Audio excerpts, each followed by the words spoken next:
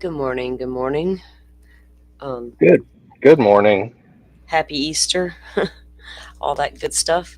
My grandbaby done got up, got his Easter basket. He got mine early.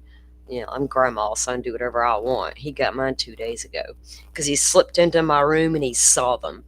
And he's like, because I had two, one for each of the grandbabies. He's like, "Is that?" And I'm like, "Dude, just give me this stuff." So he sat on my bed and we put his Easter basket together. So he's been Eastering for a couple of days. And they had a big Easter egg deal at his my son's girlfriend's church yesterday or something another. Um, Welcome in, True Crime Butterfly. She will be in and out this morning. She has family over, but I appreciate you popping in. Pokemon, welcome in as well. Leslie and Billy, good to see you. Happy Easter, guys. I didn't know how many of you guys had, plans today and all that good stuff. So I figured this is really the only time I normally do Sunday shows anyway, and I wanted to get this Delphi Discovery in so anybody who can't be here live can catch it on the replay. Now, I have created a playlist for the Delphi Discovery, which I've got to put a video together to put these images into that video so I can add it to the playlist. Otherwise, you're not going to be able to see them because I've got them on a Google Drive. And that's just me being lazy yesterday. So I'm not even going to lie. Um, but I do have the interrogation videos and all that gathered in that playlist and the shows that we've done. So I'm trying to keep that together for you guys. So we can just refer back to the list when we need to. Um, One sunny day. Happy Easter and welcome in. I like that name. One sunny day, right? I love a good sunny day. That's my jam. So, Joe, how are you today? Getting plenty of rest over the weekend, gearing up for Monday tomorrow. Yep. I'm so nervous about how they're going to do the seating thing that I got to get in there early and I got to talk to that guy. We got to have a little conversation. You think there'll be a lot of people there because it's the closing Yep. arguments day and to Yep. see There what was. Lori's going to do? Yes. There were on opening day. Opening day was the busiest day by far, and then it kind of dropped Yeah. off. And Yeah. then last Monday, it kind of boosted up again. Some people got turned away, but after that, Mhm. it kind of trailed off again. But yeah, there'll be people there early. Yeah. Well, we will definitely be back live in the morning covering the closing arguments and to see if Lori decides to make her way to the witness stand. Um, I will be surprised if she does. She might have thought better about it, but I'm so curious to see. But we've all been sitting here watching it all week long, and so yeah, we're ready to see what the final outcome is of tomorrow. And then when that wraps up, I believe I got to double check, but I think Karen Reed starts Tuesday or Wednesday. I'm not sure. I was watching Miss Shorty last night, but I kept getting interrupted and I had to keep leaving and going back and leaving and going back. So I'm not real sure about actually when it starts, but I will find out because we are going to be covering it. Yeah, Ugh, isn't it weird how the timing, they were both supposed to start at the same time. And then yeah. Judge Boreski goes in and he seats a jury in 3 freaking hours. Mm-hmm.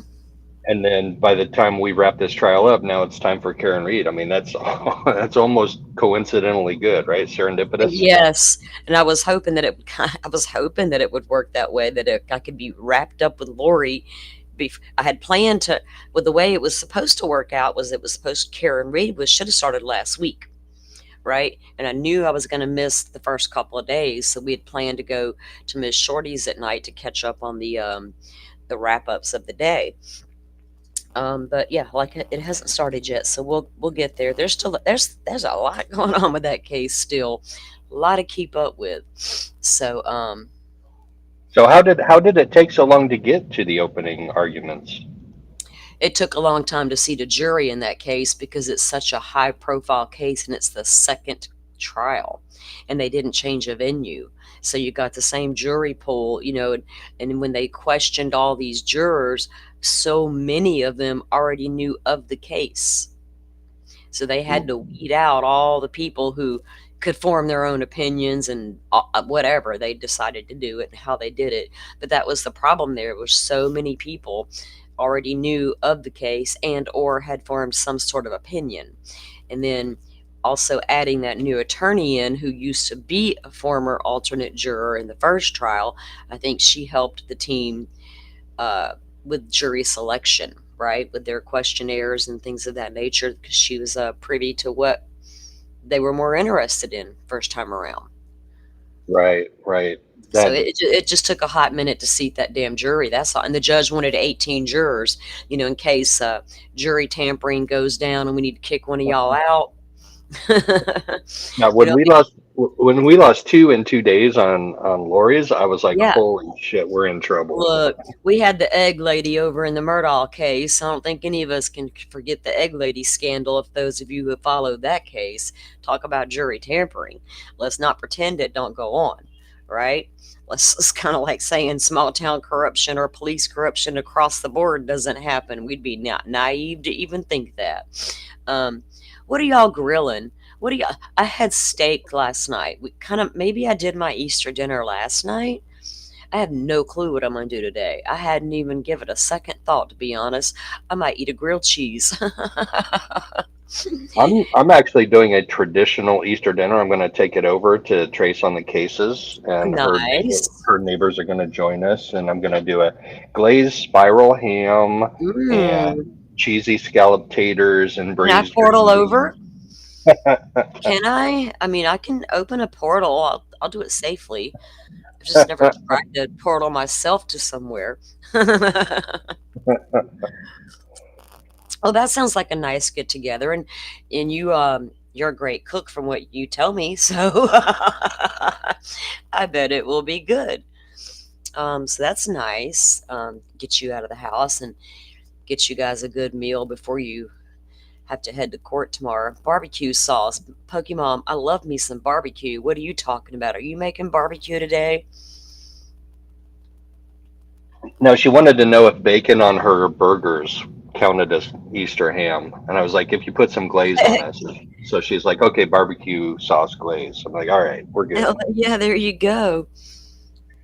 Ooh, steak, ribs, chicken, and shrimp. Damn, butterfly, I'm coming to Texas. That sounds good. I cannot resist a good burger. I'm gonna go ahead and tell you.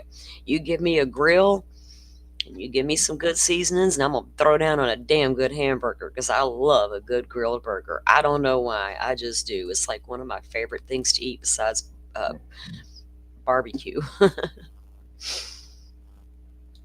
Yeah, I would, dude. It's a little. It might take me a minute to get there. All right, guys. So we have went through some of that discovery, or well, we went through the interrogation video and first we went through the interview with Steve Mullen and Liggett, and then we went through the interrogation video with Holman. Um, and then there's been a release since then of a bunch of photos that were used as exhibits in the trial of the Delphi trial. Stuff we didn't get to see. These were exhibits that were laid out on a table at the end of the day for credentialed media to walk up and get a gander at. No pictures, none of that could be taken of said evidence. Now, they could sketch a little picture and make notes about what they saw, but they couldn't actually touch it, take a photo to show the news later, none of that. So we have some of that now, and we're going to review. It's just like a photo dump, and we're just going to review some of that and a couple of other things as well. Welcome in, Juicy Jules. Yeah. So does that make it? This is an old joke. I didn't start it, but I find it hilarious every Easter. Does that make him a zombie? He has risen from the dead. Zombie Jesus. I don't know. I just know that, It's not meant to be an offensive joke. It's like yeah, a the reason lighthearted. I don't really do Easter has nothing to do with religion whatsoever because I believe in Jesus and all the good things. But the reason I don't personally go all out on Easter is a totally personal reason. Mm, she got some sausage going too. Damn. Okay. Let me pull up this. Now, this particular Google Drive is courtesy of Criminality. She put this one together. I know a couple people did, but she did a really good job on this. Where's it at? There it is. Now, she does have the prison calls and the interrogations in here, but we have seen that. So I'm not really going to pull those up. There were 2 listed exhibits under what they call Westville Movement Camcorder Report. Now, for those of you who followed our coverage and tried to follow the trial, you know that every time Rick Allen was moved from his cell to another location in the prison to use the bathroom, to take a shower, to make a phone call, he was shackled, bound, sometimes had a head covering on, recorded every step of the way, right? But we can't see any of that. Why would you do someone like that, right? Especially if they're heavily medicated. Why do you need? Are they spitting on people? Why are you covering their heads up? Yeah, Um, that one guard that was recording him said so in his affidavit is the same one that was an Odinist that well, he said, I'm not an Odinist, I follow the lesser Norse gods, or whatever the heck he said, but you know what I mean. yeah, Same guy. word salad bullshit. Um, okay, so yeah, Mr. Jones, he's named in documents, so he's fair game. Okay, this, like I said, was well, hell. Can you guys see that? Okay, there we go. That better? Um, I hate doing it like this because it makes me not be able to see the whole thing. Come back here. All right. So this is Westville Prison Movement camcorder video. Whoa. Let me do it this way. Okay, now, if you guys can see. What is... Yes, that's Criminality's link there. Thank you. So the IDOC camera footage entitled, and they got a series of numbers, date modified for 9/23, and this particular video is 22 minutes long. Now, we have not seen any of these videos yet. Will we ever? We don't know. I will show you something that a friend of mine did or tried to do, and we'll see if he gets any results from it. We'll talk about that in a minute. IDOC camera footage modified for 12 of 2023, 2 minutes and 1 second. Now, get this, guys. 2023 was when this was happening, around April. Another camera footage was modified on 4/13, and it was 5 minutes 17 seconds. Another one on the 14th, 3 minutes and 47 seconds. On the 17th of April, a 2 minute 57 second. Again on the 17th, another 2 minutes and 48 seconds. Again on the 17th, 26 minutes 28 seconds. What was going on the 17th? Though we had to move him 3 times and record him. How come when I do that, it did that? Okay. Maybe I should have went ahead and put him into a video. So camcorder footage of this one was I'm sorry, I skipped one. You got September 9th of 2024, a 12 minute 8 second. Then you have one 4/21 of 2023. I don't know why those are in backwards. 11 minutes 7 seconds. And then you have one from June 6th of 2023 that is 52 minutes and 25 seconds long. I'd like to see that one. What the hell's on that? And then we had this is from the defense exhibit that they put in. Most of the photos that came out were prosecution exhibits, but some were defense, but not many. And there's still a lot of issues trying to get. I know I saw a tweet where someone said, "Why don't y'all just quit complaining and send your own $25 in to get the USB?" Duh! Like people haven't tried and have been trying since the trial ended, and there being a few select people are receiving what they asked for, but not everybody. So you make that make sense, because we can't. And then we have one from May 13th that was 1 minute and 47 seconds. Now, this one, I just really wish these would come out eventually so we could see for ourselves just how bad they really supposedly were. So 520, you got one of 55 seconds. Like, that's not long at all. Then you have, a 526, 2023, a 4 minute, 5 second. And then we have one modified dated 9/9/24, another 3 minute, 58 second. One in June 20th, 34 minutes and 43 seconds. Now remember, each time he called his family, he was being watched the whole time. Now, I don't know how prison protocol is, but in a county jail, there's a phone bank. You walk up and nobody is standing there to monitor your call because they're freaking being recorded. So why do you need an Odinist guard standing over you the entire time you're trying to call your wife? So 10/3/2024, we have a 2 minute, 57 second video. Then another one dated 4/10/2023. It's 19 minutes and 27 seconds.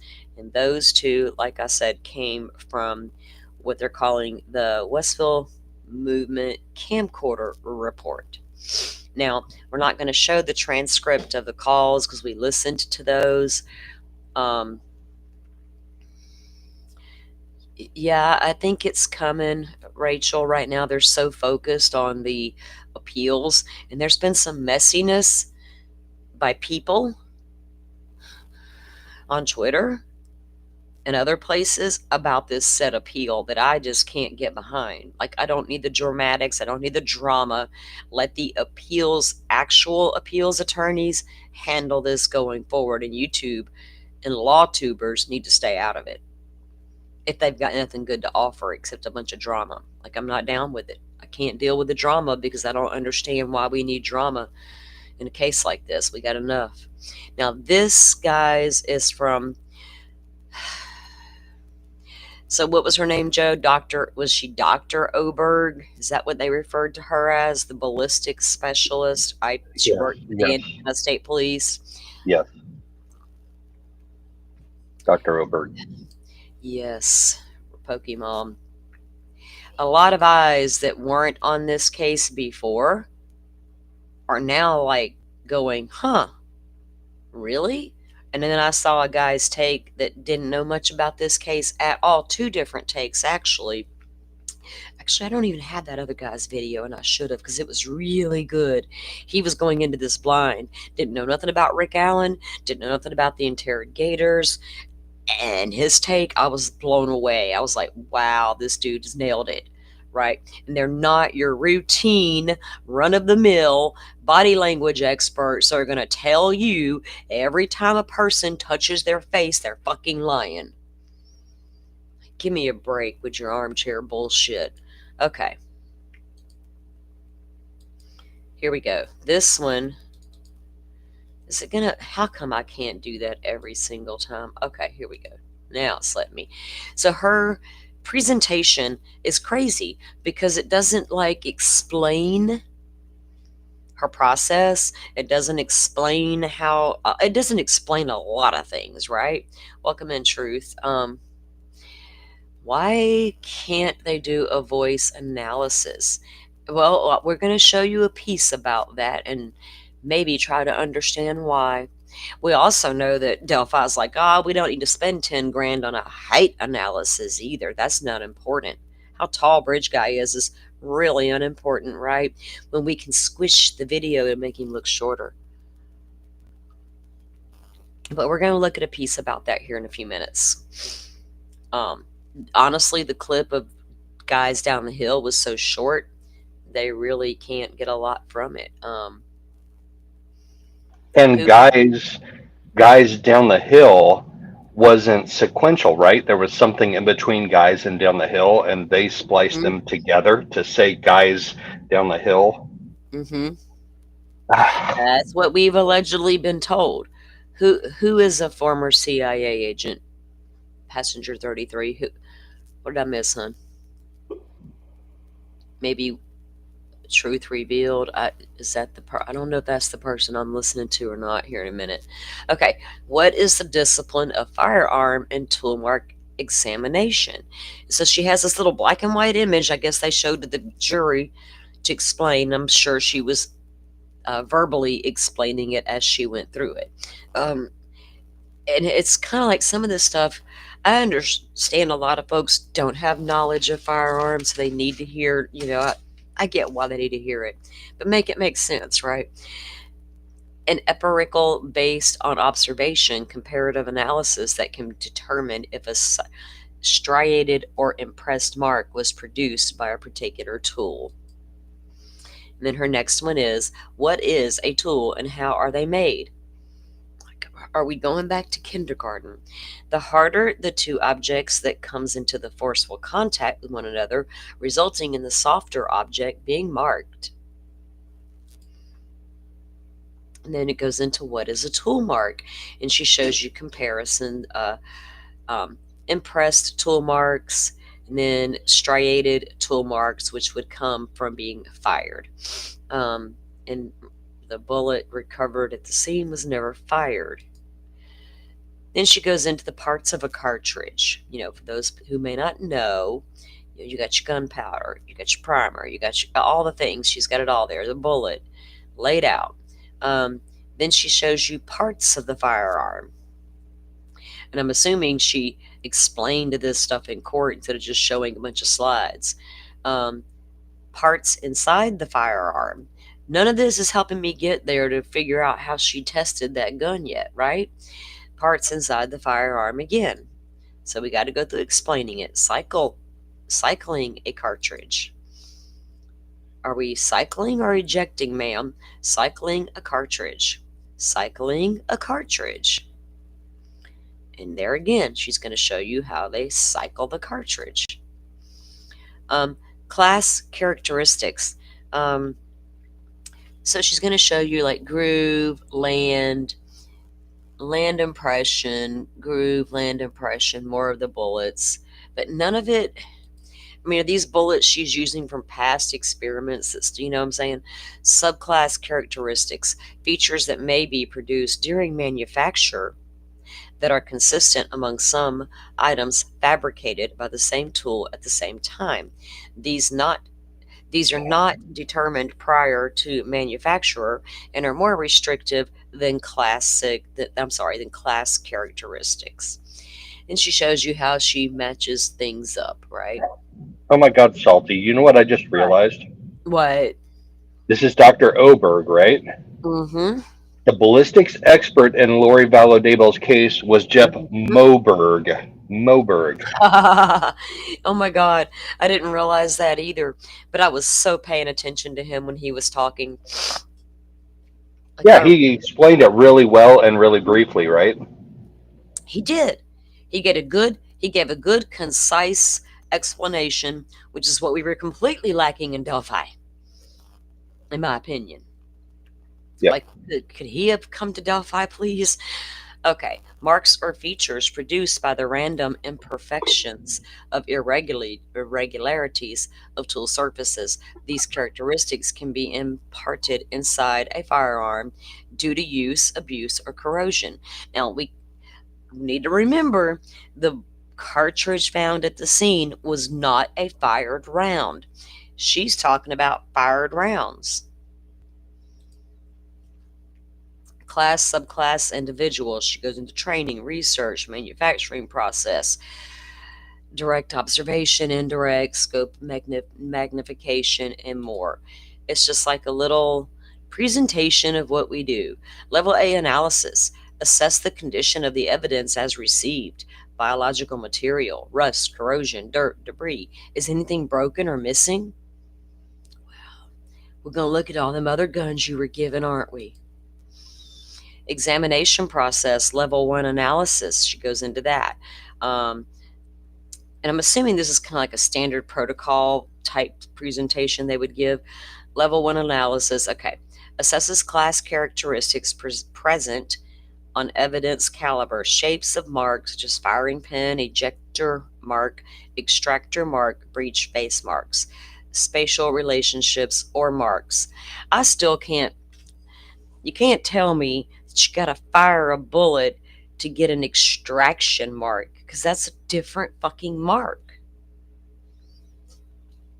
Okay, yeah. So that's go back to Lori Valadabel. The Detective Duncan said when he found Alex's handgun Mm-hmm. in the bedroom, he Uh-huh. cleared it. He cleared it for safety's sake. How did he do that? He ejected the unspent round. He didn't have to fire it to do that. So you can eject unspent rounds multiple times Mm-hmm. to get tool marks, quote unquote tool marks. Exactly. And if it was never fired through the chamber, the extraction marking is going to be different than the markings Yep. made by firing it, right? Yep. Yes. You would think one would think logically one would think. You would, right? Exactly. It's like some shit's common sense and people can't get past it. Um,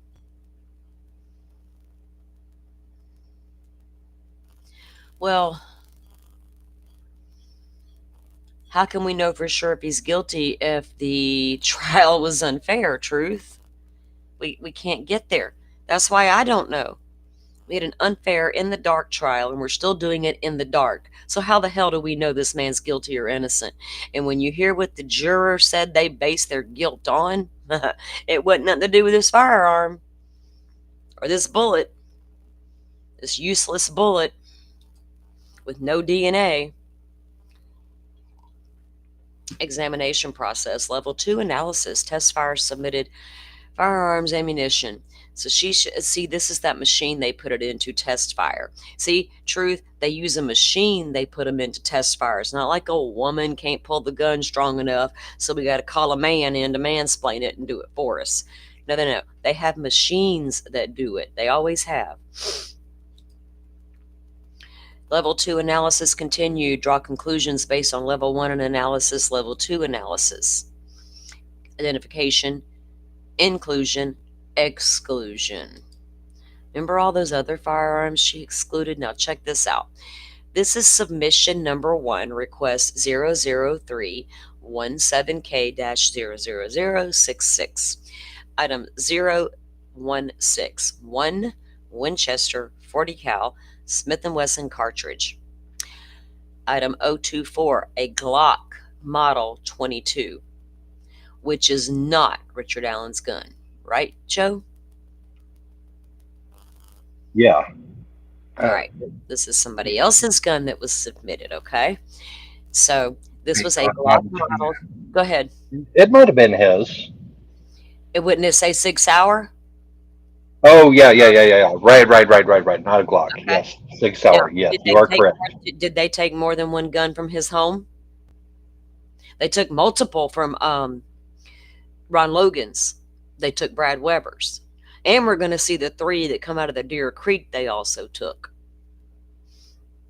So this particular gun is not Rick Allen's Sig Sauer they claimed was used at the crime. This is from a Glock Model 22. Caliber pistol. Serial number is listed. 1 magazine. Magazine containing 15 Federal 40 S&W caliber cartridges. Federal is a brand.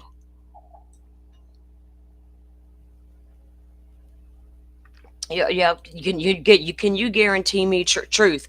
I'm not going to do this. Today is not the day. I'm not in the mood, and I'm trying not to let my personal bullshit bleed over into my streams. You tell me when you hear a gun being racked on that bridge to scare those girls down the hill. I understand where you're coming from. You constantly give the pushback, and I don't mind it, but back it up with something. So if he was trying to scare 2 girls by racking a slide, tell me where you hear that. Because many of us do not hear that. And if he racked that gun on the south end of the bridge and a bullet fell out, it should have went under the bridge. And these idiot-ass cops should have found it. If they want me to believe Rick Allen's the man, do your job right and do it right from the fucking get-go.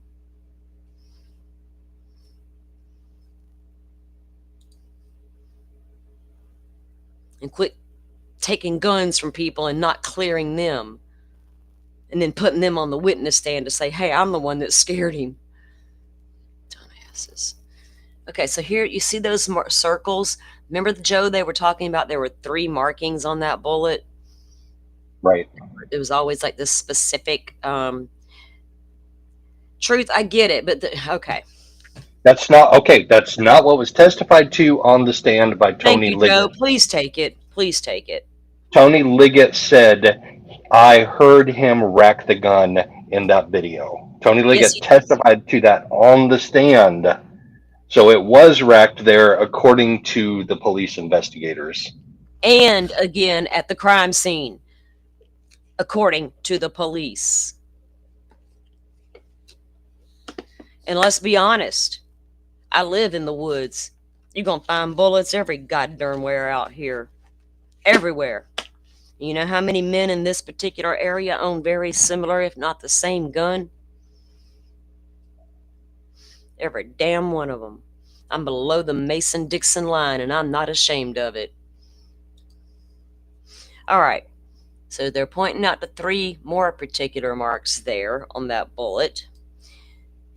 And I don't. It's not even saying this is the Rick Allen bullet. Is this one from that gun she was testing, right? Or the first one we just looked at. All right. Now here, this is submission 2. Now this one is for a Smith & Wesson item 090, Smith & Wesson model M&P 40, 40 S&W caliber semi-automatic pistol with a serial number, 1 magazine. Item 101 Sig Sauer model P239. Now this one was Rick's, right? Item 106 sealed brown paper bag containing 5 sealed manila envelopes, each containing cycled cartridge, firearms, and then it gives you the list. Hold on, guys. I'll get to mute out for 1 sec. Talk amongst yourselves. Be good. Behave. Behave. I'm sorry, my son was letting me know they made breakfast. How do you know that, Truth? How do you know that there wasn't one in the chamber? How do you know that there wasn't one in the chamber when he wrecked it? What is she talking about? We're still talking about that one that they didn't find on the south end of the bridge that they did find by the girls.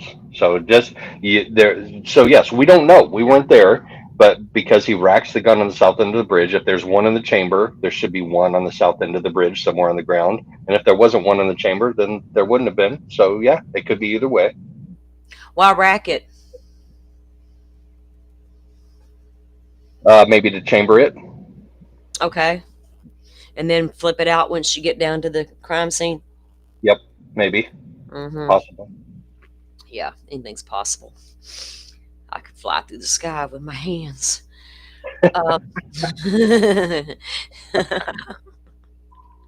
my God.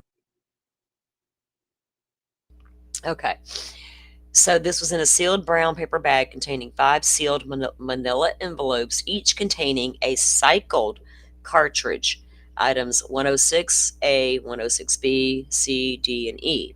And then they show you, these are 2 different, see there's 2 different firearms here. Your first one is 09, which is a Smith & Wesson, and then you got your Sig Sauer. So they were given multiple guns to look at, people, by multiple people, not just Rick Allen's. Okay, Truth, you're an expert in everything, baby girl. We understand. Everything. I mean, absolutely everything you are an expert in. I grew up with a man who taught me all about guns. All about them. How to hold them properly, how to hold one and shoot through my front door if need be to get rid of the bad guy if he's trying to break in my house, exactly where to hold it so I don't get kicked and knocked to the fucking ground. A lot of us know a lot of things. Submission 3, request 0006. I almost forgot one. So look at these, though. These are like come out of the creek. Look at that. Look at my pawpaw used to have one just like this here on the right, number 282.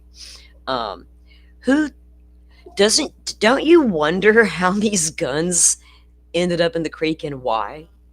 Did they just quit working? They're like, fuck it, I'm just gonna throw it in the creek, or were they used in the commission of crimes at some point in the years in Delphi and thrown into the creek? I mean, crazy. That is just an odd location to discard your gun, especially a handgun, And look because how many. yeah, you're not hunting with a handgun. I No, mean, you're not. nobody hunts with a handgun. That's for shotguns and or rifles is what you do, what you go hunting with. So why what are people down in that section of the doing down in that section of the Deer Creek with handguns that they're just like discarding in the creek? That one on the right is really cool. That's almost like a pearl handled Oh revolver. yeah, yeah. I think my son actually has the one that was at my grandpa's, but yeah. Why would you? They're not for hunting, like you said. So did they just stop working and they're like, oh fuck it, I'll chunk it in the creek, or were they used nefariously somewhere along? But you got four that they found while searching the Deer Creek for evidence. It's crazy. And then none was found in the Wabash River, or was there, but not tied to. I can't remember if they actually found one. I don't think they ever did find one. Because remember, Keegan Klein sent him on a wild goose chase. Me and my daddy did it, and daddy threw the gun in the Wabash River. Well, let's go spend $1 million to search the Wabash River. But we're not going to spend money to analysis on voice analysis and height analysis. But we will go search that river for $1 million, Keegan, to pull out the weapon we know was used to terrify those girls. Huh. Great investigation. I'm talking excellent. Submission for request 00080025. Now, this is item 314, Sig Sauer Model P226 40 S&W caliber pistol, serial number. And then item 315 was one Winchester 40 cal. And then they had a Blazer 40 cal cartridge. And then item 317 was the two magazines, one magazine containing 8 cartridges and another magazine containing 9, all Blazer 40 S&W cartridges. And then she has a photo here where it appears, some marks do line up. But again, it doesn't tell me. Now, this one, I think it is from Rick's bullet because the defense has one in their exhibit as well, showing the same photo, I believe. And this is just going through the series of photos that she has. And she has a circle around the matching markings.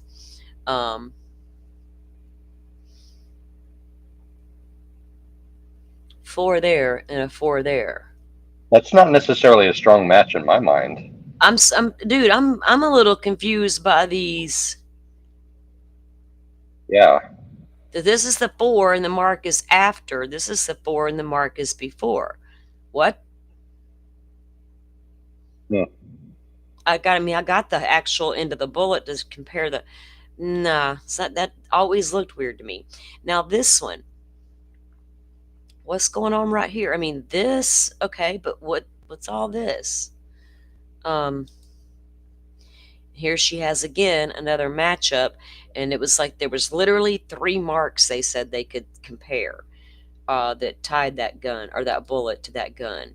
And here she is showing the same photos again with the circles. Now these two are the same, and here again, because you can see that divot, that cutout, right, or whatever that is. That appears to be that groove area. And then she shows you an ejector from the firearm. And I guess if you go back, actually, see, this is where she's got it circled. This is what's going to cause your markings, right?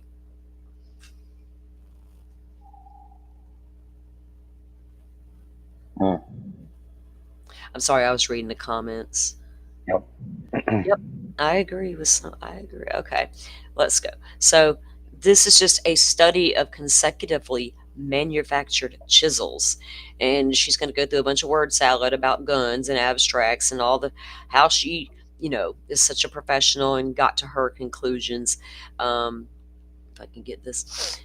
So keywords: chisels, consecutive manufacturer, subclass characteristics, tool marks, and 9mm Smith & Wesson ejectors. A technical report by Evan Thompson and Rick Wyatt, Washington State Patrol Crime Lab in Washington. Keyword: ejectors, class characteristics. Abstract: while attending a Smith & Wesson semi-automatic pistol armor school, an eye loop examination of 28 factory and new ejectors revealed that it appeared to be a number of both class and family characteristics. Again, An extraction mark is going to be different than a fired mark. I just can't. Right, because it's under pressure. It's under an extreme amount of pressure Right. from the ignition of the gunpowder that's within that cartridge. Yeah. I mean, that's what causes death. That's what causes Right. damage, is that it's under an extreme amount of pressure when it's fired, and not when it's not fired. It's not under an extreme amount of pressure. It's a mechanical ejection when you eject an unspent round, when you clear a gun of an unspent round. So this one is a little odd to me because it's got the circle and it's got the marks here and the marks here, but all this is super dark. Yeah, So where's it's the it, rest? Uh, yeah, it- it's not a good match to me. I mean, No, I mean, show me the rest of it. You can't do that. That's like I'm irritated about them wanting to walk into Idaho and talk about the tip, which was IGG, but we're both all going to concede, we're going to lie and say it was just a tip. Now y'all get together in the back room and decide how we're going to call it the tip. Was it a call-in tip? Was it a walk-in tip? Who fucking cares? It was IGG. Do not walk into a court of law and lie under any circumstance about how you got where you got. What matters is you got the evidence after you got the name. And if the evidence doesn't fit, then you're not going to get away with it in trial. IGG has been used for years in many, many, many, many cases. And why we can't talk about it is getting damn well ridiculous. I will call the bullshit out in any case. I don't care. I might think Koberger's guilty, but you don't need to walk into court and lie about how you got your tip. I find that shit ridiculous. If we're willing to accept that little tiny white lie, we're willing to accept white lies all over the place in every case. And I'm not. and there are plenty of officers that are willing to spin those little white lies. Mm-hmm. You ain't lying. Chamber of the firearm. And then she goes into the manufacturing of a 6 hour 9 by 19 millimeter. They give a breakdown of how that is done.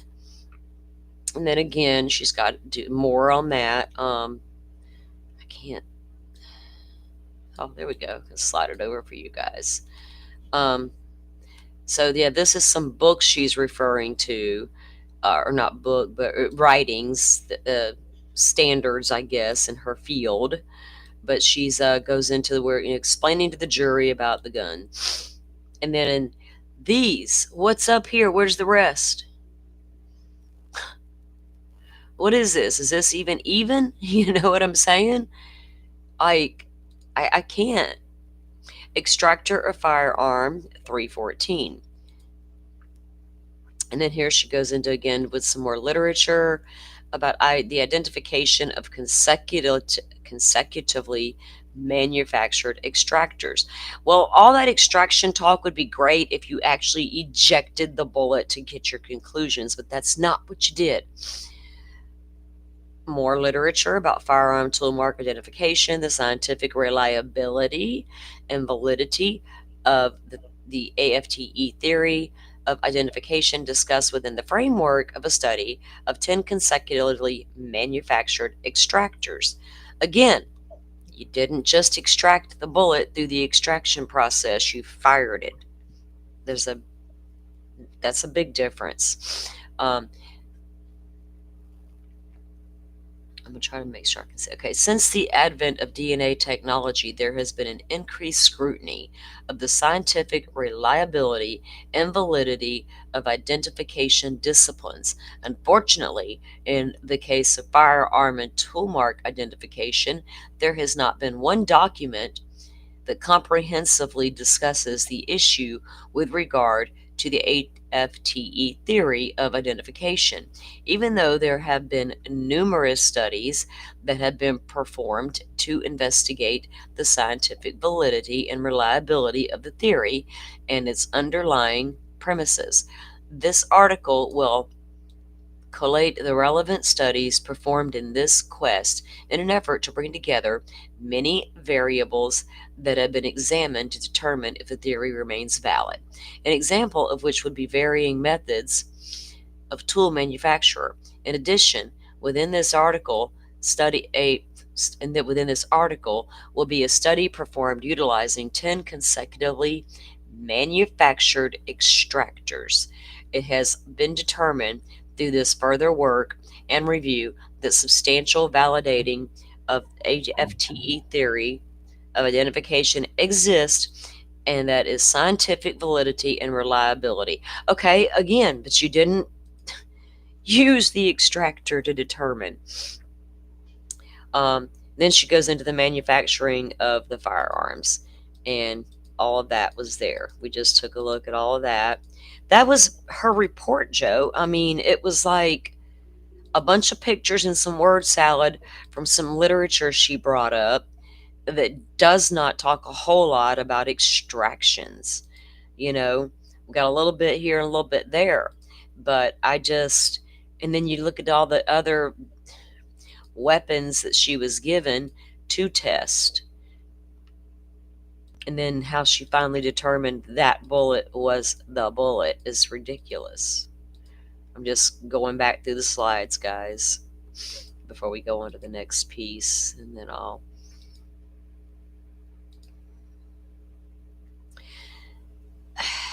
That's got nothing to do. There's your ejector.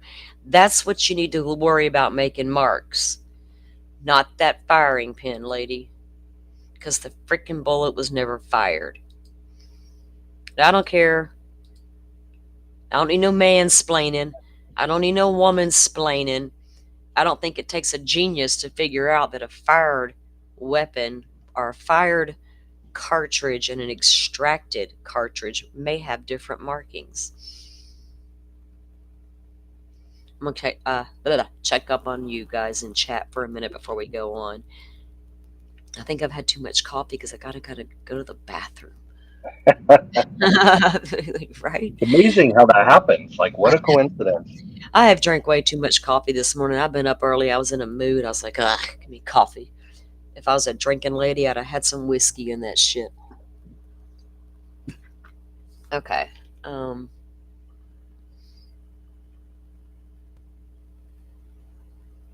Right? Just heard leaves crackling, sticks, no gun.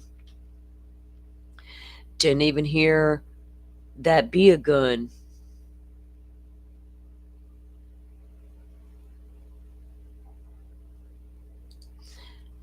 Very good, Anna. As pointed out by Lawyer Lee, the girls mentioned going down the hill before the man spoke. If they were not forced down the hill, there an abduction. Have to prove gun used to prove abduction. Were they just saying, look, there's no trail, we got to go down here to try to avoid passing the man that was on the bridge? I don't know. No, a lot of us aren't even convinced that's bridge guy saying down the hill, right? Can't get past that a little bit.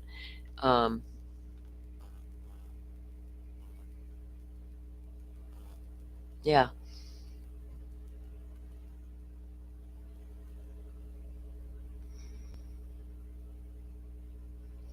Okay, Truth, we know.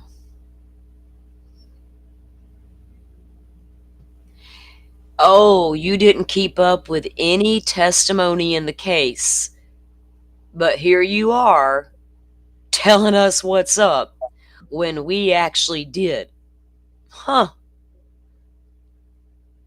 Go figure. Go figure. That's very interesting to me. Now I'm going to try to stay in my lane on that one, all right? All right. Yes, ma'am. Coffee is life. Lordy, lordy. I might need to go make me a fresh pot after I use the bathroom. Yeah, they didn't seem to be frightened, right? It's so odd. And there are some of us out there who conceded the guy on the bridge could have been the bridge guy, or could have been Rick Allen. Could have been. Because if you look at the Snapchat video or photo, there's nobody behind Abby. Then all of a sudden we got a video. Did they manipulate the video and draw the guy in closer? There's way too many questions. Um, he didn't use the gun. The girls weren't even shot. We're telling you what they said in court. I can pull up the testimony right now. I have it all saved. The police said he used the gun to scare the girls. He racked it on the south end of the bridge, got them to go down the hill, across the private drive. After Weber come by and startled them, then they went across the damn creek, up to Ron Logan's property. Another extraction was done, and that bullet fell and went 2 inches into the ground. We got Jerry Holman even racked that gun in court to tangible. demonstrate what racking the gun sounds like. He Yeah, racked it in court, which is extremely dangerous. He was not utilizing proper gun safety when he did it, but I'll just leave it at that. But he racked it in court. Jerry Holman racked that gun in court in front of my eyes. truth. We didn't say you said he was shot, but you're trying to figure out how he used the gun. Well, if you had watched the trial or listen, you couldn't watch it. But at the end of the day, if you listened to the testimony and got to real legit attorneys and people like Joe who were in the courtroom, and then we have an entire transcript of what these witnesses testified to. That is what we're basing this on.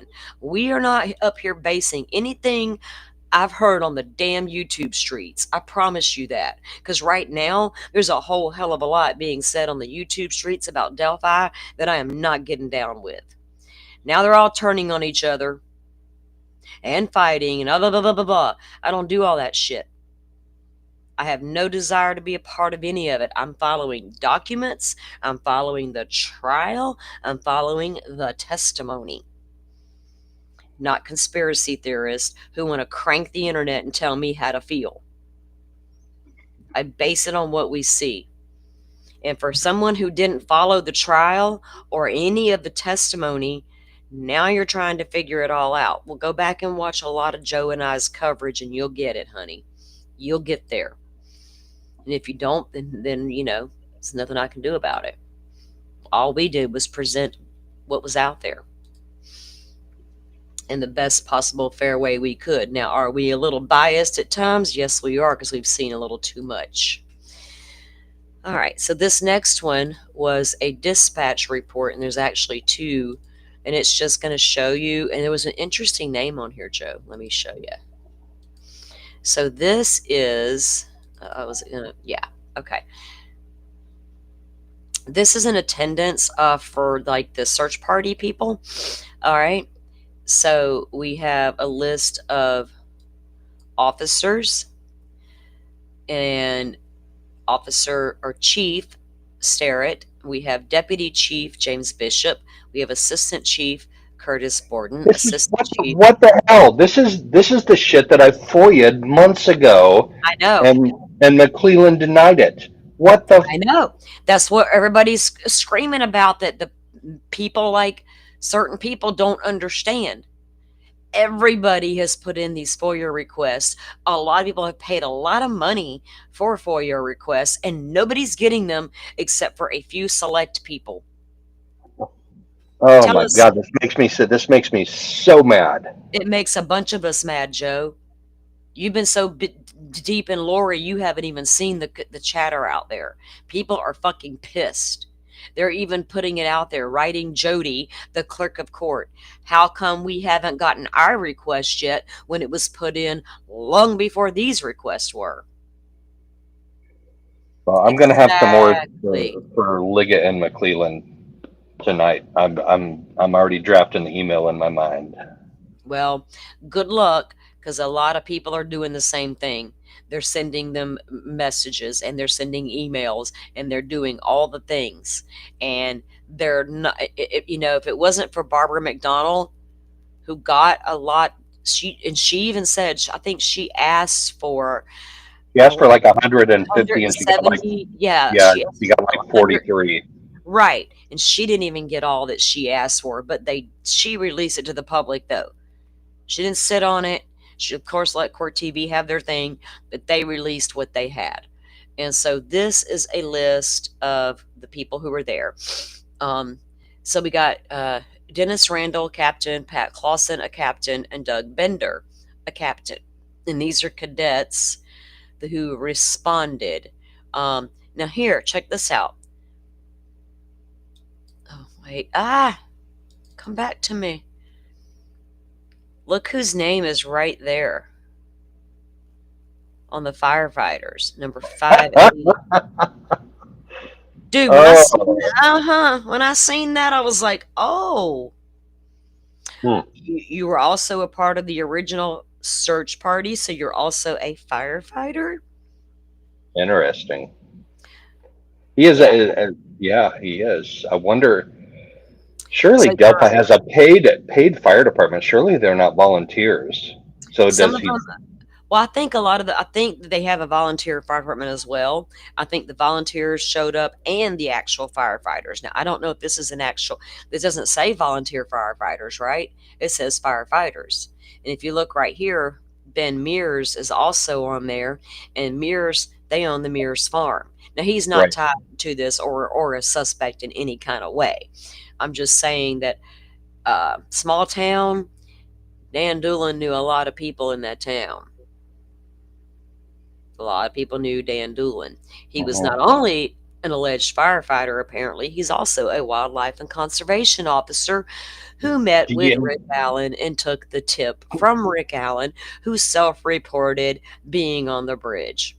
He's also the guy who decided it was unimportant to tell anybody about for 5 fucking years and allowed his little dusty tip to get put in a drawer in a box somewhere for Miss Shank to find 5 years later. You're so awesome, Dan Doolin. We see what you did to Jesse over there in Delphi. And I still need to do a members only to show the world exactly what you did.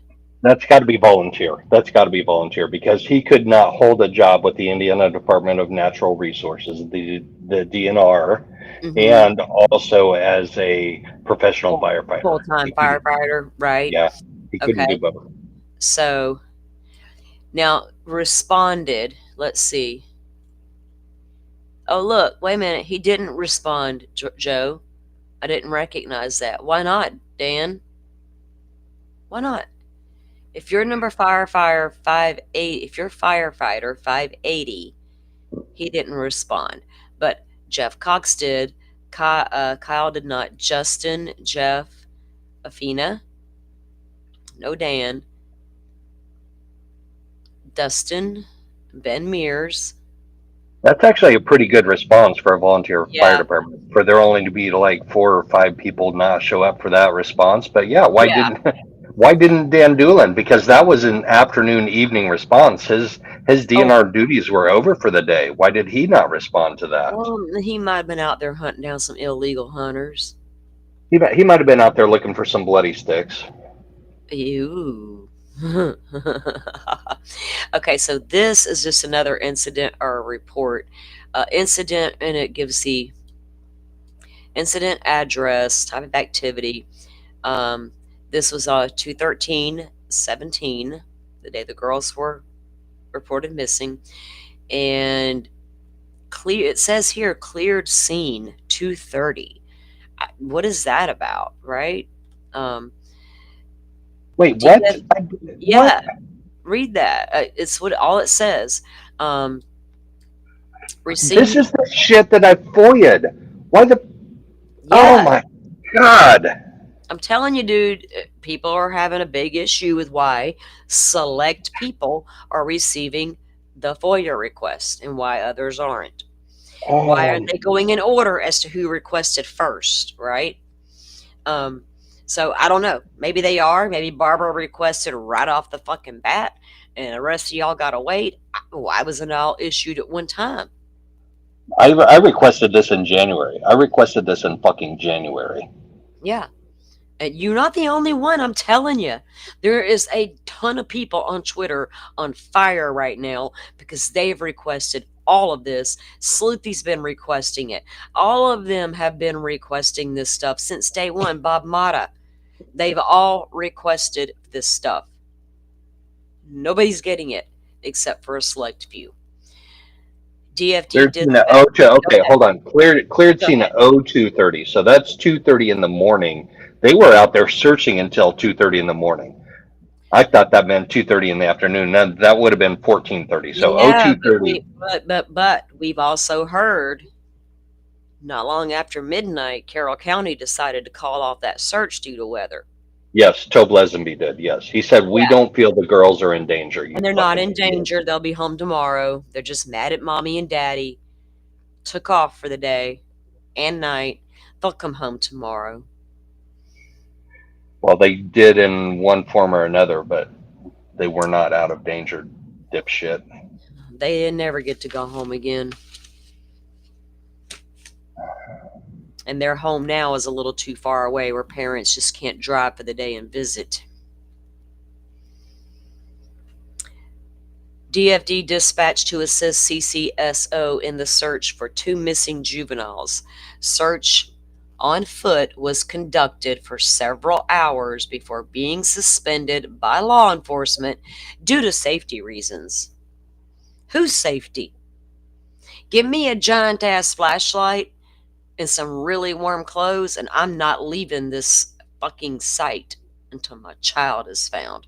No shade at the parents at all. This is nothing to direct. I don't go after parents here. It's not directed at them. But if law enforcement's about to pack it up and give it in, this mama ain't. And neither is her entire family. And I think the Patties and their friends did stay out longer than the investigators did. And granted, it was dark, but I ain't scared of no woods. I wasn't raised to be. I got protection. Okay, so let me take that down and pull. Guys, I have got to go to the restroom real quick. Joe, I'll be right back, okay? All right, we got this. I just need to do some deep breathing exercises because this pisses me the fuck off. Oh my God. Like, I FOIA'd this. I FOIA'd this shit in January. It's, and what was the initial response? Let me look up the initial response from Nick McClelland because Liggett didn't answer any of his own FOIA requests. All of my FOIA requests that went to Liggett, to Sheriff Liggett, the sheriff of Carroll County, were responded to by Nick McFucking Cleland. Let me find the very first response. Delphi, I gotta get into FOIA requests, sort by date modified. January 17th. Oh, the FBI denied my FOIA request too and said it's an active investigation. Let's see what Nick said. Fuck. This just makes me so mad. No, that's FBI. I'm looking at FBI right now. I need to look at 123 Delphi FOIA response from McClelland, January 23rd.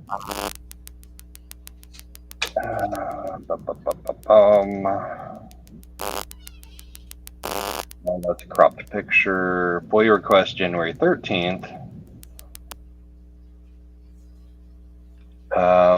Okay, yes. So January 13th was my original request to the Sheriff of Carroll County.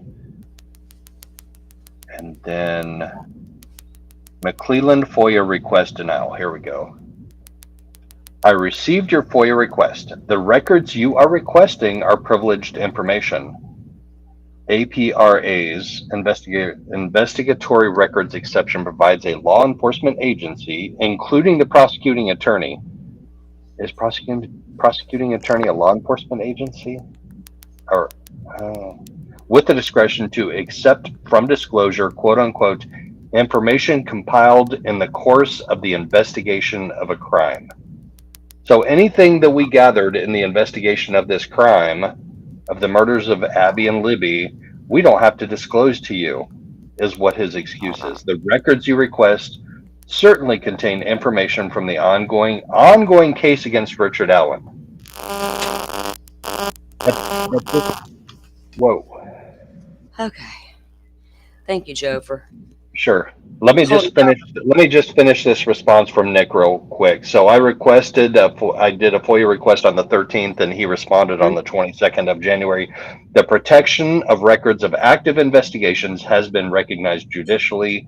See Lane L. versus Spears, 2014 case. Any release of information would compromise an ongoing open case and the appeal of Richard Allen. In addition, many of your requests are not specific enough. So I submitted another one with more specificity that was also denied. But anyway, this is Okay, getting well, me so all which riled is up. it? Right, which is it, Nick? Or is it an ongoing investigation, or the chances it might hurt Rick appeal? Like, he doesn't care if it hurts Rick's appeal. Tell us another lie. And if it's an ongoing investigation, who's conducting said investigation? Right.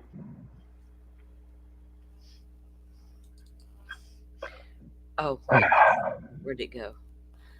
I lost myself. Okay.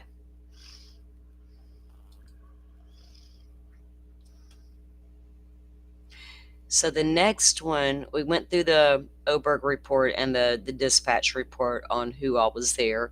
Um, Rachel says, I just can't understand convincing someone with absolutely no proof that confessions are not reliable due to abuse and medication abuse by the state. Yeah.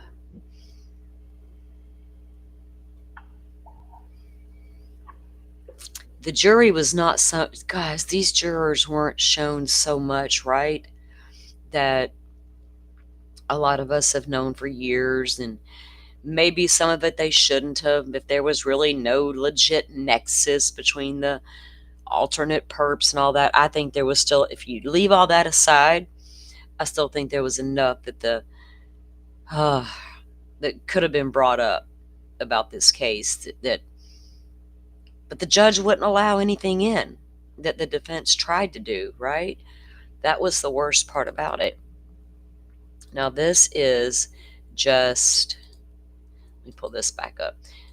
Now this is just about the man who come along and startled the killer. A guy whose gun they took from the get-go, a guy who lives at the foot of the south end of the bridge with complete unfettered access to the south end of the bridge. And can they take your gun without probable cause? They weren't found on his property. They were found on Ron Logan's property. Technically, the end of the bridge is not his property. So we know they searched his property. We know they searched the outbuildings, found little traces of, animal blood. But so why did they take your firearm, Brad Weber? Is that legal? Hey, dude, let me borrow your firearm and let us test it. Okay, sure. Mm-mm. Something led to that. You don't just get to take a citizen's firearm because you suspect it. You have to have some probable cause. What is that little smirk he has on his face? I don't know, dude. How old is this picture? So this is apparently from where he worked.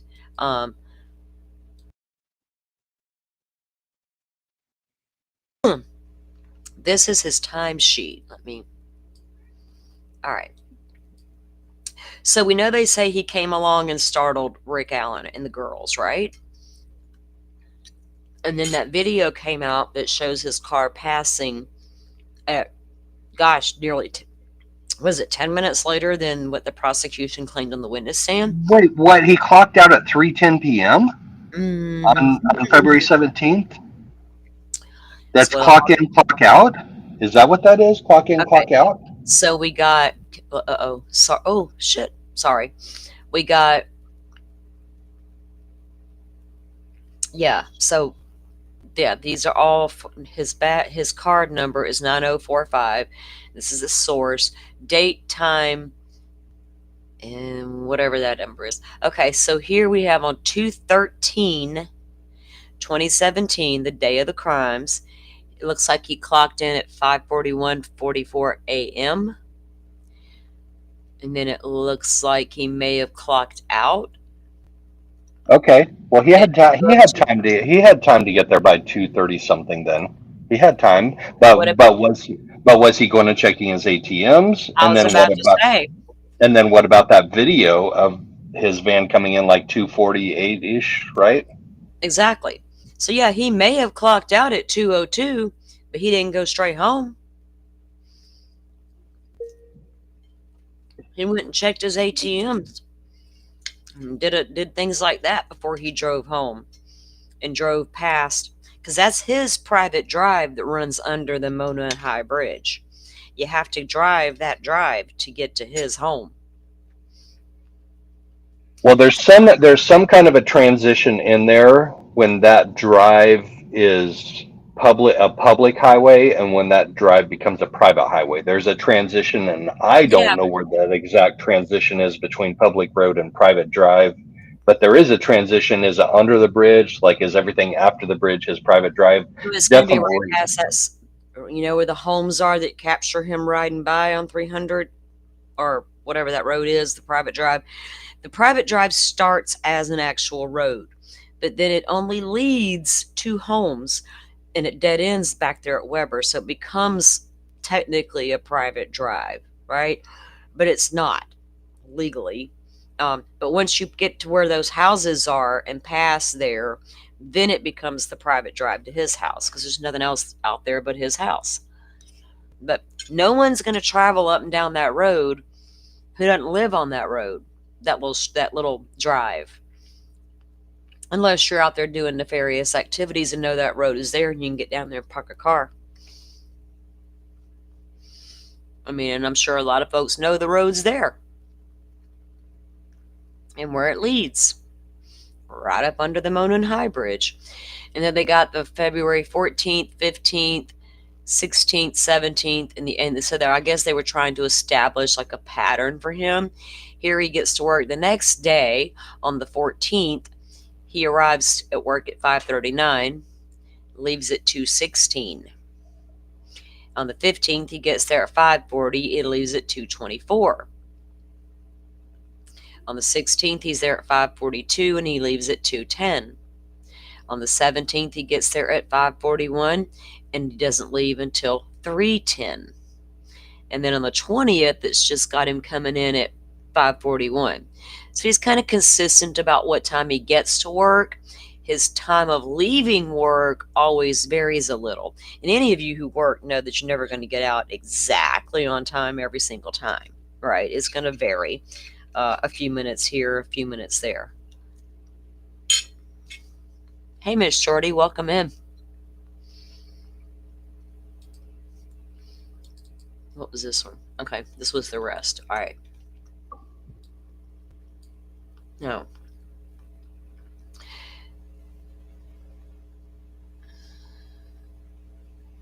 That was the one I showed you. Okay. So those were those. And those were the only two in that file. And then when you go down, now you got Rick Allen's Google history search. And Jennifer Koppendorfer, these are the real ones, hun. These are not the fake is Holman or real cop bullshit ones that you can run live with this one, Jen. It's all good.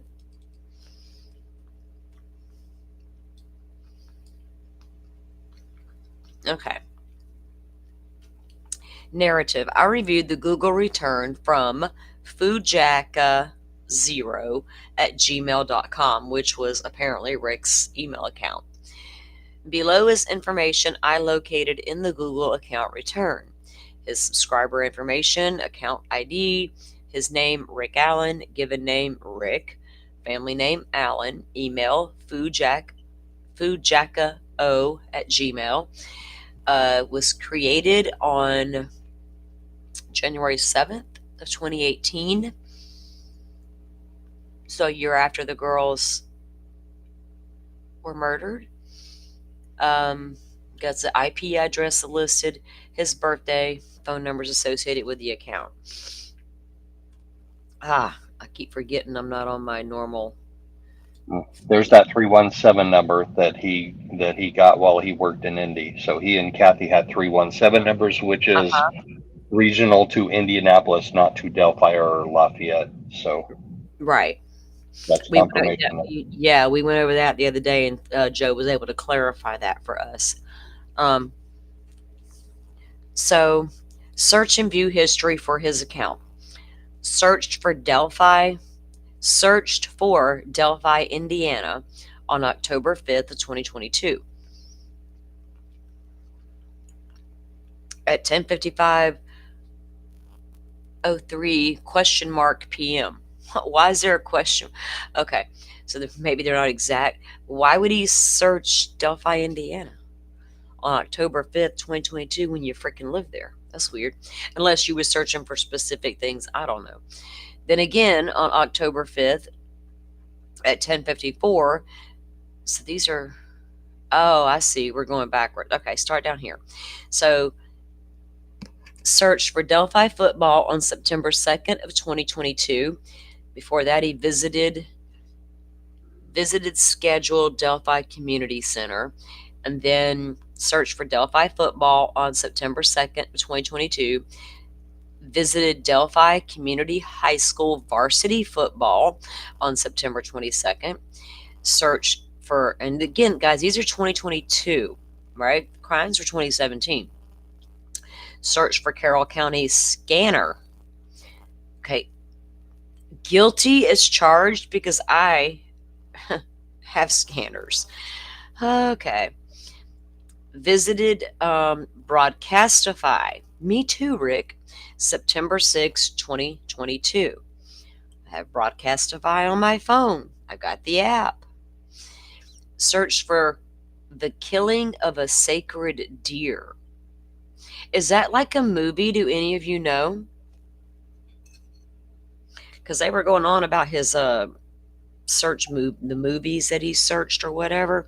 I haven't really dove into this document to even search some of this stuff. Oh, there was a 2017 movie with that name. The killing of a sacred deer. Okay. Yep. It's a psychological horror thriller film. Let's see. Dr. Google has all the answers. Oh yeah, I haven't Googled it yet.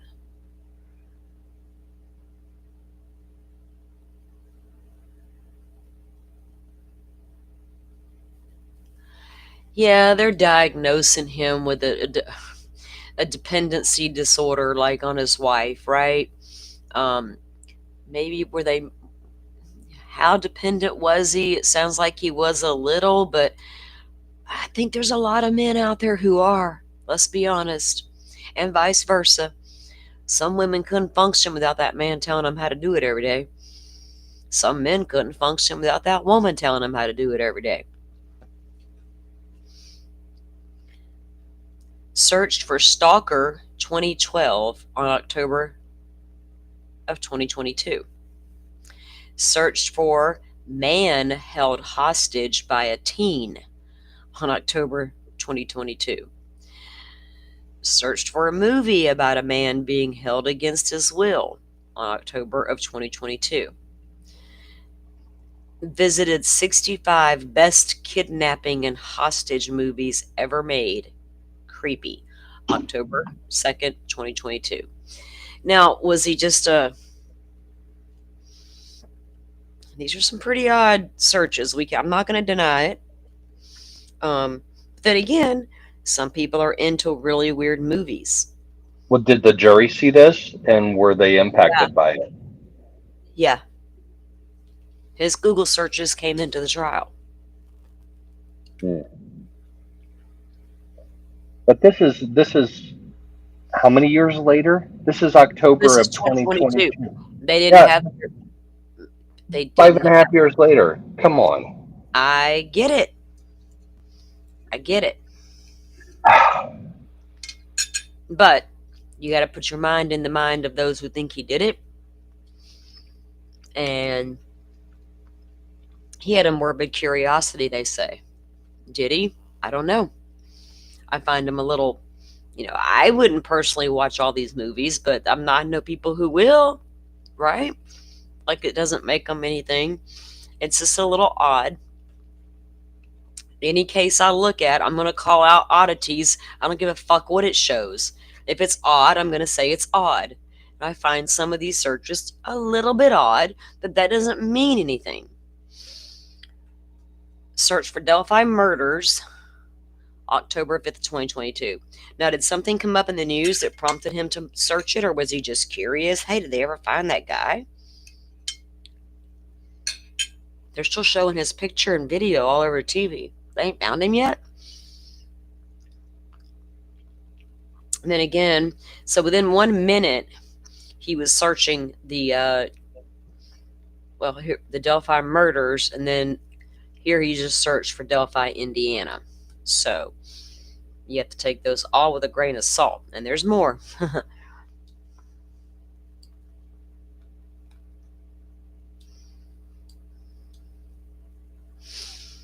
And guys, I watch a lot of different things at home by myself to kind of gauge where people are on certain cases, and I've seen what everybody's saying. So I can't allow them, they don't influence my thought process.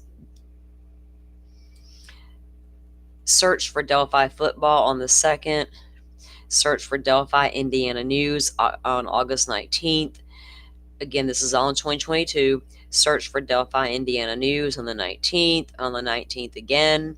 On the 19th again. Now, these were all within minutes of each other. On the 19th, he did it again. Search for Delphi murders update August 5th. Oops. Search for the Delphi murders update August 4th. Search for the Delphi murders update again on August 4th. Again, all within a minute of each other. Did it again on the 4th. What was happening on the 4th? Search for Delphi, search for Delphi, search for Delphi, search for Delphi. And those are all on the 4th. Shit like that piques my curiosity. Why? What happened on the 4th? Was there a press conference that day? I'm gonna have to go back and look, because now I'm kind of curious. Search for the most fucked up thing to watch on Netflix right now on June 23rd of 2022. I can say I've never looked up that kind of thing. But some people are into odd things, Does someone's Google searches make them guilty?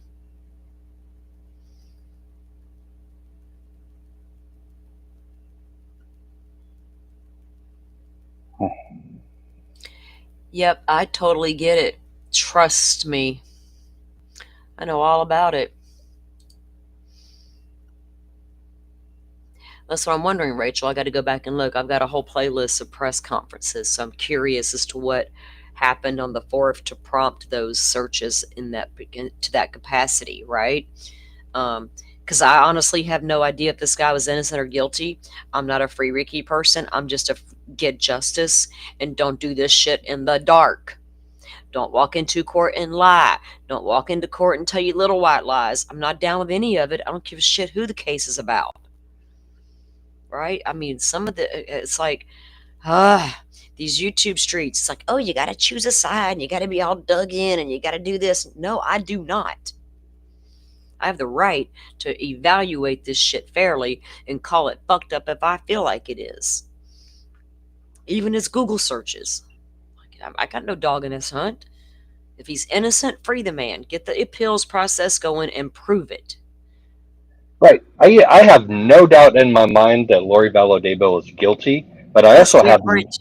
I haven't. No, it is. It is. But I'm making a point, and the point is this: I also have no doubt that the police had some fucked up investigative techniques in that, and conclusions that they drew early on in that. Hmm. That, oh yeah, it must have been self-defense, and Alex did it because he said he did. So we're not going to test the gun for DNA or luminol. We're not going to test the bat for DNA or luminol. We're just not going to test anything.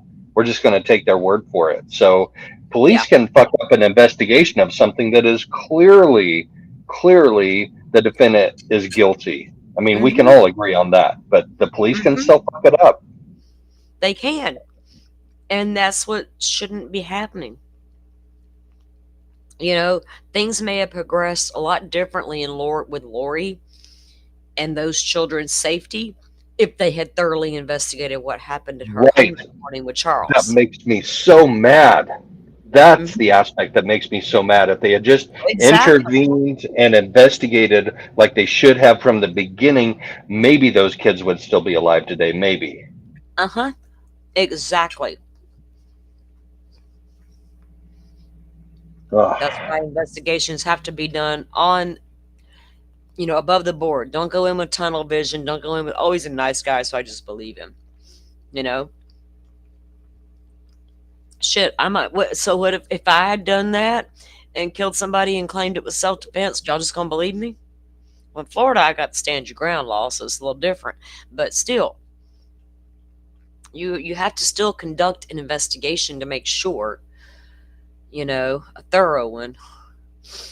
So then again, on the 23rd, just within just a few minutes of each other, he still was searching, the most fucked up thing to watch. Was he just into morbid shit? I don't know. On the 23rd, okay, search for Delphi, Indiana news on the 18th of June, my papa's birthday. Oops. Search for Delphi, Indiana news on the 17th of June. Again on the 17th, again all within just minutes of each other. Search for Delphi news on the 17th. Now I'm going to tell you guys, I don't get my local news from TV. I don't. I get it from their Facebook page or from their website or from their YouTube channel. I do not turn on my TV and turn on my local evening news ever. Search for Delphi, Indiana news on the 17th. Search for deeply disturbing and terrifying movies on May 24th of 2022.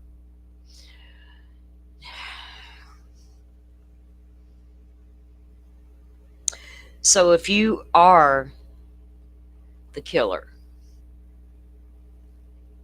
5 years later, right before your arrest, are you thinking about what are you thinking? I'm saying if he's the killer. Right before arrest, is he getting antsy? Is he getting, I want to do that again kind of vibes? I mean, I'm just, that's if the man's guilty. What's going on here? Um, or is he just into terrified movies? I mean, I know people who love scary movies, right? Search for Texas elementary school shooting suspect, May 24th. I get it. I've got a problem right now with this FSU shooter who got a hold of mommy's handgun and she was a cop. I'm not happy about that shit at all. Um, Not when my niece attended FSU during the first time that school was shot up, and here my kid is preparing to probably go to FSU. I'm a little bit over it. Sorry. End of rant. It's not about gun control for me. It's about a whole other fucking ball game. So that was Uvalde. That was the date of the Uvalde shooting, Yeah. May 24th, 2022. That was Uvalde, Yes. Texas. Mm-hmm. Search for Texas elementary school shooting. Uh, Search for Delphi, Indiana news, and then that one's kind of cut off. We can't see it. So let's go to. Oh wait, I went backwards. So here, why they redact those, I don't know. It's weird. If And you're they don't even redact it correctly. So this should be in I PDF know. format, and you should be using Adobe Acrobat Professional to redact those. Like there is probably somebody out there who may be able to see behind those stupid black streak marks. But why redact them? You're showing us all this bizarre shit he's searching, including the dark shit on Netflix, but you gonna redact this shit? What was redacted and why? Did he specifically search the girls' names? Wouldn't that be damning? And they'd want to show us? I do not get the redactions at all.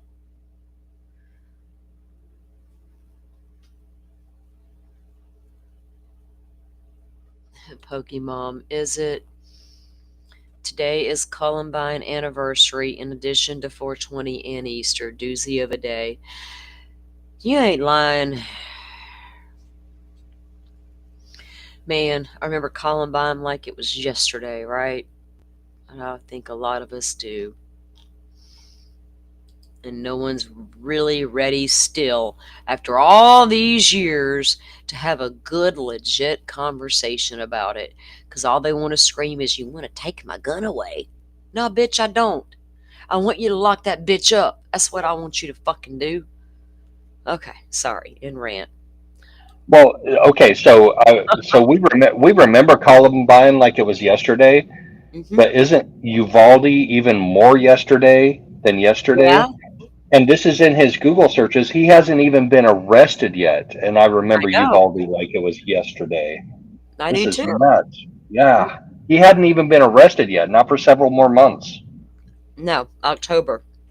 Yeah, boy. So search for Delphi, Indiana news on April 17th. And then we got these weird redactions. Then again, the news, all on the 17th. He's looking up. Oh, okay. Search for Delphi, Indiana news on the 17th. News again on the 17th. Searched for Should I Die Now on April 17, 2022. That's an odd search.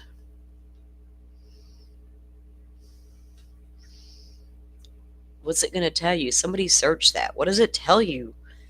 Searched for Should I Die Now? I don't understand. Then again, seconds later, searched for Die Now. And then on the 17th again, searched for Should I Die Now? Can they give me the metadata behind all this? Searched for Should I Die Now on the 17th again. So then you go to April 27th, searched for What is the darkest shit on Netflix? What was going on in that mind, dude? Search for What is the most insidious thing I can watch. Kind of showing me you got some dark tendencies there, Rick. Search for What is the most horrifying thing I can watch on April 27th of 2022. Again, he searched the same thing. Seconds later, search for What is the most disturbing movie ever. I can think of a few. My ex-husband used to watch some weird shit. Like, what's some movies about how people would die quickly or bizarre deaths? I forgot what that little series was called. My husband used to watch that shit, and I'm like, I can't watch that. I don't want to watch that shit. Weirdo. Disturbing movie ever made. Okay. Search for Delphi, Indiana news on May 7th. May 7th again. Visited City News, Delphi News. Visited Delphi Murders on May 7th. Search a specific WRTV there, which is a local station. Search for Delphi, Indiana news on the 7th. Visited Delphi News, weather, safety, sports, news break in Delphi on the 7th. More searches on the news, all on the 7th. Visited Delphi Murders, WRTV, on May 7th. They have a really good playlist going over there. Search for Delphi, Indiana news, and the news again. Let me check up on chat. Oh, heck, it took my... Wait, this should be the one. No, go back one. That one. All right.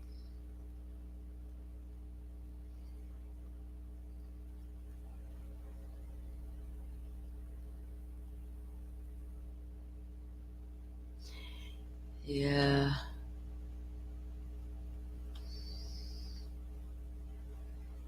I'd look it up first, Truth, before I go thinking that it's there.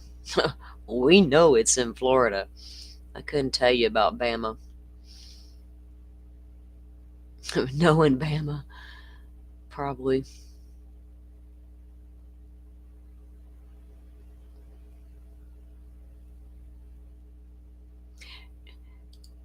Truth, you've had a lot of shit happen, apparently.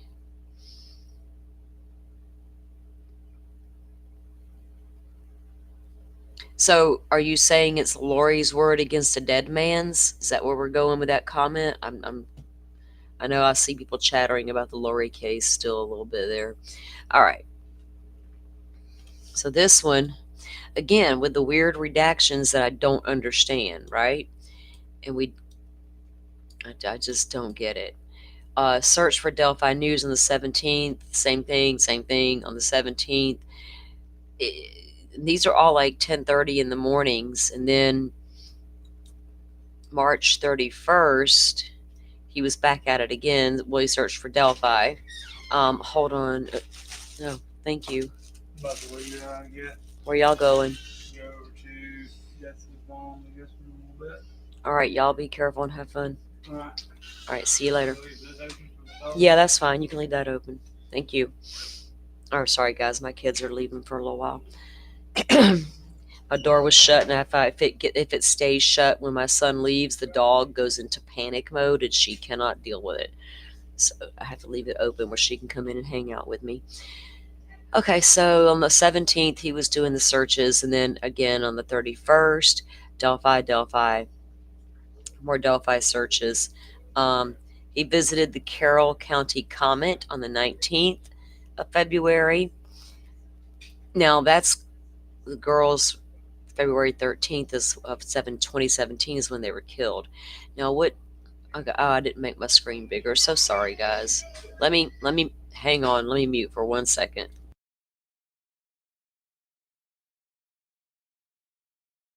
So when I first showed up to the Delphi hearings on August 1st, and there were other YouTubers there, they didn't know who I was because I was nobody, and I'm still nobody.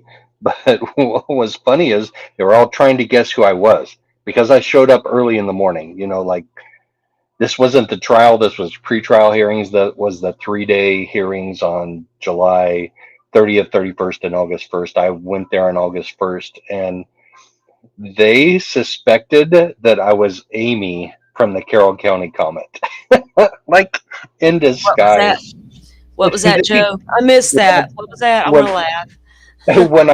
when I first went to that very first hearing Mm-hmm. in Delphi on August 1st, that was the 3-day hearings. That was the Odinism hearing. Nobody there knew who I was. So Murder Sheets was there first. Kevin and Oh, Anya good were Lord. there, Oh, and then and a couple of other content creators and news people, and they were all trying to figure out who I was because I'm nobody. They don't know who I am, but they guessed and suspected that I was Amy from the Carroll County Comet. I'm like, really? Really? Amy from the Carroll County Comet is a dude. Okay. All right. You Y'all should have have at it. ran with it, and you should have told Murder Sheet. You should have told Murder Sheet to f off and investigate who the hell you were, since they're so damn smart. Right. I said what I said. I'm not. I am so done. Oh my gosh. Um.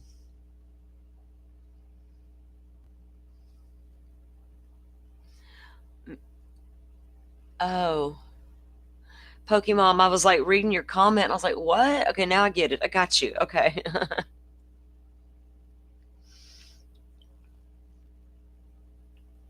Yeah, truth. Your conversation's all over the place. I'm just. Yeah, I know you're talking. You're giving us your 2 cents on Lori Vallow now. Um. But then we have covered the trial all week long. Joe and I both have extensively. I'm catching up on comments, guys. Yeah, young black economist, that's right. It looks like some of these are going back into 2021, so we'll keep reviewing because remember they don't have the phone from the 2017 or an extraction. So this was the phone when he was arrested. That is where these phone extractions came from. And if you guys remember from the interrogation video, they were all about, when did you get this phone? Who's your carrier? Where's your old phone? Blah, blah, blah, blah, blah. And he had all those old phones at the house. What about, were they able to pull any extractions off those phones? Was he searching for things closer to the time of the crime? I mean, he may have some bizarre searches, but again, that doesn't make him a killer, right? No more than Brian Koberger's bizarre behavior made him one. Um,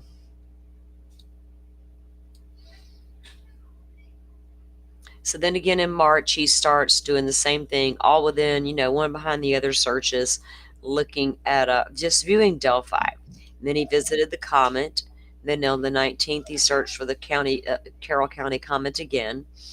Then he visited YouTube Watch. I wonder who's, a Fox 59.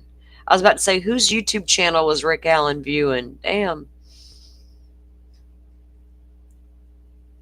So it was a January 8, 2022, Fox News, Delphi Murders, Indiana State Police update. Oh, God, he had to see Doug. Search for Delphi Murders on January 8th. Search for Carroll County scanner on the October 4th, which, again, I do not find odd because I have a scanner as well. Search, only thing is, around here, the 2 counties, you can't pick up what the cops are doing. It won't let you. You can only pick up EMS and fire. They will not let you listen to what dispatch is doing from the Santa Rosa or Escambia County Sheriff's Department. They cut that shit out a long time ago because something bad had happened. That's a whole other story. Yeah, some people got a hold of the codes that shouldn't have had them. Anyway, ruined it for us all. January 8th, search for Delphi Murders. That was a 2022. Search for Carroll County scanner again. Search for range. What is that, Joe? What is range? May 11th of 2021. Visited Applied Ballistics, Lafayette's premier shooting range. Yeah, that's down on Olympia Drive on the south end of Lafayette. So those are shooting ranges. Yes.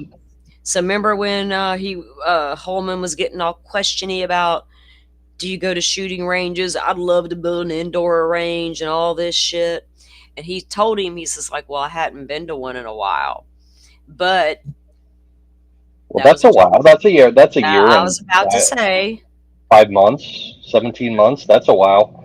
But that's the only, unless you go to like a gun club in the Lafayette area, you're going to have to go to Applied Ballistics. That's, as far as I know, that's the only actual we got a ton of them around here. range. Yeah. Yeah, there aren't a ton of them there. There's gun clubs, which are outdoor shooting ranges, and Applied Ballistics is about the only indoor shooting range that I know of, that I'm aware of. Well, we got shooting ranges all around here in Northwest Florida. Many to choose from. Yeah. Oh, if you look lower, Wildcat Valley Rifle and Pistol Club. Mm-hmm. So that's an outdoor shooting range. Right. And remember, Holman was wanting to build an indoor one for some reason. Who the hell?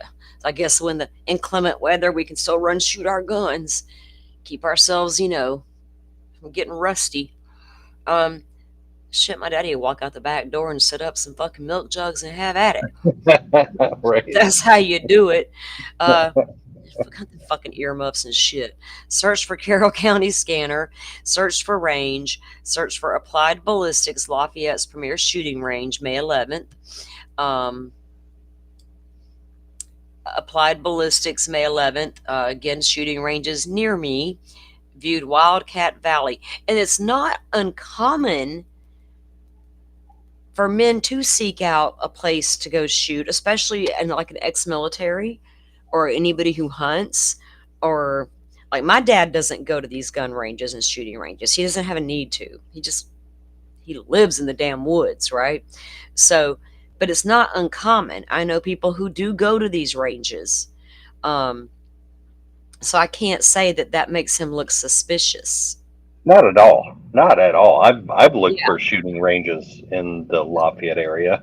I've Right. been to I have been to Applied Ballistics. Right. I have driven past Wildcat Valley Rifle and Pistol Club. Uh-huh. That's on the south end of the Hoosier Heartland corridor, Oh. just past I-65. So it's Oh, right okay. there. I mean, you just take a drive down Hoosier Heartland and you're right there in 20 minutes from Delphi, Right. or even 15 maybe. Yeah. Now, of course, do I think some of those little movie searches were odd? Hell yeah. It doesn't mean anything. Do I feel like, I don't look at this shooting range stuff as being incriminating either. Um I guess jurors could possibly look at it that way if they are not shown it in the right context, right? Um because a Google search, don't look at my search history. I will be accused of all sorts of things if someone goes nosing around my Google search history. They ain't gonna believe me that I'm just into true crime and I'm a true crimer on the YouTube, right? They're gonna say, hey, hey, hey. Um, yeah, you guys, look, I preach this all the time. This is true crime. It is what it is. I choose this genre. I don't take this stuff to bed with me. It doesn't cause me nightmares or lucid dreams. If it is too much, I understand. Y'all can step away. But I was a part of another community at one point where we had to constantly go over about how sensitive things were going to get. And I don't have a problem with that. But by now, y'all, most of y'all should know. Um, it is what it is. Let me get let me get my banner up there. If the topics are too much, I understand if y'all need to leave, but I'm not going to not talk about them. This is true crime. All right. Thank you, Pokemon, for being mindful and reminding people of that, because there are some people who do not realize some of the stuff that will be talked about when they come into true crime, especially those who are new to true crime. They're a little startled sometimes about what they may see or hear. Um, Joe's better to ask that, to answer that question, Gilletta. He is from the area. Maybe he knows more. Joe, are any of those shooting ranges near any creeks that dump into Deer Creek? That's a negative, Ghost Rider. There are no gun ranges anywhere near the Deer Creek that I know of, Mm-hmm. and the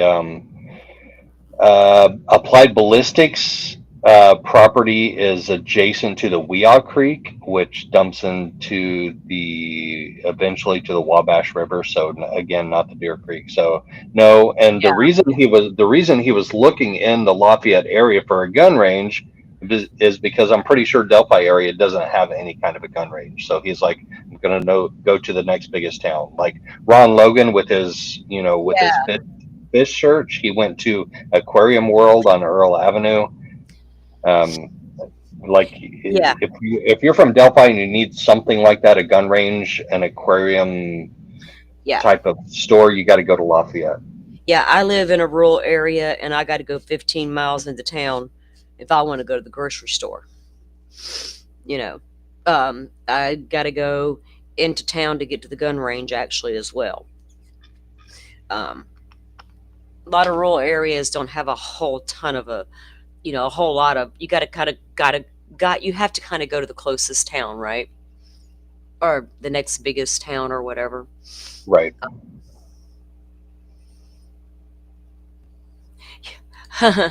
If he gets a next trial, right? Karen Reed's damn sure getting one. Hung jury. There was no hung jury in Delphi. Nope. Guilty, sentenced to 130 years. Now, can his appeals attorneys get a new one? They're trying. And I need the messy Marvins of the YouTube to leave those appellate attorneys alone, please. They're literally asking for that right now. Leave us alone. We've got work to do that doesn't involve all that stuff you YouTubers have. We've seen it all. They're not interested right now.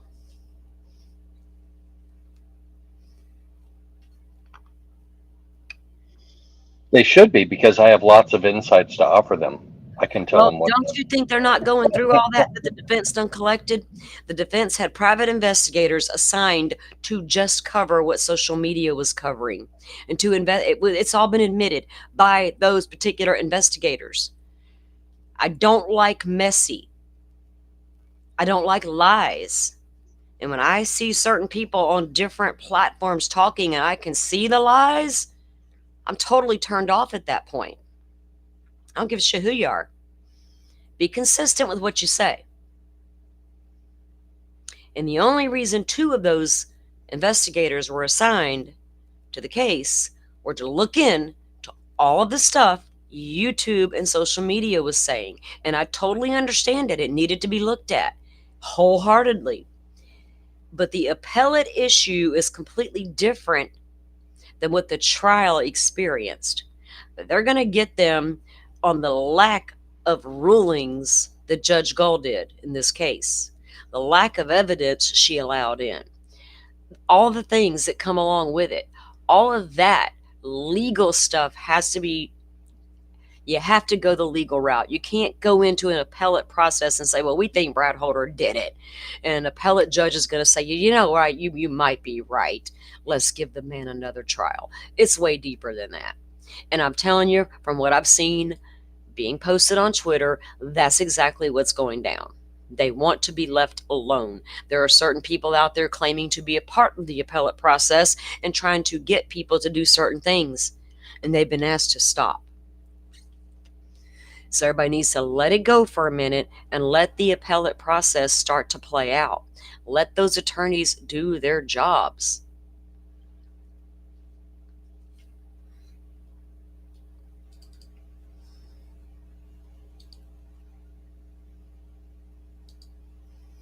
I mean, we can't base a fucking case on rumors. And if they did not thoroughly investigate the first set of perpetrators, I hope the appellate process can really unearth that. That's the only thing that's going to help.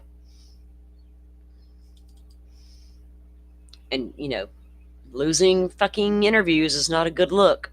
So this was from the State's Exhibit 278, and this was the cartridge near the bodies. This is what the envelope that it was in. Okay, there's the top of Rick's bullet, or the bullet that was found at the scene between the girls.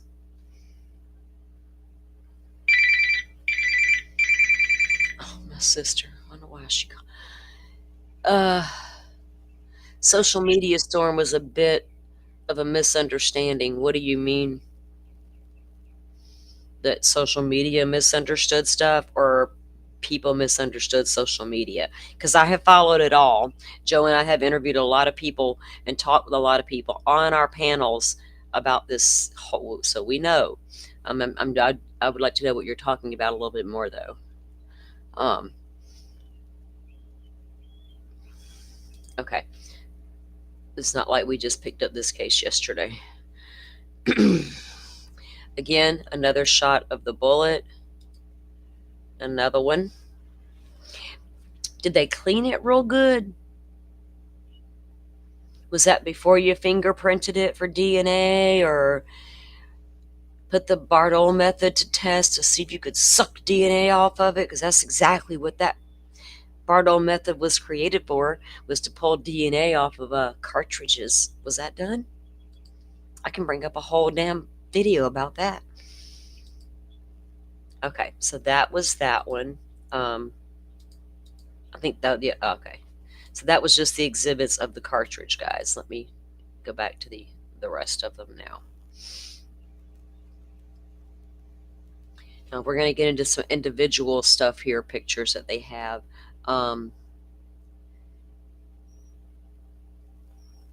Yeah, exactly.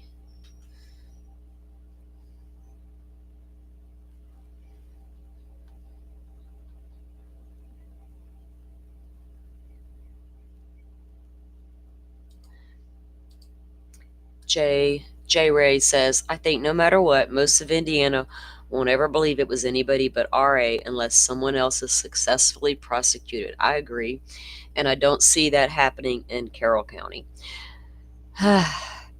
All we can say,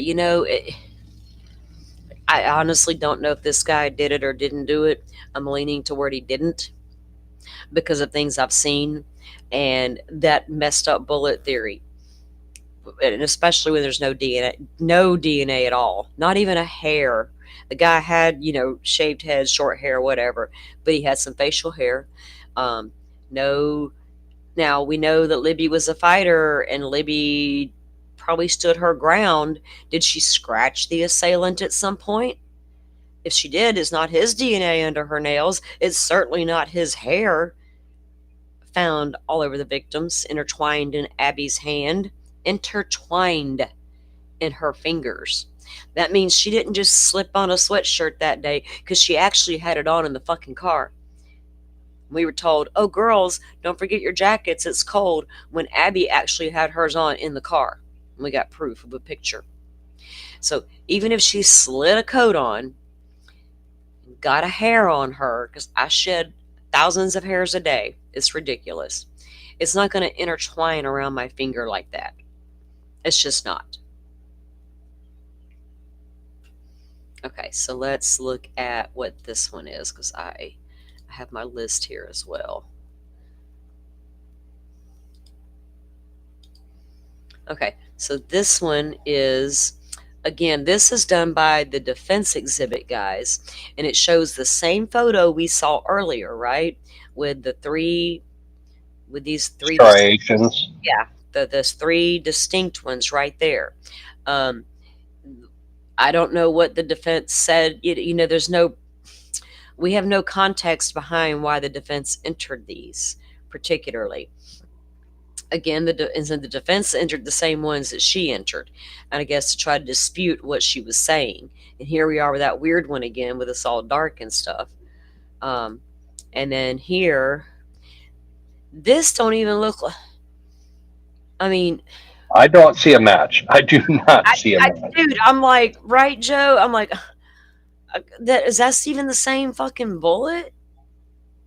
This side here is supposed to be one, with the mark, and then you slide it up to this one and compare to a mark. You got some shitty cameras. And then again, where's all these bottom marks that match up? Because the bullet wasn't fired, it was ejected. Okay, this is another defense exhibit, and it is a map of the Westville Correctional Facility where Rick Allen was sent to within 3 days of arrest and kept well, they did move him to another facility eventually after his attorneys put in requests for him to go back to a county jail finally. They're like, no. We still can't protect him in a county jail. So we'll move him to another prison to suit y'all. But we're going to move him further away from his family and attorneys. Further away. Because, over here in Westville, y'all done caught on to we got Odinist guards guarding this man. So let's just ship him further away to another prison. Again, Exhibit Q, defense exhibit of the bullet. Does not look like a match. Dude, that's why I'm leaving it up there for a second so everybody can see and draw their own conclusions, because I'm no That's not a match. expert, That is not a match. right? Miss Shorty.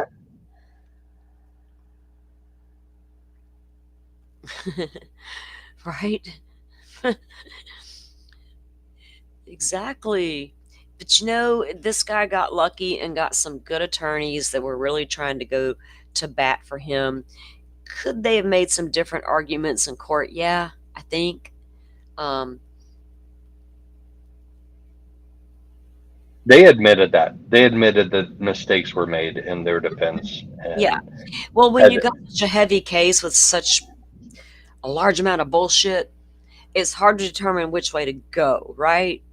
Yeah. And effectively. So I do get it. But there were those few things that you and I both have talked about, and shoulda, coulda, woulda. But we're not attorneys either, guys. So Right. take that with a grain of Right. salt. I mean, they had limited resources. They had Yes, very limited resources. they were They denied didn't. so They much stuff. didn't. Yes, they didn't have money to pay for certain experts. They had to go a certain way with it, and I don't blame them for that. I just, Yep. They weren't even oh, allowed to present an expert to dispute what Miss Olberg got up yep, there and said yep. about her firearms bullet. Now, what you tell me? Are we going to settle for that in Idaho? That the state can march in every damn expert they can, but the defense cannot? Hell no, we're not willing to accept it. Are we going to accept that in Karen Reed? Hell no. They fighting over damn ARCA witnesses, but at least they're allowed to fight over it. Here, the Judge DeGaule's just like, no, I'm not giving you money. I'm not letting your expert in.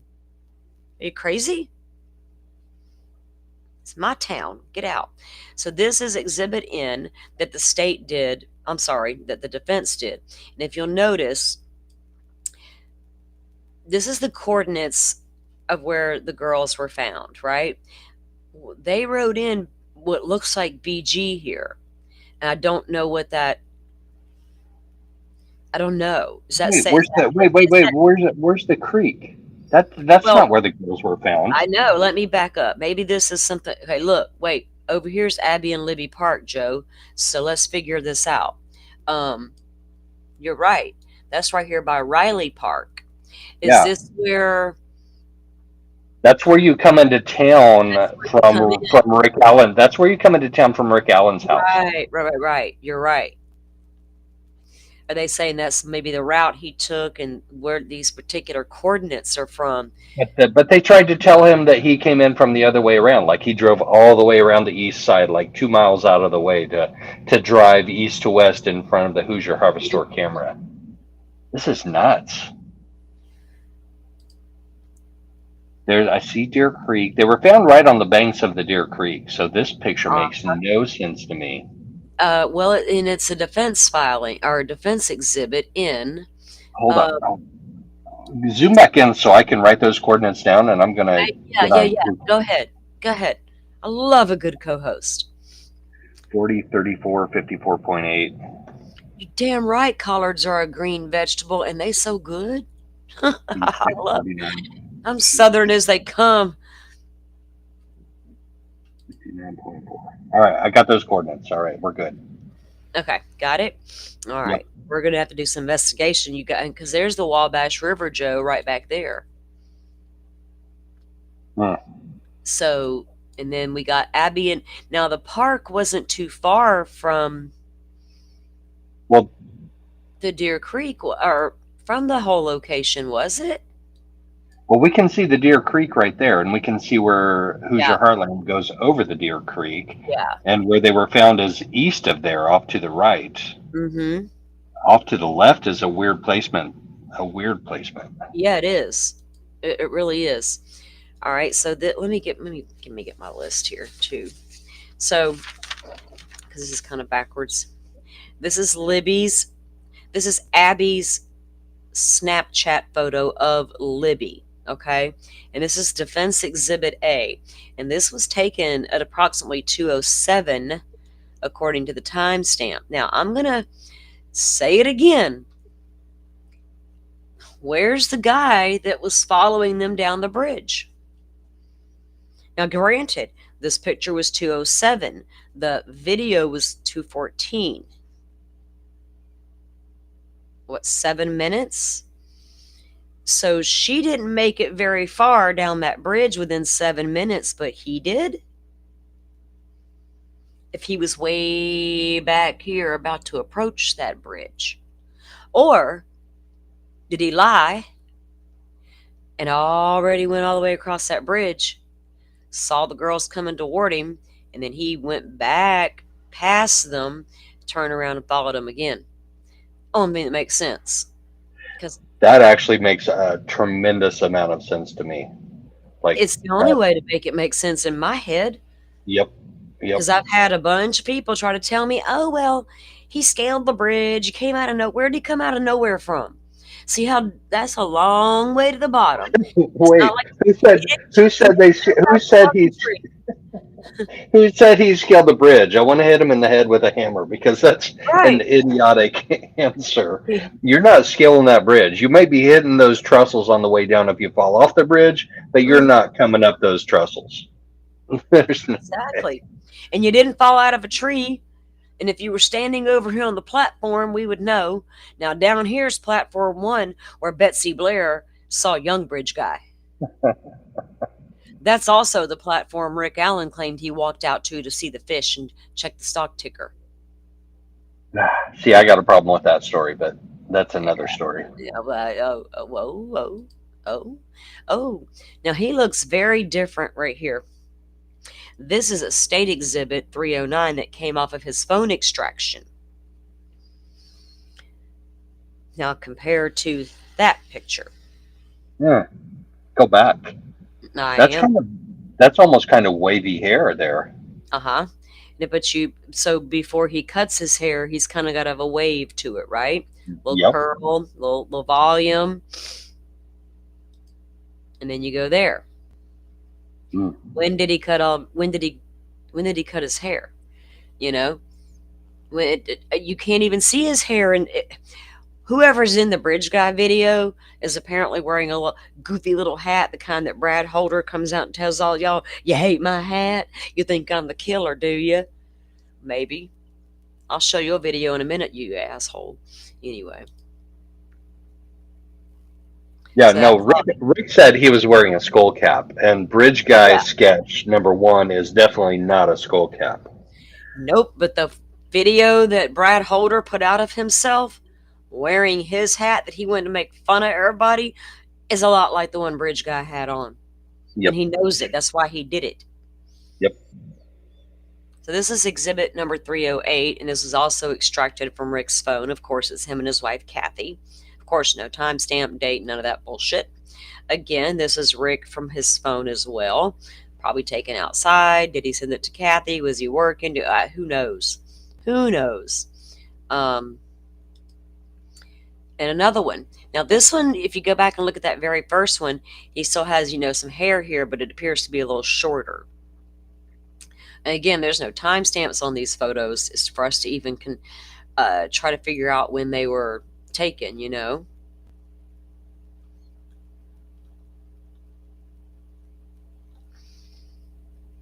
Okay, so then we have this. Now, this is interesting, Joe. This is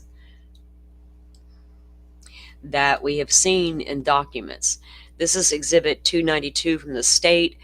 Says it was received on March 5th of 2023 at 11:47 by the warden. Indiana Department of Corrections request for an interview to warden from Richard Allen. Then it gives his DOC number, what dorm he's in, and assignment. Reason for request. I am ready to officially, which never happened, by the way, officially confess killing Abby. Was this and Libby? I don't know what this. Oh, Rick Allen, he signed it. I hope I get to apologize. If I get the opportunity to tell the families I'm sorry. To tell the families I'm sorry. Now, to me, that's a weird request for an interview. I have something very important to discuss with you, Warden, about my case. I'm ready to officially confess. Well, why didn't they sit this man down at any point with his attorneys present and make an official confession? Instead, they entered 63 phone calls to his wife, claiming, I think I could have. Did I do it? Maybe I did. They're telling me I did. Am I crazy? That's an actual confession? Because it didn't sound like one to me. And we can't deny that false confessions happen in this country all the time, right? I am not the one to come out of the gate with every case that pops off, especially a high profile, and go, oh my God, the cops got it wrong. They got the wrong person. They're just full of shit. Stupid cops, cover ups, blah, blah, blah, blah, blah. Because I don't feel that's the case in Idaho 4. I couldn't tell you what's going on in Karen Riggs. That's a big old sloppy mess that I'm going to dive into when trial starts with an open mind. Now, this is a screenshot that the state exhibit 243. This is from the Hoosier Harvest Store camera that is located on the highway there. Is that 300 North, Joe? No. Yes. Yeah, that's 300 North. Yeah, Yes. 300 North. And that leads right to the Mears Farm entrance of the trails where the girls were dropped off. And it also takes you down to the CPS and the old Farm Bureau buildings where you would go and park to access the new trailhead, because they redid a lot of stuff down there. So according to this screen, and Jerry Holman, and it was clarified, when they visited Hoosier Harvest Store and got this footage, they didn't take the footage. They just took screenshots of vehicles, but no screenshot of a man walking by. And then they left the video there for 5 years. And then went back and got the video, and lo and behold, it was still there. I don't buy that. I think they had it the whole time. Because we hear how businesses, 30 days, they record over, or they this or that, or this or that. Does Hoosier Harvest Store have some old school VHS tape system? And once that tape is full, we stick it into the archive box over here. We pop a new tape in. Are you still able to get VHS tapes to do that? Tell me how you still had that footage 5 years later. Now that people are screaming, where's the damn footage?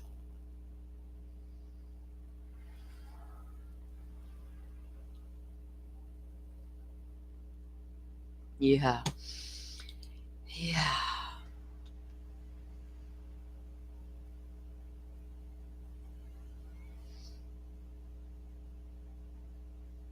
Okay, Truth and Transparency is not the only one on this case, and she's kind of late to the game. I'll just say that. We know. You're right. She's not the only one to get.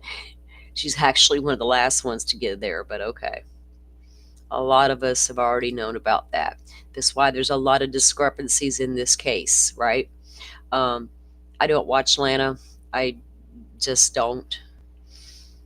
So I couldn't tell you what she covers over there, but I know people who have. Yeah, right. Exactly, Miss Shorty. How in the hell was that video still there 5 years later?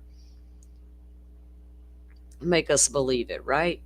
Okay, so this was approximately, guys, westbound 300 North at 1:27:38 p.m. Now here is a look at this, and this is going to be on the side, because we've went on the maps, and I can pull it up later to show you where this business is located in relation to where the girls were dropped off, right? But this camera did not come from the front of the building. This one's on the side. They can see their entire side parking lot and this whole entire view.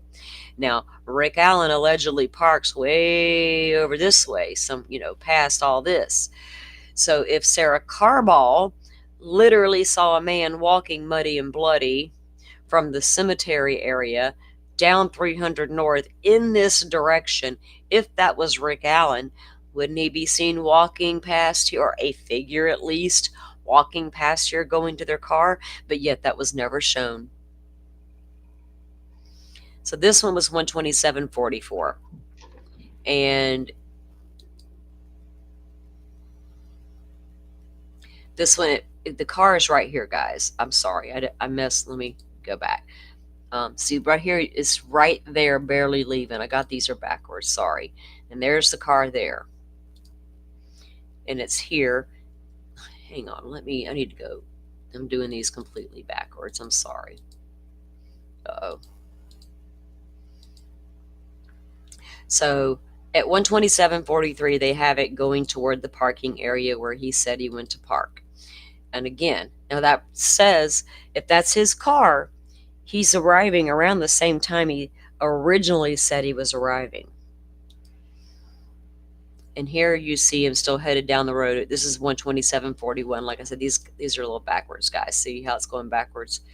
So we'll just kind of go through them, and then okay, now let's try it this way. There we go. Okay, so we have him coming into the frame at 127.35.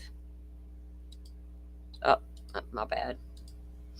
And then at 127.36, 127.37, at 127.38, 127.39, 127.40, 127.41, 127.42, and again at 127.43. You can still see the car right there, and then it's going to start to exit the frame at that point, and then they go back to that vehicle. Okay, so is this the Hoosier Harvestor time frame that is off from actual real time Mm-hmm.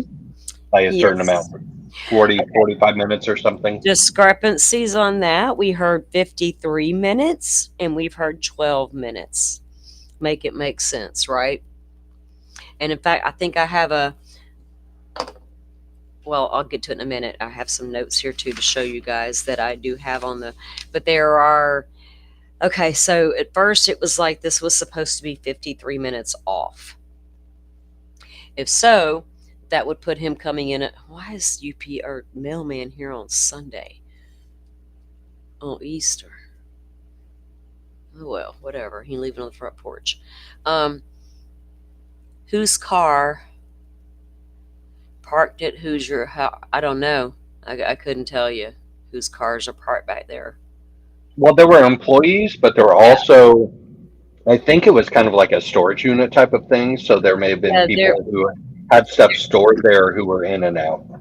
yeah. The Hoosier Harvest Store had a storage facility also in the back, so there are going to be other employee cars and, like Joe was saying, things of that nature parked there, because it is a legit business in the area there, and it is right by. I think these are the ones. Okay, now so that's defendant V with the bullet markings. Did we go through these? Okay, yeah. U, exhibit S with the bullet marking. These are all just the defense ones here.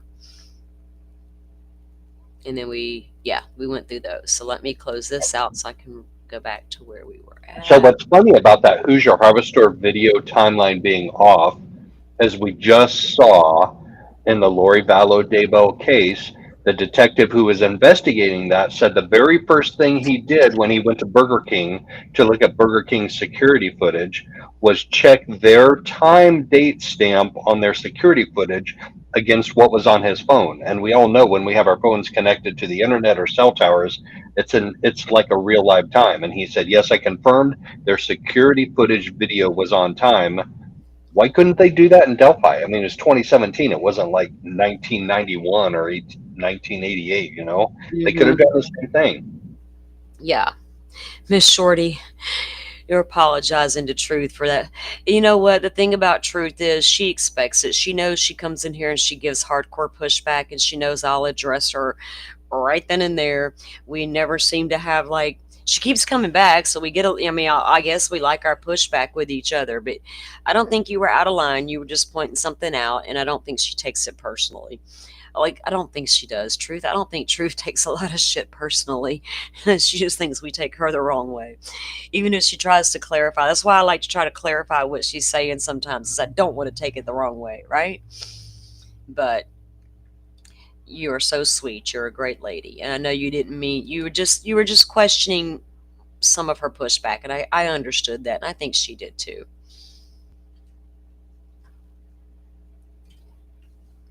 What's this mailman's? My window's open.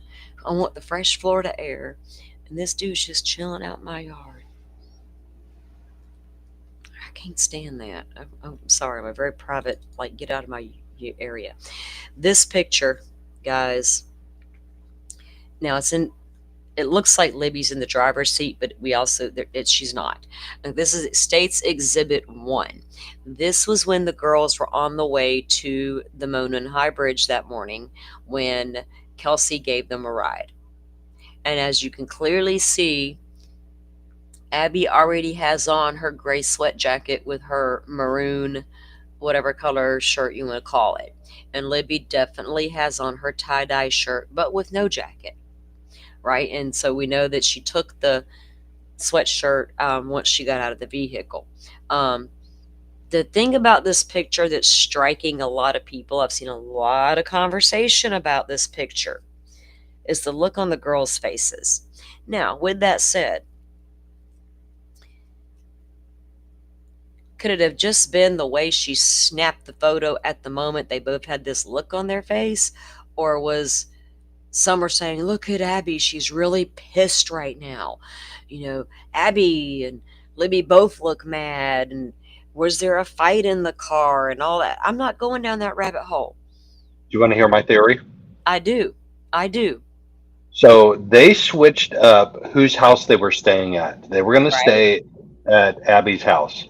And Hmm. on the way to Abby's house, they asked Abby's mom, can we go stay at Libby's instead? And the reason they did that because Libby's living situation was a little more liberal and they were Right. able to get away with a little more stuff than they would have at Abby's, which Right. included going to the Monon High Bridge because Abby's mom would not have said, yes, it's okay for you to go to the Monon High Bridge and try and cross it. Her No. mom would have freaked out. So Yeah. they switched it up. So this picture that Libby is taking here, and I think it ended up putting on Snapchat, was not supposed to be seen by anybody in the know about them going to the Monon High Bridge. Right. Like they're trying to be all secretive and stuff about this. Maybe pretend potentially about a meeting with Anthony Schatz, maybe, but it was supposed to be secretive. Whoever they were going to go see, if anybody, whatever they were doing, Abby's mom would not have approved of what the plan was.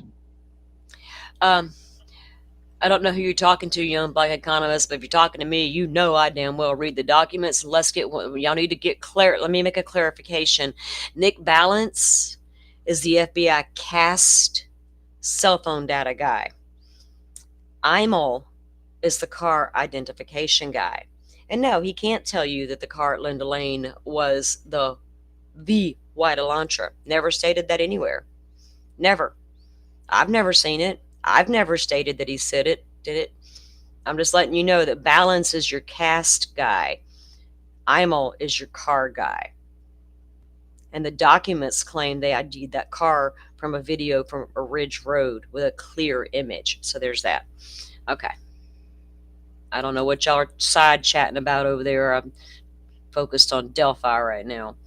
Little dude Koberger, trust me, I got lots to say about his ass. I Miss Shorty, you're not the only one that's ever thought that. And my God, you know, we know they were communicating with Keegan Klein in the basement, Anthony Schatz the night before, and the morning of. Anna was supposed to meet him out there. We got damn Liggett or Lesenby, whatever, whoever, whichever one, on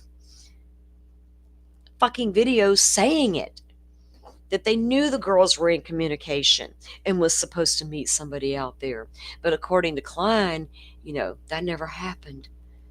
He just instead sat at the gas station nearby. While what? Somebody else went out there and met him? But yeah, a lot of us feel they would had probably. And young girls, you may not tell you. I've been that girl. I will never forget what it was like, and I'm not going to pretend, and I'm not going to lie about it. Were you honestly always honest with your parents about who you were going to meet, what you were going to go do? Hell no. Not all of us. Doesn't mean we were out getting into trouble, but knew we better not say certain things or we're not going to get to go, right? So this is another map, Joe, and it Yep. shows right here. This is the So Hoosier Harvest hold Store. on. Yep. Zoom back out just a second. Okay. Just do a quick orientation. So the circle at the top left is the old CPS building where supposedly Rick may have parked that day, but he also said something about the circle below that, which is the Freedom Bridge. So the red circle below that is the Freedom Bridge. Uh-huh. The red oval to the right of that is the Hoosier Harvest Store. The Yep. red circle below that to the right is the Mears Farm Here's farm. entrance. Mm-hmm. And then we get over into the woods. I'm not sure that what that one is directly north of the Monon High Bridge. That's weird. Like, Like what is this here though? Right? See yeah, that? That exactly. because like Joe was saying, we have this is the CP building where he allegedly, some say he parked. This is what's called the Freedom Bridge area. This all the video we were just showing you from Rick's car came from this location here. This is 300 North, which according to the authorities, he drove in this way past right here at the Mears Farm entrance, which is where Kelsey dropped the girls off at. And then he drove past the Harvester, Hoosier Harvester store, on to where he would park. And then if you go and zoom in over here, now look, this is what they call, no, this is not it, when they called ground zero. Ron, here's the cemetery here. Here's Ron Logan's property. Here's where the girls were found in this circle. And I guess this is an arrow pointing, what is that, like a way to Could be get a to it from Ron's right, property, like a trail? right, a possible path from the Logan farm to where the girls were found, possibly. Yeah. And what's this big ass? Is that a B or is that just some weird? I don't know what I that can't is. zoom in. It won't let me zoom in on it. Oh, wait, B and E. And what is? And then we got this. This is the bridge. Beginning and end. Okay, that's the Beginning and beginning okay, and the gotcha. end of the video. Gotcha. Yeah. We've got to decipher their bullshit. Come on, state, get it together with your exhibits. What the hell's going on? No wonder your jury was confused. Okay, so the red square is the Monon High Bridge, the beginning of the bridge, the end of the bridge. And see this little road right here? There's your private drive leading to Weber's property. And as Joe was showing you or pointing out earlier, guys, that at some point that becomes a private drive, but it leads back to a main road, right? But once you turn on that road, you have no really reason to be on that road unless you're going to private residence. There's, you know what I'm saying? That's just all it's for. Yeah, thank you, Black Young Economist. You got it. You guys are so perceptive. It just, we're like, what the hell is that? And then if we just look at chat, they tell us. Okay, so, oh, I'm going backwards. Sorry. Is it going to let me do it the way I want to do it? Okay, so this is a topography map, states Exhibit 18. And it shows you the Deer Creek running along here. The yellow is where, now look, there's an X and a Y right here. So I'm assuming that's where the girls were found. And this whole perimeter they're going to call the crime scene, maybe. I don't know. This dot here is at the end. I can't zoom in. Okay. So this dot here is at the end. This is the bridge, of course, Monon High Bridge, south end. So they've got it circled. Then they go down, across the private drive, across the creek, onto Okay, here. but you can't do it. You can't do it that way. You can't just go straight north like that. No, You of remember? You course remember not. how I had to go parallel with the bridge until Yeah, I got down to the level of the lower level, right. and then you can go across like northeasterly. We may have to pull up your video in a little bit just to review and show guys some of that. And guys, Joe did go visit the area and the crime scene and the bridge, and took a lot of footage for us and did a lot of walking around down there, boots on the ground. Got some great stuff from that, because it puts you there, right, where you couldn't just, I've seen thousands of bridge of Monon High Bridge videos. I really familiarized myself with the area, trying to figure all this out, talking 2.5 years ago, right?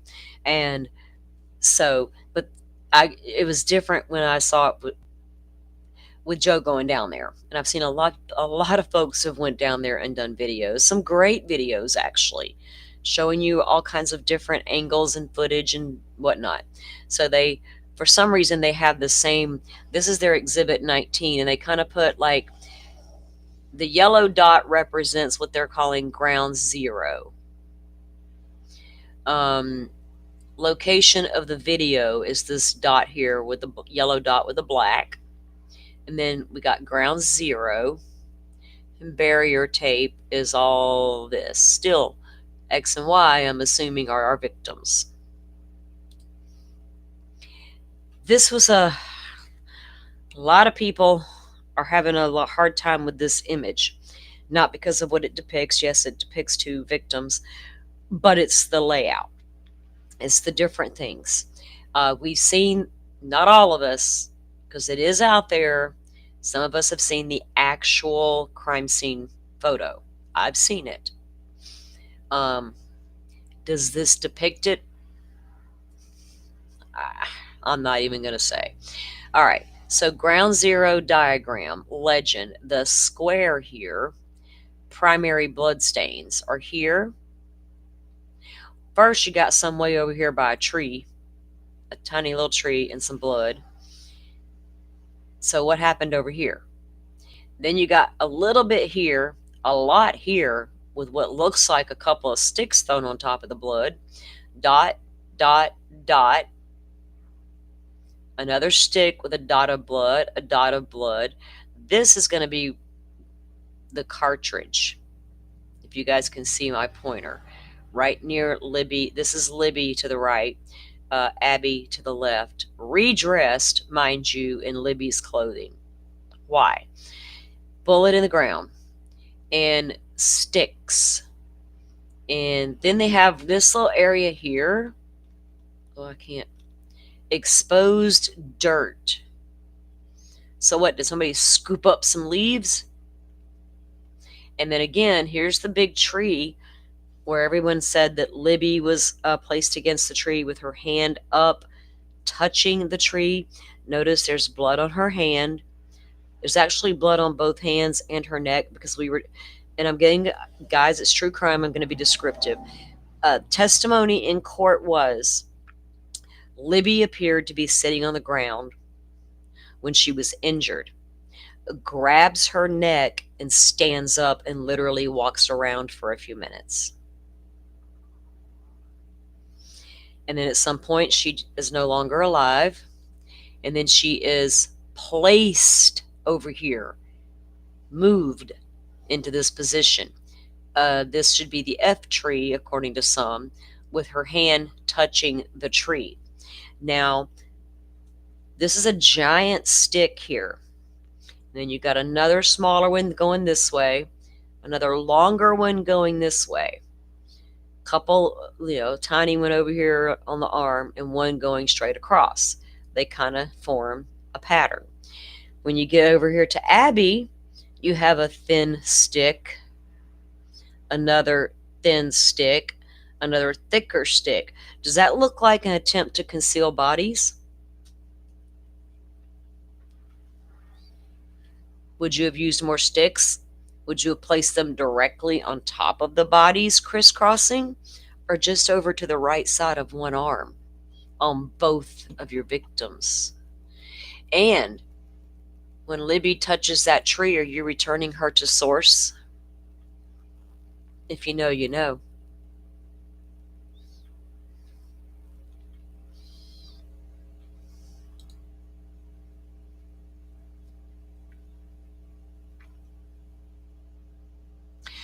Joe, Young Black Economist, would like to know, was that particular photo shown in court? Do you recall? They showed actual crime scene photos in court. I know that. I think I may have seen that photo on the August 1st hearing, but not in trial. I'm having trouble. My mind's mixing the days up a little bit, but I think we may have seen it one of the days for pretrial, but not necessarily at trial. Yeah. I think they actually showed the crime scene footage photos in trial. You can't get away from not showing the actual photos. What kind of trial doesn't show the actual photos? I mean, it's graphic. It is what it is. You can't get around it. So this is another state exhibit showing you more of the ground. Over here's coordinates again, Joe. And this is where the girls were allegedly found. It says location of bodies, and those coordinates were in God, I think the PCA. So where the yellow pin is where the girls were found, and here again, excuse me, is the Deer Creek. And like Joe was saying, when he went there, guys, what surprised me the most about the area that I couldn't see from any of the videos I ever watched was when you go down the hill. Okay, here's the location where the video was captured. When you go down that hill and then you cross this private drive, you have to literally go down a second hill to work your way toward the creek. Right, Joe? Yeah, you can't even, I mean, that hillside right there on the north side of the Weber Drive is like a 1-to-1 slope. Like in Yeah. February, you would have to slide down that on your ass, kind of like on a sled. So you would have to go parallel with the bridge, almost to where that yellow arrow is for the southwest end of the 506 feet. So you'd have to go where that yellow arrow is, and then go northeast parallel with the road, and then cross the creek like due north to where the bodies were found. Like there's no direct line No, no, no, no. between the south end of the bridge and where the bodies were Right, found. right. So it's kind of misleading that they show it like that, right? Like this, Yes. and then Yep. this measurement and all these things. Um, so young black economist Joe, was the photo shown in court of the girls in the car? I believe that it was because it's entered into state exhibits. Joe wasn't there every day. Joe, do you recall if that photo of the girls inside the car was shown at I trial? remember I remember seeing it. I just don't remember what day I saw it. Right. Okay. So this one, guys, I've always these are some of my favorites for some reason, because if you look, and I know everybody's looked it up and they've done all the things, but I look at the pictures. Okay. They speak a million words to me. This is Exhibit 183. Now, I'm not sure exactly where along the creek this was, but you can't tell me that creek was so damn flooded those girls couldn't walk across it. These guys are in ankle, knee deep water. No, no, Did no, no, no, no, no, no, no, no. Hold on. what?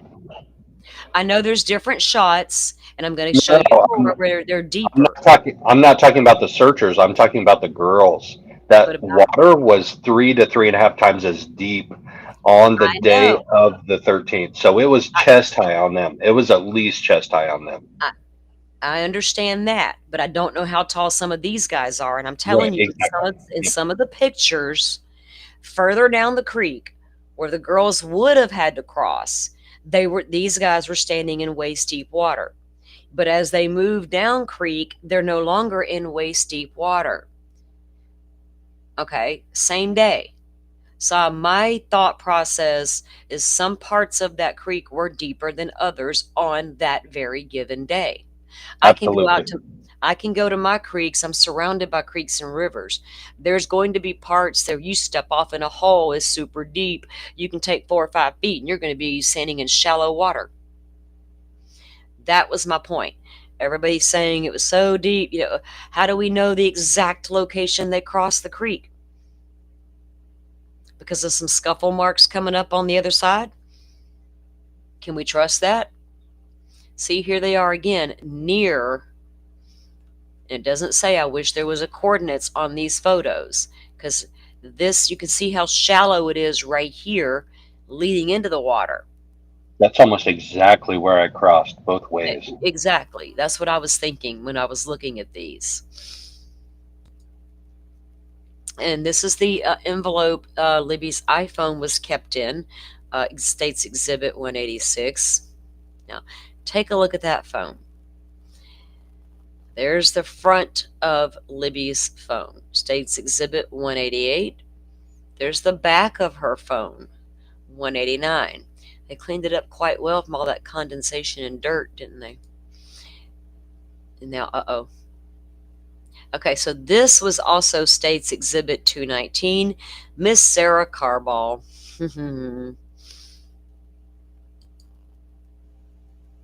Okay, so Sarah Carball is the witness who got highly combative on the witness stand. Let's call her a hostile witness, because she got combative on the stand for no reason. Now, according to this image, Miss Carball is driving opposite direction of the way Rick drove. And this is at 1556. So that would be what, 1, 2, 3, 56?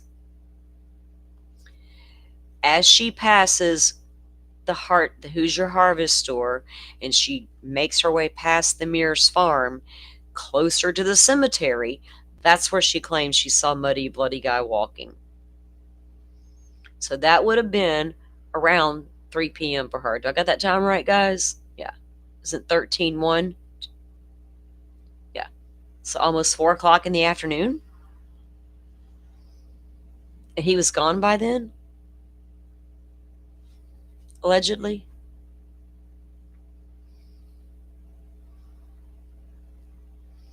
Now, this one I always... Why they got these crazy ink pen drawings on here, guys? Are they trying to point out some shadows or the hat? You certainly can't make out a face. And then you got some weird markings here on the jacket itself, which looks blue to me, and whatever. Then they got these circles and more line. And so why are all these there if this was before the crimes? Are you marking out discolorations and bleach spots on his pants or something in case you find a pair later in his house that match it? I'm so confused by what those marks even mean or why they're there. Anybody have a thought on that?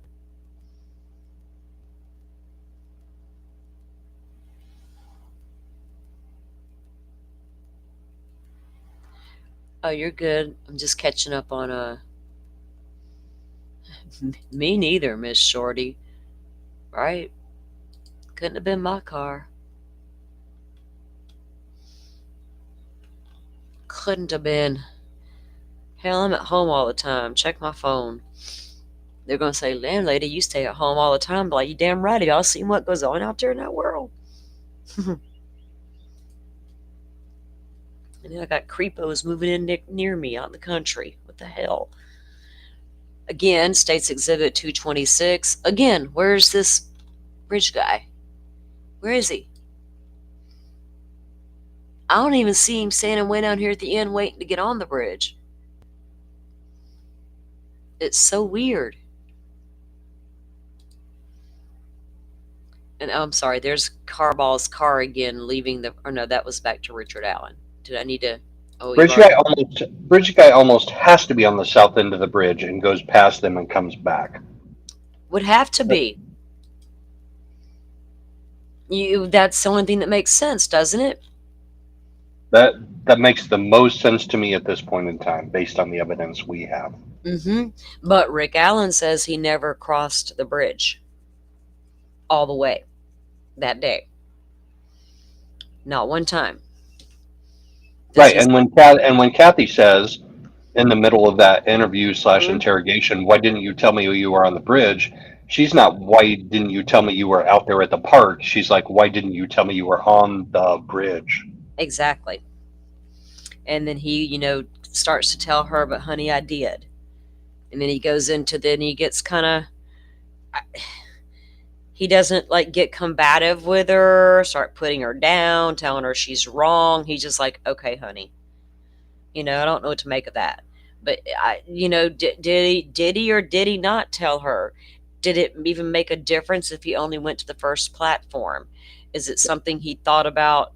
But then again, if I'm sitting there having a conversation with my husband and you were there that day, I think I would expect you to tell me you walked out to the first platform to look at the fish as usual. I wouldn't have found that odd or anything. So did she not remember it right, or did he just not tell her? And who knows? What is the reasoning for that? Right. Are y'all talking about this Delphi case? Sometimes y'all aren't. It's cropped on the right. What looks like a fold line near the center running from top to bottom has an artifact at the bottom, of which are present in any other of the HHS images. Talking about the Hoosier Harvest Store Yeah, the Hoover screen Heart, cap. the cameras. Okay, yeah. It is all sus. If they didn't do it in the dark, I don't think I would have so many concerns.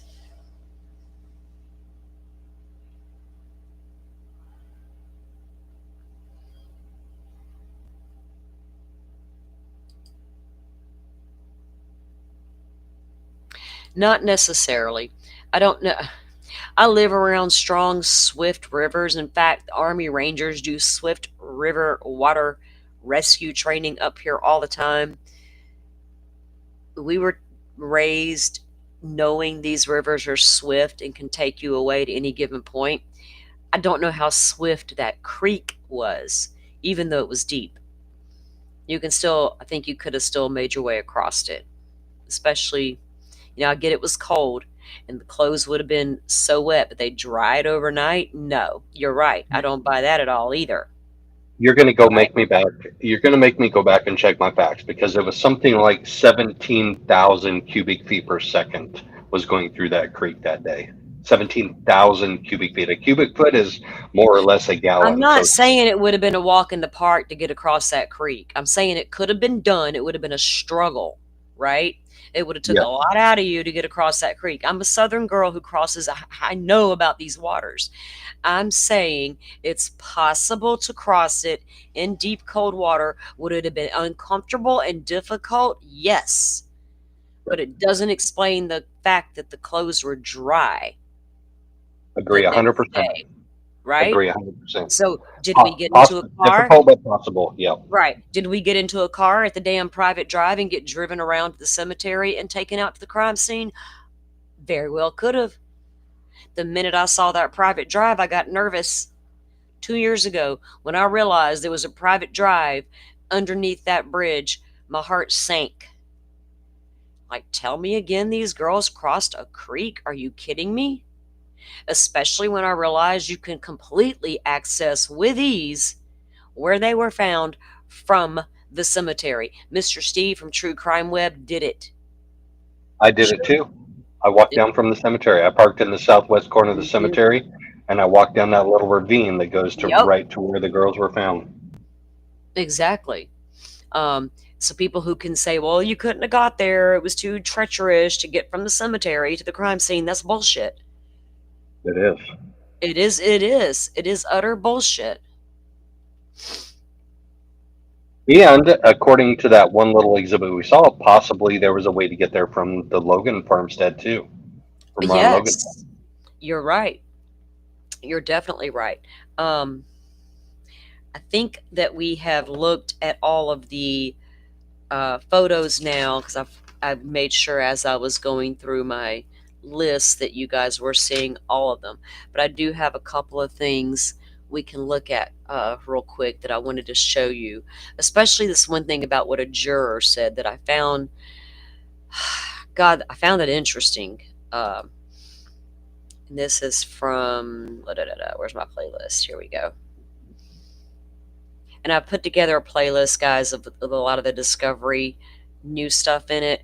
And I need to get the original Bridge Guy video in it as well. I just didn't want to pull one off of somebody's news feed. I want to put the actual one into the playlist. So I may have to record it to my phone and then do it. Boy, this one thing here I wanted to review is really good. They may have to wait. We may have to do that a different day, but damn, it's good. Okay. Here's something from, whoops, go back. I didn't mean to show that. Okay, let me pull the screen up and take a look at this. This is from Fox 59. I know some of you have your thoughts and feelings on the media, especially whatever. Just take it with a grain of salt. Ignore who you don't like. Just listen to the actual things being said by the juror. Okay, that's the biggest takeaway. Not Russ McQuaid, not Fox 59. Yeah, I've got photos. Look, the photos of the clothes in the creek have been out forever because Gavin Smith or whatever Fish, whatever the hell his name is, he put them out a long, long time ago, and I've had them forever. Not a Nike shoe, the tie-dye shirt, all of that's right there in the water. Mm-hmm. And it is weird that nobody saw the clothes until the next day. It's a lot of things weird about this case, right, V? It's just too damn much sometimes for us. Okay, let's get this started. Closer look at perhaps the most crucial piece of evidence in the Delphi murders case. This video of the man on the bridge led to the conviction of Richard Allen, and now the public is seeing that video in its entirety for the very first time.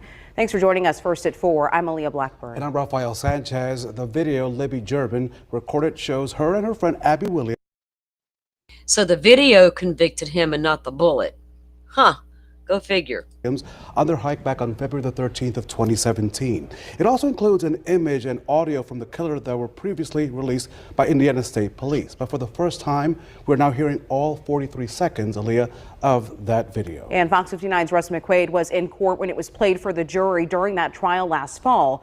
And today he watched and listened to an enhanced version of it. He joins us now in our studio with those new developments. And good afternoon. You know, I watched that video along with the jurors in the Carroll County courtroom during Richard Allen's trial. And admittedly, there's only so much you can see and hear in open court that becomes more apparent to us now upon closer viewing. Of course, there will be different Screen cap right there interpretations looks nothing of what like the was said. Snapchat photo. Nothing like it. Where did he come from to be right there in this picture? Where did he come from? Unless he was on the south side and turned around, walked past him, and then turned around and came back. Which means if that's true, why would you lie? Right. So I'm not about this guy's completely 1,000% innocent, because I don't fucking know, because the state of Indiana denied us all the right to see the evidence. And they want to walk into court and tell us we got some manipulated video for y'all to watch. Enhanced. I don't care what they call it, whatever word they want to choose out of the dictionary. It's fake. Whatever fancy word you want to use, it's fake. You fucked with it. Are we at a point where we don't need explaining to us how you manipulated it, what you did to it to enhance it for us to understand it better? Because I'm that person. Don't get me into court and show me something. Tell me you've done some stuff to it. Expect me just to believe that that's the way it's going to be. Kind of like IGG's a tit, and unless I'll make up a lie for the jury. I don't like it. These people are going to piss me off. That's what they all going to do. This is about all that Indiana State Police have let us know for the last 8 years about the video of the man who killed Abby and Libby. But now, via social media and of uncertain origin, the entire 43 seconds of the Bridge Guy video of 2:13 p.m. on February 13th, 2017 has been released and open for interpretation. Hi. Carroll County Sheriff Tony Liggett told jurors he heard Abby say to Libby, quote, "Is he right here? Don't leave me up here." And Libby answered, quote, "This is the path. That be a gun." During jury deliberations, jurors asked to specifically view that video. There is no Indiana teenager that says that be a gun. That's just retarded interpretation of, I don't know what she said, but she didn't say that be a gun. That's just stupid.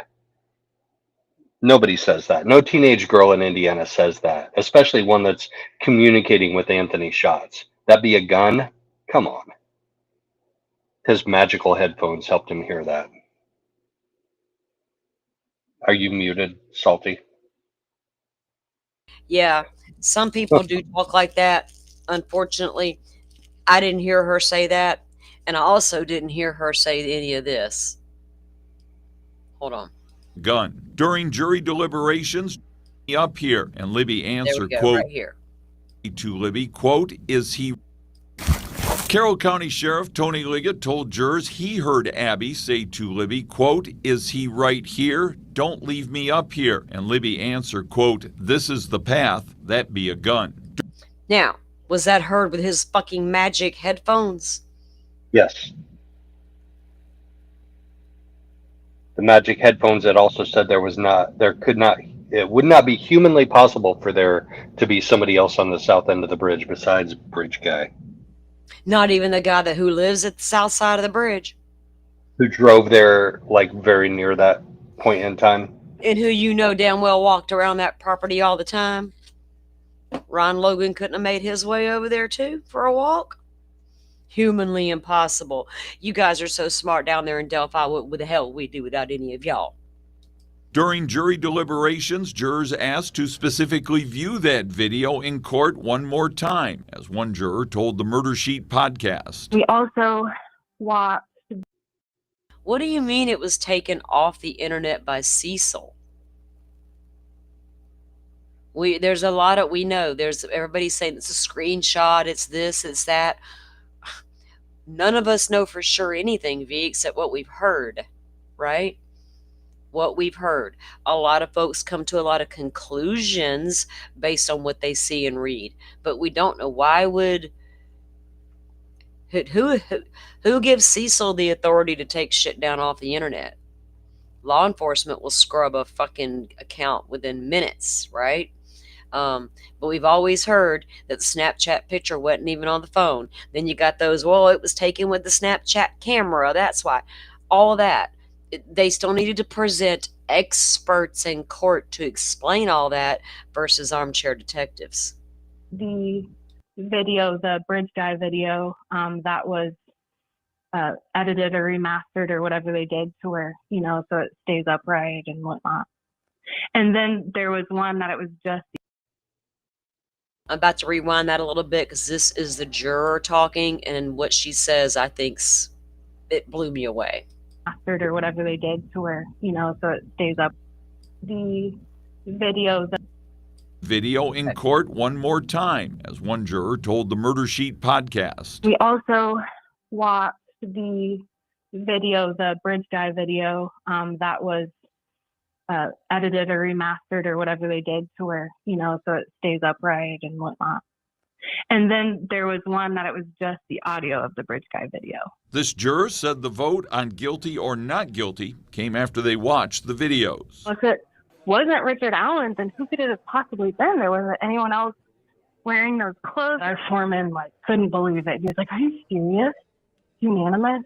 And in the jury room, the jurors said there was admiration for the two girls the prosecutors said were the heroes of this case. Libby German for having the presence of mind to shoot the bridge guy video, and Abby Williams for hiding the phone under her body, waiting for investigators to find.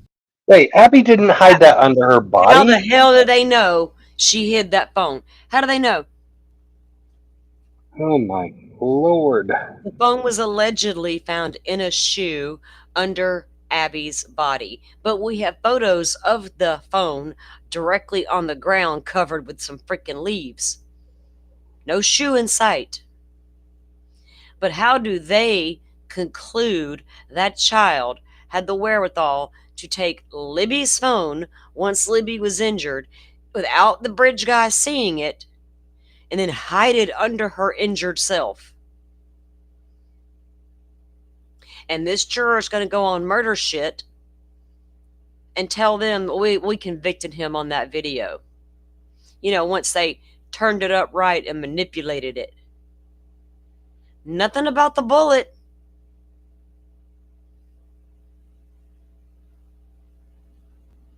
Not a word about that bullet.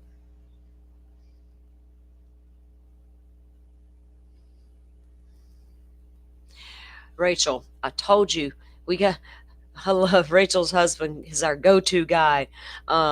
He's been giving us a lot of different knowledge off and on through Rachel when we discuss this stuff, and we appreciate it. She says now he's telling her, and he's got background, guys, so don't think we're just throwing shit in the wind here.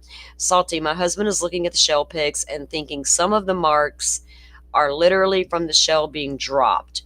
just adding thoughts for everyone. Well, thank you, Rachel, because I appreciate those thoughts. Right, V. And this couldn't have been a very smart perpetrator. Did he never not once see the gun, notice the gun, and all that? Well, we know the phone was intentionally turned off at some point in time and turned Right. back on that morning. What was it, like 4:30 in the morning? I think when she got like 15 text messages or something on that phone. Like they intentionally turned it off and they intentionally turned it back on, and that wasn't Abby or Libby doing that. That was the Well, no. bad guy or Yeah. guys. The phone just miraculously comes back on all by itself at 4 something in the morning after being wet and out in the ground all night. And when it did, all those messages to Libby's phone trying to find her came flooding through all at one time. And Delphi is such a crazy area with their mountain range and their this and their that and their cell phones. That explains it all, people. No, it don't. We're not that stupid. We didn't get up there on the witness stand and start Googling shit either like an expert. Fuck. Hold on, there was a message I saw.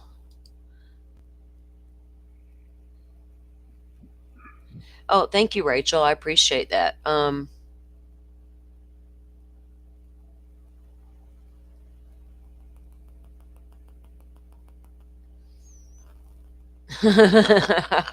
Why would anybody? They've interviewed so many people. Unfortunately, I've had to go review a few things because I was curious, right? Curiosity killed the cat, but I wanted to hear what some of them people had to say. I've actually don't watch them very often. I kind of forgot about them, but yeah, who would go on there? Curiosity killed the cat, but satisfaction brought it back. Yeah. I mean, I wanted to see what they had to say for themselves this time, kind of like True Crime Circus. But yeah, that's why they covered the case the way they do. That's why certain people cover cases the way they do. They want those exclusive interviews. Yeah. Mm-hmm. Lori No. Vallow Daybell jurors are going to be interesting. So I spent 45 minutes on the phone yesterday with the Maricopa. Oh no, that was Friday, not yesterday. We're already on Sunday, but with the Maricopa County Superior Court Public Information Officer. He is a really cool dude. We talked for 45 minutes and he told me how the juror access is going to work, and it's basically going to be a free for all. It's going to be crazy. So we'll see how it goes. Obviously there are a couple of particular jurors that I would like to have interviews with, but I don't know if I'll get an interview with any of them. Jurors are free to talk after every single case. Yep, but they don't have to. No, it's up to the jurors. They're not obligated to come out and say a damn thing. They're just not. I mean, people clamor to want to talk to them, and I get it. But certain people, like I was saying, cover a case on purpose because they can get those exclusive interviews. Because, see, I was nice to you the whole time. I was nice to you and the family. I was nice to the investigators. I never questioned the case like that. Y'all, please. When he said that, she always wanted to help police solve crimes, like that broke my heart. And that they both, hid their phone, got the video, and if it wasn't for that, we wouldn't have found Richard Allen. Is claiming to be the source of the released Bridge Guy video. Allen's appeals attorneys say the posting of the video has nothing to do with his appeal, which was filed yesterday. We've posted the video to our website so you can make up your own mind. Okay, you'll have to remember the people are choosing to go on that podcast because that podcast has always believed in Rick Allen's guilt.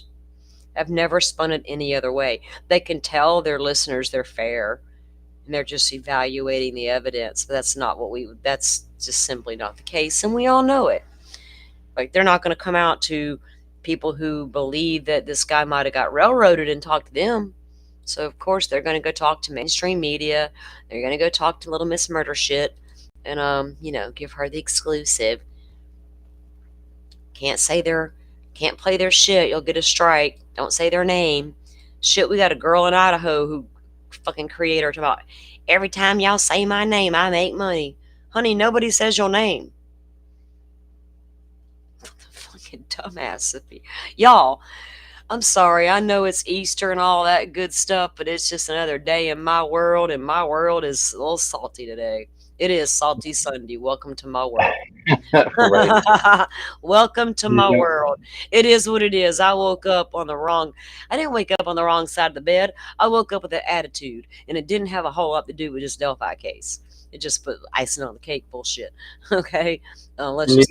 Hidden true crime also takes the law enforcement and prosecution side of things most of the time too. So she got the interview with Holman. She got the interview with McClelland. Exactly. She has an interview set up with Detective Nathan Duncan from Well, you Chandler don't. Police Department. And let's be honest, Holman's not going to run to R&M Productions and give her a damn interview, is he?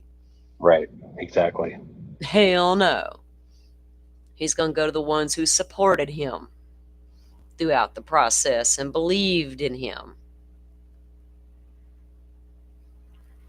And let's be honest, a lot of the leaks in this case, we all know where they started and with who. You damn straight. That's all it means. I'm right there with you, buddy. Jay, are you male or female? From your picture, I'm thinking maybe female, or it's so hard to tell on the internet these days, and I don't use proper pronouns and stuff. Y'all don't come at me. I just try to figure out if some of you are males or females, so I know how to address you. I'll address you however you want to be addressed. Okay, so let's see, what time is it? 1:11. Y'all make a wish. So it's 11 my time. That's even better. I'm gonna make a double wish. Oh, Lordy. Okay, let's take a look at this little clip here, since people are concerned about some voice analysis stuff. This was from 3 years ago. Okay, so let me pull this up, share my screen. I think it was Inside Edition. I may be wrong. This is that brief video and audio clip saying, "Guys down the hill." Cops say 14-year-old Libby German captured it on her cell phone before she was killed. And we had an audio expert compare the voice on the recording with the voice of James Chadwell to see if there's a match. They're the most tantalizing clues in the unsolved murders of 14-year-old Libby German and her best friend, Abby Williams. The haunting video and audio were recorded by Libby at the moment the murder suspect comes at them on this train trestle in Delphi, Indiana in 2017. Inside Edition asked a top forensic audio expert to compare the mystery voice with that of James Chadwell, who faces charges of... Okay. Enter Mr. James Chadwell. Horrible, horrible dude.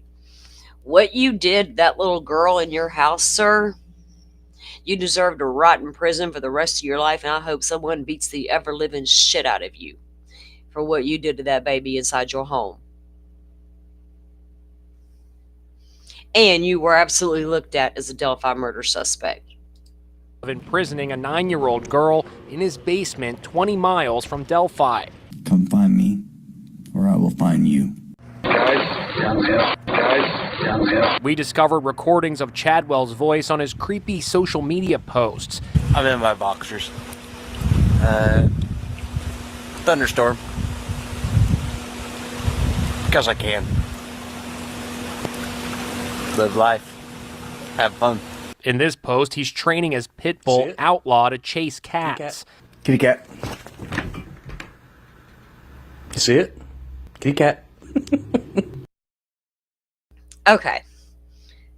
I got pit bulls. Watch them. I got to whisper, watch them. And my dog is on it like she is supposed to be. Beautiful dog, by the way, but you're a piece of shit, dude. I love you. And here, he's designing a Art's all tattoo about of a what woman means to being you. attacked by a demon in a tree. It's all about putting your emotions and your feelings on paper. A creepy dude for sure with a long criminal history. But does his voice sound like the man Libby German recorded? The recordings were analyzed by forensic audio expert Anthony Nelson at the Garrett Discovery Audio Lab in Orlando. Are you able to say that there are any similarities between these two sources of audio? No, I'm not, Steven. Basically, the audio file is a little too short.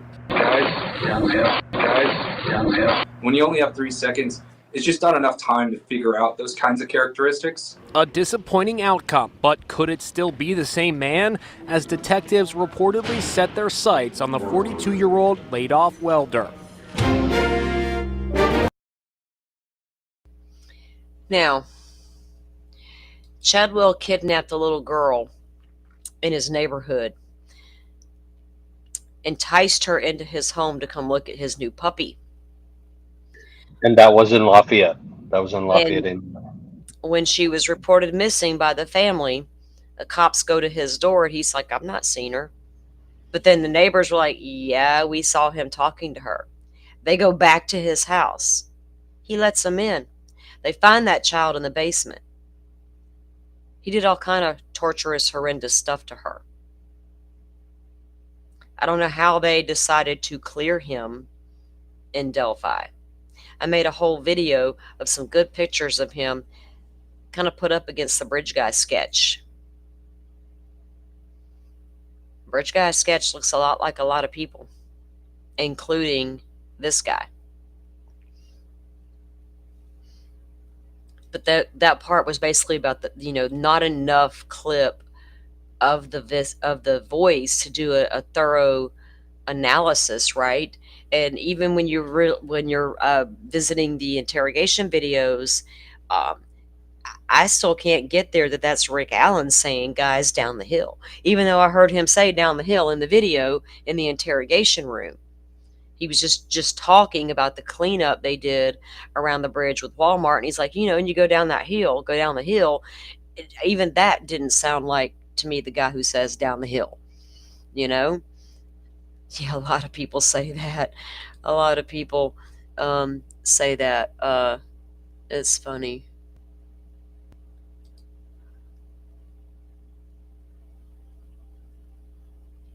Yeah, okay, let's look at that. Let's just take a look at that real quick. Okay, so if you guys are not familiar, let me see what I do with it. I saved it. Where'd I go? Where's Sleuthy's Twitter? And I've looked for the incident reports on that low light. I kind of deep dove into that for a minute. I couldn't even find the police reports on that incident, right? And I went through several different websites searching. Let me pull it up this way because I don't. Oh, did I bookmark it to the actual? Twitter, y'all some crazy people. I always see something crazy when I go to Twitter. It's either going to make me laugh or go, huh? Okay. So William Libredo was the attorney put on the case. Okay, because Judge Gull removed Rick Allen's attorneys. They came out with that big old, whopping Frank's motion that she didn't bother read, didn't like it, blah, blah, blah. She's like, you guys, you suck, you're out of here. Then the Supreme Court was like, not so fast, they're going back on the case. Well, in the meantime, she personally assigned an attorney to the case that she knew, William Libredo. Now, when William began to investigate or took over the case and began to look through all the case stuff, then eventually, within weeks, the original team was put back on the case. Then he goes on Court TV and does an interview with Barbara McDonald, where he emphatically says Rick Allen's innocent of these charges, and that he honestly knows Odinism is a very real thing in Delphi, and that he honestly believed that those two girls were killed in the woods that day and one of them was sacrificed. Now the man's been beat up. Now let's listen to what this is. Now, Sleuthy posted this. Was it yesterday that I saw it? And now this. What is going on in Indiana? The chief public defender of Allen County is William Libredo, who briefly represented Rick Allen and did an interview with Barbara McDonald saying Rick didn't have anything to do with the murders, that the one girl was sacrificed and the other was killed. I've got a whole video on exactly what this man said. Now, I hope you guys can hear. This is a clip from the Indianapolis Metropolitan Police scanner. Now, Joe, let me ask you this. If he's over in Lafayette, would it be part of the Indianapolis Metro Police, or would he have just been over in Indianapolis? IMPD has nothing to do with Lafayette. Okay, so he would just had to have been over in their jurisdiction when this occurred, right? Yep. So let's play this clip. And again, I've looked for news stories. I've looked for the articles. I've looked up the Indianapolis Metro Police Department website. I've went through their entire incident reports. Cannot find this incident report. 31302. Hey, you might want to come over here. This is the chief public defender of Allen County that got the ever-living crap beat out of them. 10-4? 31302. Hey, you might want to come over here. This is the chief public defender of Allen County that got the ever-living crap beat out of them. 10-4? Now, what the hell is that about? Wrong place, wrong time? Off in a seedy area he shouldn't have been in? Was he about to go say something to the appeals attorneys? Public defender, chief public defender for Allen County is who this is. Yeah, it's William Libredo, the guy who took over Rick's case when temporarily. Right. This is who they're talking about. Well, let me. Do we have an exact area where this went down, like an address or general location? I just said I went and searched the entire website 3 times. Whole page of incident reports. I cannot find the incident report for this particular thing they're talking about. Couldn't tell you the date, time, anything about it. I've looked. Can't find it. And there's no news articles out there about it yet. I haven't checked this morning. You'd think that locally there'd be something in the news. I searched YouTube. I searched Google. I searched local media stations. I looked, dude. I can't find anything else about it except for this right here. But you can bet I'm not the only one on it. Right, Lowlight? I would like to know that as well, because that matters to me, right? Not denying. I am not discounting what Sleuthy has put out there at all. But I need some more context, right? Who made it? Where did it come from? Was it, it says it's clipped from the Indianapolis police scanner.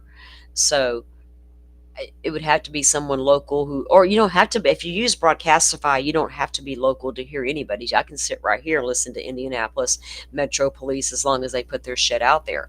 Like I said, in my 2 counties, you're not getting the cops feed. You're just not getting it. You're going to get EMS and fire. That's all you're going to get. But that was an interesting, I just found that very interesting as well. Well, it maybe, but it says it's the Indianapolis Metropolitan Police scanner. So, yeah, there's still some more research needs to be done behind that, right? Yeah, I am from IMPD. Yeah. So maybe we'll have to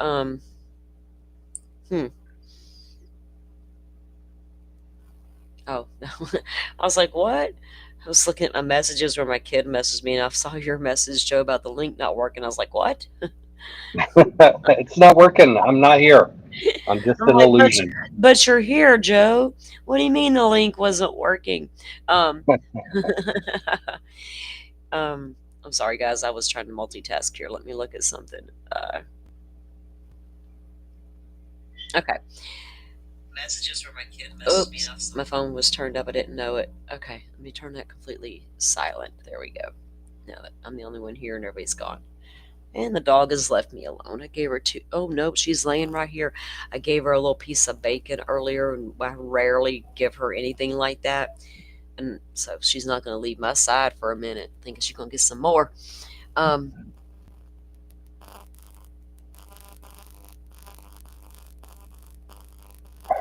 I was reading comments. All right, guys, how are you guys doing on time? Are you guys good to go for a little bit longer? Everybody need to get away and go do some family things. I totally understand. There is something else I wanted to show that I don't know who the guy was, which is why I liked reviewing it, because I went into it with an open mind, and he didn't know much about the case, which I also liked as well, because I feel like a lot of people know a lot about the case, and sometimes biases can set in, and I'm not trying to look at that. And I don't like too many body language experts. This guy's not a body language expert, by the way, but I'm going to play him on fast speed just because it's a little lengthy, but not. I just want to give you guys his take on what he saw in this video. Now, his name is Sergio De Niro, so I don't know if any of you are familiar with him or not. Like I said, I just saw this video last night. Found it to be very interesting because it was a very different take than what I'm usually seeing, or what I've been seeing. And so I kind of wanted to bring this to you guys. Let me bump it up a little because it's super interesting. Today I have a little bit different episode. It's weighty, and you may need a moment to decompress after watching this. First, we're going to talk about Richard Allen and the Delphi murders. The problem that this case brings up, it's one of those things that you may not realize this systemic problem in society, but once you become aware of it, it becomes something that is going to bother you deeply. There's a fundamental problem with interrogation in general. It's like looking back at the dark ages when doctors used to put leeches on people to try and suck the disease out of them. We knew that there were diseases, kind of like how we know that there are people that have information that we need to get. And we had people that we called doctors back then. And now we have people that we call interrogators, but those doctors didn't know anything about medicine in the way that we as a society right now don't know anything about interrogation. In order to understand where I'm coming from here, you have to understand a little bit about me. In every video, or if you look at my bio, there's a description of generally stuff that I've done. I was a human intelligence collector, for whatever that means. Well, I want to tell you what that means. The reason why I'm going to talk about this now is I want you to be able to distinguish, to differentiate between my knowledge and experience and the knowledge and experience that you hear people talk about, especially on shorts or videos on the internet. Behavioral psychology. That is a degree, obviously, but there's nothing about deception detection that is part of that degree. It has nothing to do with interrogation and deception detection. People that are interested in that subject tend to gravitate towards behavioral psychology because you would think that that's where you would learn that. But like everything else throughout the course of human history, to truly uncover knowledge and information and a depth of understanding of a topic, that's when people are trying to weaponize it. I was a trained interrogator, but if we're being honest, the time that I spent in an interrogation booth was for a very different purpose. It was to pretend like I was interrogating so that I could flip a subject. I was convincing these guys to work for me. I would release them back to their cells or organizations, and they would report back to me what was going on there. I just used interrogation as a cover. I had to be really good at understanding how people work, what they're thinking, and how to manipulate that. I have to understand where they're being deceptive, where they're being truthful, because if I can differentiate that, then I can focus in on the areas that they're being truthful about so that I can mask myself to match their mask, to create a persona for myself that they can relate to.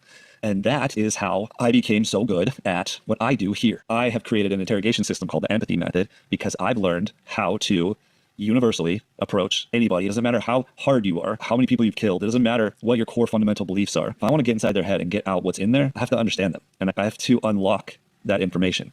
And you can't unlock that information through brute force. It's like a bank vault. The vault is made to withstand force. That's the purpose of it. But if you have a key or a simple code, you can just walk in and take everything out of it. So that is a much more effective way of getting information than trying to be forceful about it. I put a little teaser out there that over the last couple of weeks, I've been dealing with something pretty profound in my personal life. The long story short is I found out that I am a high masking, late diagnosed autistic. I have some very common symptoms of autism that are not very noticeable to the outside person, but it really explains the reason why I've dedicated my entire life to figuring out how people think, how they work, how they mask themselves, because everybody masks themselves, not just me, and how to see through that. It's really the depth that I've gone into researching this phenomenon known as the human condition. And it really clarifies some other things, like my understanding on the topic of interrogation itself. So I'm going to start by talking a little bit about interrogation. If we have this conversation first, it's going to give you a whole different perspective when we look at Richard Allen's interrogation. You know the phrase, when it rains, it pours, right? Everything comes in threes. There's different ways of saying that, but it seems like once something hits, more things just sort of pile onto it. And maybe it's just because you notice the second and third things because of the first thing.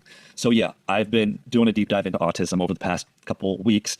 And I also started talking to an influencer on Instagram. I follow a broad range of people, and I'm interested in creating a bit of a collective of influencers who collaborate in a certain area. Let me play it for you right here. Imagine a future where technology can perfectly read your thoughts. No implants, no devices, just pure mind scanning, which honestly does not seem impossible given where our current technology is at. A new company develops a system that can predict who will commit a violent crime before they act, just by analyzing their thoughts and ideologies. The results? If we imprison those flagged as future criminals, violent crimes drop by nearly 100%. So here's the question. What level of accuracy would you need before accepting this as a fair system? So, wrapping it all up, would zero violent crime, essentially a totally peaceful utopia, be worth the potential consequences, like innocent people going to jail, the government having this level of power, or the violation of constitutional rights? Let me know what you think.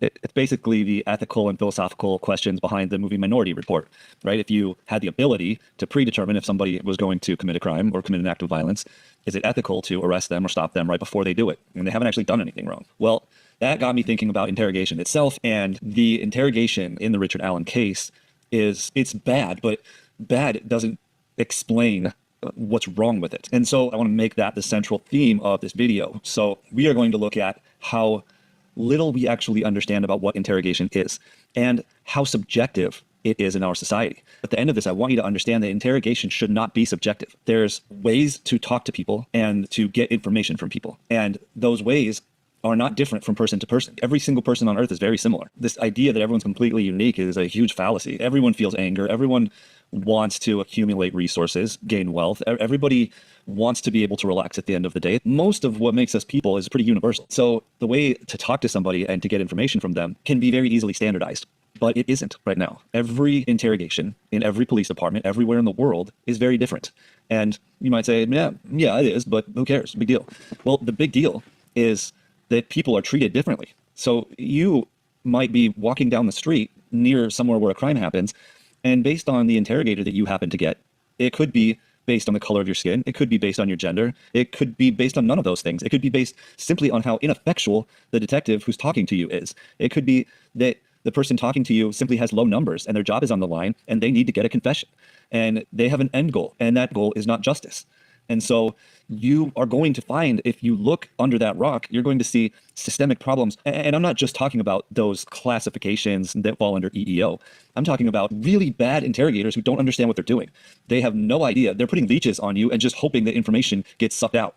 And it creates a fundamental disparity between how people are treated by law enforcement, or when a person is going through law enforcement's process of investigation. Whether you're a witness or a suspect, the way that you're treated can impact your life, especially if law enforcement decides that they need a certain outcome. So we're going to keep all of that in mind, and we're going to go through and look at Richard Allen's case, and you can learn about the Delphi murders while simultaneously understanding there's a problem out there. Let's summarize this intro. My personality lends me to this very well. The part of my personality that has caused me to create masks for my whole life made me very effective at what I did for the Department of Defense. My ability to mask myself to mirror the person that I was talking to, it all makes sense to me now. I've been thinking about this over the last 2 weeks. I'm like, oh my God, that's why I was so effective. And that's why I can't teach people how to do what I do.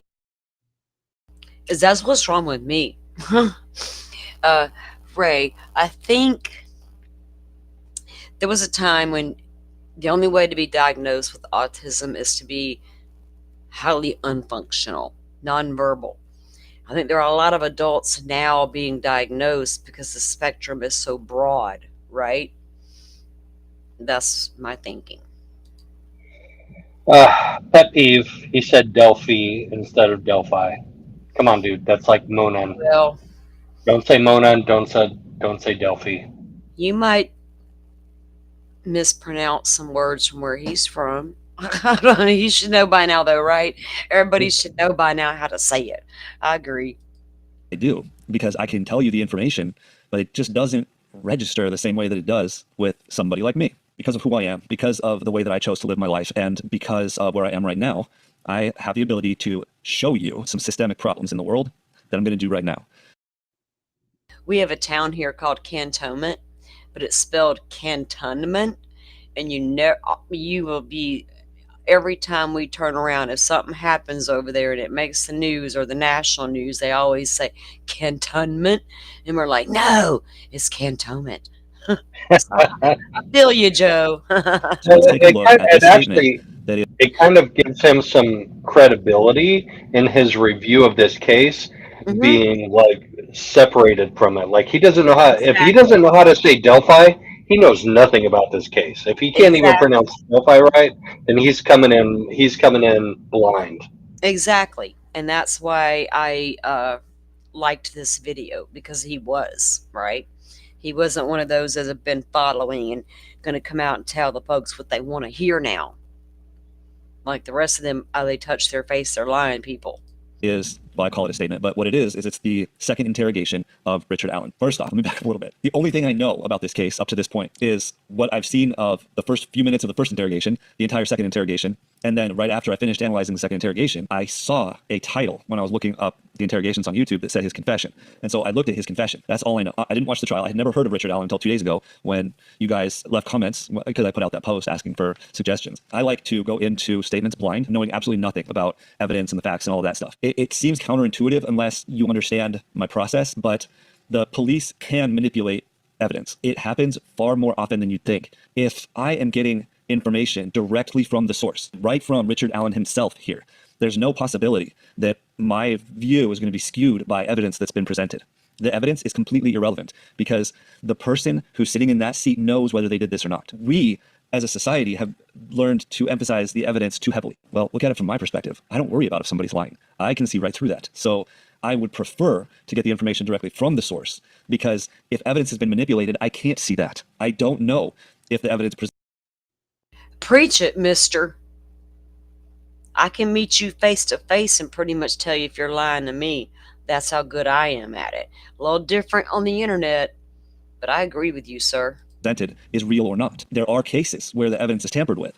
And if that's the case, and I accept it for what it is, it puts me on the wrong track. And I can avoid that by getting the information directly from the source, which is what we're going to do. The only thing you need to know going into this is that in order to get him to the police station, they called him and said, come down and pick up your car, your knife, the stuff that they had taken from his house. The next thing that he knows is they call him and say, yeah, you can come pick up your stuff.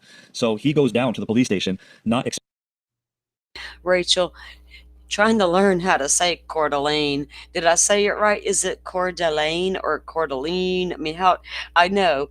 And here's another one. Wait, look, there we go. Wah-wah-wee. Joe says it's like Hawaii. Hawaii. Joe's been trying to teach me how to say it properly. I'm going to call it. When I was in Coeur d'Alene, it was Coeur d'Alene, according to the locals I talked to. Coeur d'Alene. Coeur d'Alene. Well, I'm going to pronounce wah-wah-wee the way I see it. Wah-wah-way. Is it wah-wah-way, wah-wah-wee, or is it just plain old fucking wah-wah?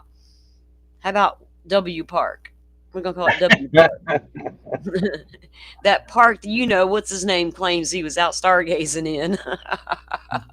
expecting to be questioned. In the very beginning of this, he's very relaxed. You have to know what is going on in his head in order to understand his body language and his verbiage. Because if somebody knew that they were being questioned, they wouldn't be this relaxed. He's just a guy who didn't understand where he was. And that's not necessarily a bad thing. That's a great way to bring a subject in. Like I've sort of alluded to up to this point, putting a subject under stress, either accusing them or yelling at them or tearing them down. Those techniques are meant to be used like a scalpel, not like a hammer. At a particular time, you want to see a reaction to a specific question. You can be very friendly and all of a sudden ask a question that your friend would never ask you. And that shock creates a stressful situation. And then in the next question, you go back to being very friendly again. It doesn't work if you're always yelling at them or berating them or whatever. So it can be very beneficial to bring somebody in when they don't know what's going on because they're very trusting. If they shouldn't know what's going on, but they do know what's going on, it means they have knowledge of the incident. So there's a lot of good reasons to do that. I just want to let you know that that is the situation as we start this here. All right, I'm going to take this in chunks because normally I will pull out all of the relevant questions when there's a lot of deception in particular questions. we'll go through one question at a time, and I'll show you where all of the indicators of deception are and what that means. This interview is very different. So in order to understand what's going on, we have to go through a lot of questions very quickly and take them in chunks. The interrogator here is using the read technique. And I will point out how I know that as we go through this, because I don't know who this guy is. I recognize the read technique. And he is using it horrifyingly wrong. I know there's a lot of controversy over the read technique. And I have to emphasize, first off, I'm not paid by them. They don't sponsor me, anything like that. I simply went through the course almost 20 years ago, and that changed my life because I understood literally everything that they were saying from start to finish. And I understand how it's almost impossible for a neurotypical person to be able to understand what's in the read course. It's just not possible. You have to understand what masking is, for one. And you can't understand that if you're not neurodivergent. I get a lot of questions. Does my technique work against neurodivergent people because they talk differently? Yeah, it does. It works great against me. I can't lie.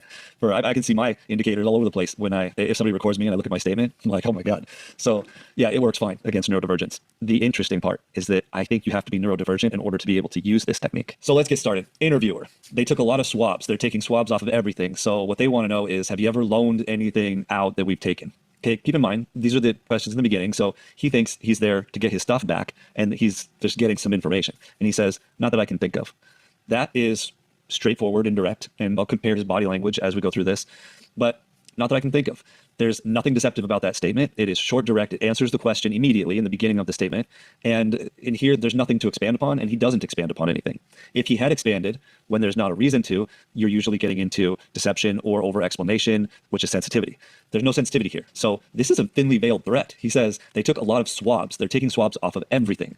So what they want to know is, have you ever loaned anything out that's yours? Meaning, is there any reason why there would be DNA that belongs to somebody else on your knife, in your car? From the very moment, the very first, no, this isn't the first question, but this is maybe 10 questions in, because he talks in the beginning about, do you like guns and stuff like that? Do you go shooting? Whatever. He's trying to make small talk. And once you get hit with a question like this, most people would say, well, why are you asking me that?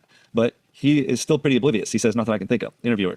I do want to talk to you about one of the tests that we got the results back. Oh, the other thing is, any of these knives or the gun, did you have that the day that you recall having that with you on the day of the 13th when you were out there on the bridge? No.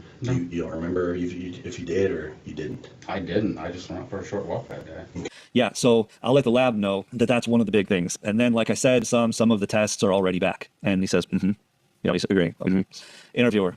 I do want to talk to you about one of the tests. Okay, at this point, I'm going to tell you that if a police officer says, I want to talk to you about one of the tests, it's the same thing as your spouse or your significant other saying, we need to talk. That you should ring as, oh, that's not good. And when a police officer says something like that, it should have the same reaction. At that point, the only thing that you should say is, no, if there's something you want to talk about, I need to have a lawyer. That's it. If I ever find out that one of you guys who watches my channel got into a situation like this and didn't ask for a lawyer, I haven't taught you anything. So at this point, he should be starting to get nervous. And if he were guilty right here, he would be on the lookout for any of these tests or anything like that. Mention of any of these tests. The fact that he's oblivious at this point means he's either dumb as a brick. No matter how dumb you are, you're still going to know that you murdered 2 little girls. So literally from this point right here, from these initial nonchalant responses, I'm like, he doesn't even understand what's going on yet. So this is a problem that the interrogator should be noticing literally this early in the interrogation. Interviewer, any of these knives or the gun, did you have that the day that you recall having that with you on the day of the 13th when you were out there on the bridge? Now, this interrogator is so uncomfortable with conflict. That's number one. He, regardless of any training that he has the wrong personality to be an interrogator. If you're so scared of conflict that you can't phrase it. The wrong personality to be an interrogator. I love that statement. It's priceless. What number scandal? Joe, the nonchalant. Is a question clearly and directly. If you can't ask questions, you can't be a question asker. So how did this guy get this far? Or maybe this is his first time ever doing an interrogation. But for God's sakes, if you're going to talk to people, ask direct questions and ask them cleanly. Or you're going to get garbage out. Garbage in, garbage out. So anyways, did you have them with you when you were on the bridge? And he says, He's still not even really taking these questions seriously. And the interviewer says, you don't remember if you did or not? Like he's trying to insinuate now that he's withholding. And the subject says, I didn't. I just went out for a short walk that day. Now, I did highlight just because even though I didn't is the most clean, concise, direct answer. When somebody says I didn't, that's it. It means it didn't happen, especially when it's the first time that you've been asked something. This means multiple things at this point. It means that he's being asked if he had the gun or the knife on the bridge, which is either where or close to where the murders happened. And he simply says, I didn't. That's something that as the interrogator, you should notice that immediately. This should be his second indicator that he may be on the wrong track here. I just went out for a short walk that day. Just is an extra word. So I went out for a walk that day is how he could have said that. Just means there's some small sensitivity on that. Now, does that mean it's deception? No, especially because there's no other indicators and the questions are being answered directly. So why does he say just? Oh man, there's a million reasons why somebody would take a walk. For one, he wasn't asked why he took a walk, so there's no reason for him to justify that. But maybe you're feeling claustrophobic, maybe you're feeling under the weather and you wanted to get fresh air, maybe your wife had a little party going on and you ate too much bean dip and you're like, I need to go take a walk. Like, there's going to be reasons why you go take a walk. And he's not mentioning them, which is Maybe like being cooped up all damn winter like me and you can't stand it, and when you get a fucking nice day, you're going to get outside and you can't wait because your soul just needs it. That kind of day. why you see the word just right here. So this is a very truthful and direct statement. And he goes on to say, I want to talk about the results of your handgun, okay? And he says, okay. I want to talk about the results of your handgun, okay? So handguns, as you know, probably, you may know more about them than I do, I don't know a lot, but they're very specific as far as the characteristics of the gun. So the firing pin is different from your firing pin, extraction device is different from my extraction device, and they're basically what the lab has told me is that they're like fingerprints. They're specific to that gun and that gun only. Okay. So we took your gun, your 40 cal SIG, and we sent it down there to the lab to have it match with an item that we located on February the 14th when we found the girls. Okay. So handguns, as you know, the firing pin is different from your firing pin. The extraction device is different from my extraction device, and they're basically, what the lab has told me is that they're like fingerprints. The subject says, this is, and he says, they're specific to that gun and that gun only. Now, at this point, he's trying to apply pressure. The interrogator thinks this is a gotcha moment. He's expecting some reaction, and it hasn't crossed his mind yet that he's not going to get that reaction. And Richard says, okay.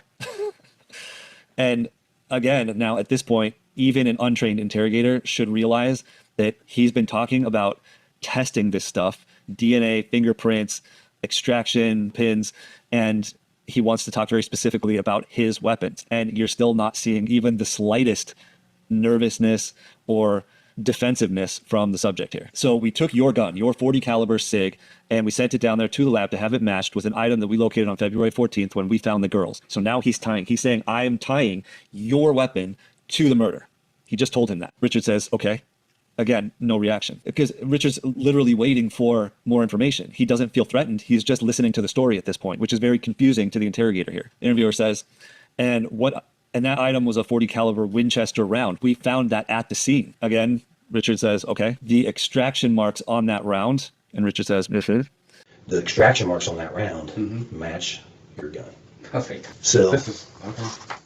He says, match your gun. So this, and now Richard is it's starting to dawn on him that he's being questioned here.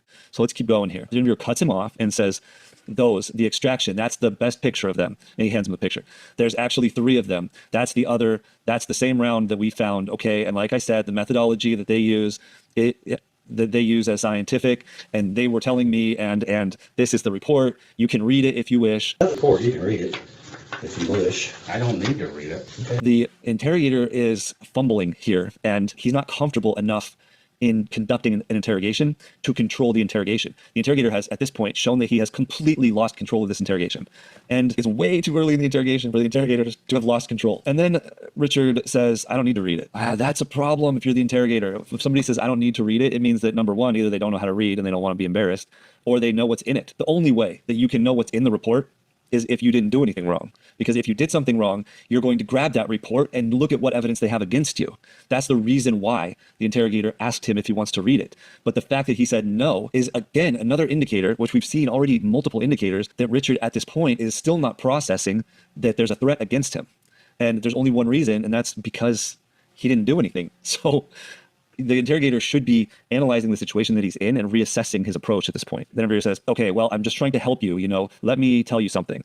Number one, and they tell you this, they emphasize this point very, very heavily. I probably heard it 20 or 30 times, that you don't ever tell that person that you're trying to help them, because you're not trying to help them. And while it's perfectly fine for an interrogator to lie, and they do it all the time. What you don't want to do is undermine your own credibility. Anybody knows that the interrogator is not there to help them. And so when they say, I'm just here to help you, that completely undermines their credibility. It means that you shouldn't, can't, and won't trust anything that they say for the rest of the interrogation or interview. Now, again, this is an example of how people just use the read technique incorrectly. They just don't understand it. It feels like Use the read technique incorrectly because he just don't understand it. And he shouldn't have been saying, I'm here to help you, Rick. Rick's like, no, fuck you ain't. You caught telling me I'm a murderer. you should say that you're trying to help somebody. Anytime somebody's trying to help somebody else, that's sort of a way to bond. You're trying to help me, then I'm going to open up to you. That is a human condition. I went through months and months of interrogator trainings, and you know how many times that I've said that? I just want to help you, and it just got beaten out of me. Don't say that. You can't say that because it's not true, and it lets everybody there know that what you're doing is deceptive. So he says, I'm trying to help you. You know, let me tell you something. And then Richard says, okay. You know, the prosecutor and the other investigators, they want to see you locked up. Throw away the key. I don't think, okay, this gets all fumbly coming out of his mouth. Again, because he's nervous and afraid of confrontation, the interrogator is. But I want you to keep in mind that Richard, up to this point, thought that he was at the police station to pick up his belongings. Now, this is the first time the interrogator threatens him. This is an outright threat. The prosecutor and the other investigators want to lock you up. This is the moment that this outing to pick up his stuff has turned into a police interrogation. This is not what the read course teaches. You are supposed to do your entire lead up, your deception detection, before you ever transition into an interrogation. Threatening the subject is something that you do in the later half of the interrogation because you have to already know their indicators of deception, or you don't know how to look for them when you start to threaten them and put them under stress. Let's continue. I wrote this as poor technique because the subject hasn't been accused of anything yet. There's that moment where you transition. As the interrogator, you have to make one direct accusation. I know you did this. There's no question that you did this. I just want to know, why did you do this? And once you get that reaction, then you say, did you do this? That is very standard. It has to be done in every interrogation. If you don't ask those questions, then you haven't actually asked those questions. If you don't ask, did you murder those girls? Then you didn't ask, did you murder those girls? Okay, there's nothing to deny until there's an accusation. And look, there hasn't been an accusation yet. Let's see where this goes from here. He says they want to lock you up and throw away the key. And Richard says, that's ridiculous. He laughs, and now he closes his hands on his lap in a defensive manner. Now it has been made very clear to him that he's in an interrogation. And so we all expect now to see a clamming up. Now, this is the first accusation, and so I would expect if this person is deceptive, if they are guilty, then you would see immediate anger here. This is where that answer from Richard should have come back aggressively if he was being deceptive. If it's a truthful person, this should take him off guard. And look what he says. That's ridiculous. That's literally how you say this is taking me off guard. So the interviewer, just listen to me for 2 minutes. Let me explain this to you. I'm on your side. I talked to you a little bit out there on the scene. I know you mentioned a couple of times that you didn't want to be the fall guy for this. You also mentioned to me the other day when I was telling you, hey, I want to check the property out to make sure there's no damage. And you said it doesn't matter. It's over. You know, you make comments like that to me. That really concerns me. Okay, this line of questioning is fine right here. And Richard says, sure. And interviewer says, right, it's concerning. He's not getting a reaction from this. And so he's emphasizing that it's concerning again. Now, why did Richard say sure? Because he's now been threatened, right? And you're thinking, if I was in that situation, at this point, I would be reacting more. And that's the thing, is that when you're shocked by an unexpected accusation, it takes a minute, it takes a second to adjust. You're not going to instantly get angry. You're going to have a reaction of, what am I hearing? Like, this doesn't jive with my reality. This accusation is not part of my reality. And there's something called an OODA loop, where it takes you a while to orient to a threat. And here you're seeing that. It's taking him a second to orient to what's going on. And he says, sure. The interrogator doubles down. Right, it's concerning. So trying to put that pressure on him. Richard comes back and says, what I mean by it's over is that you've already started something here that there's no backing out of. So you've done, the damage is done, I guess is what I'm saying. That's what I would have been referring to. Okay, so there's a couple things to look at here. He uses the word started. We need to look at that. Started is an indicator that something started but didn't end. The detective started the accusations, and now it's continuing, and it's continuing to hurt Richard Allen.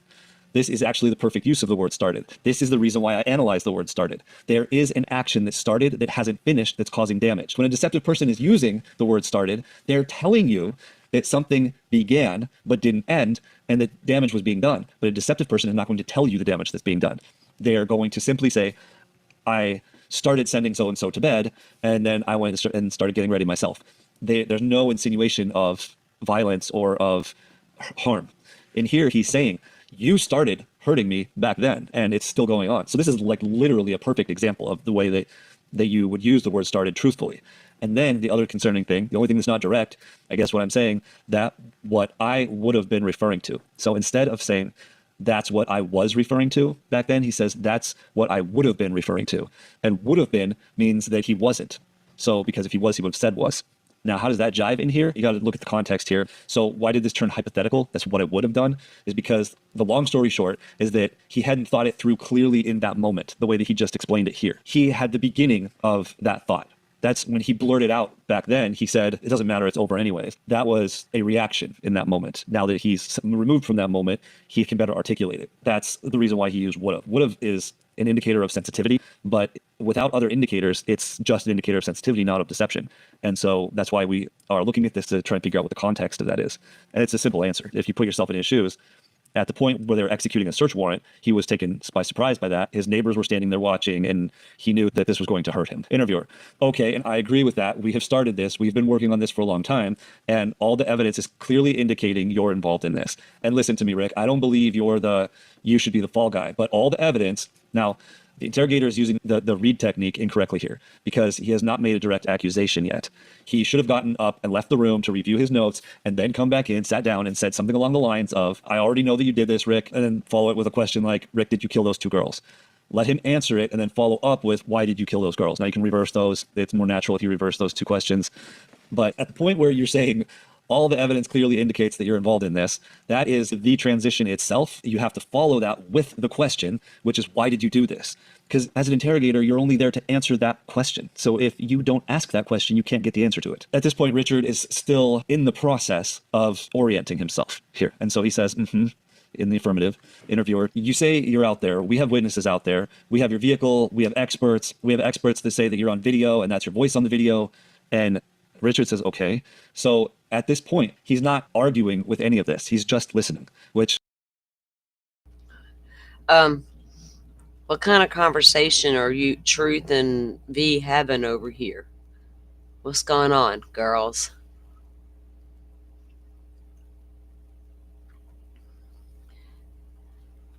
I gotta catch up for a moment. Hold on. Oh, and there's also, I'm not gonna have time to do it today. I might get to it maybe if Lori's shit wraps up early tomorrow. There's another guy I want to present talking about these interviews. And he has a very similar take this guy has. Oh,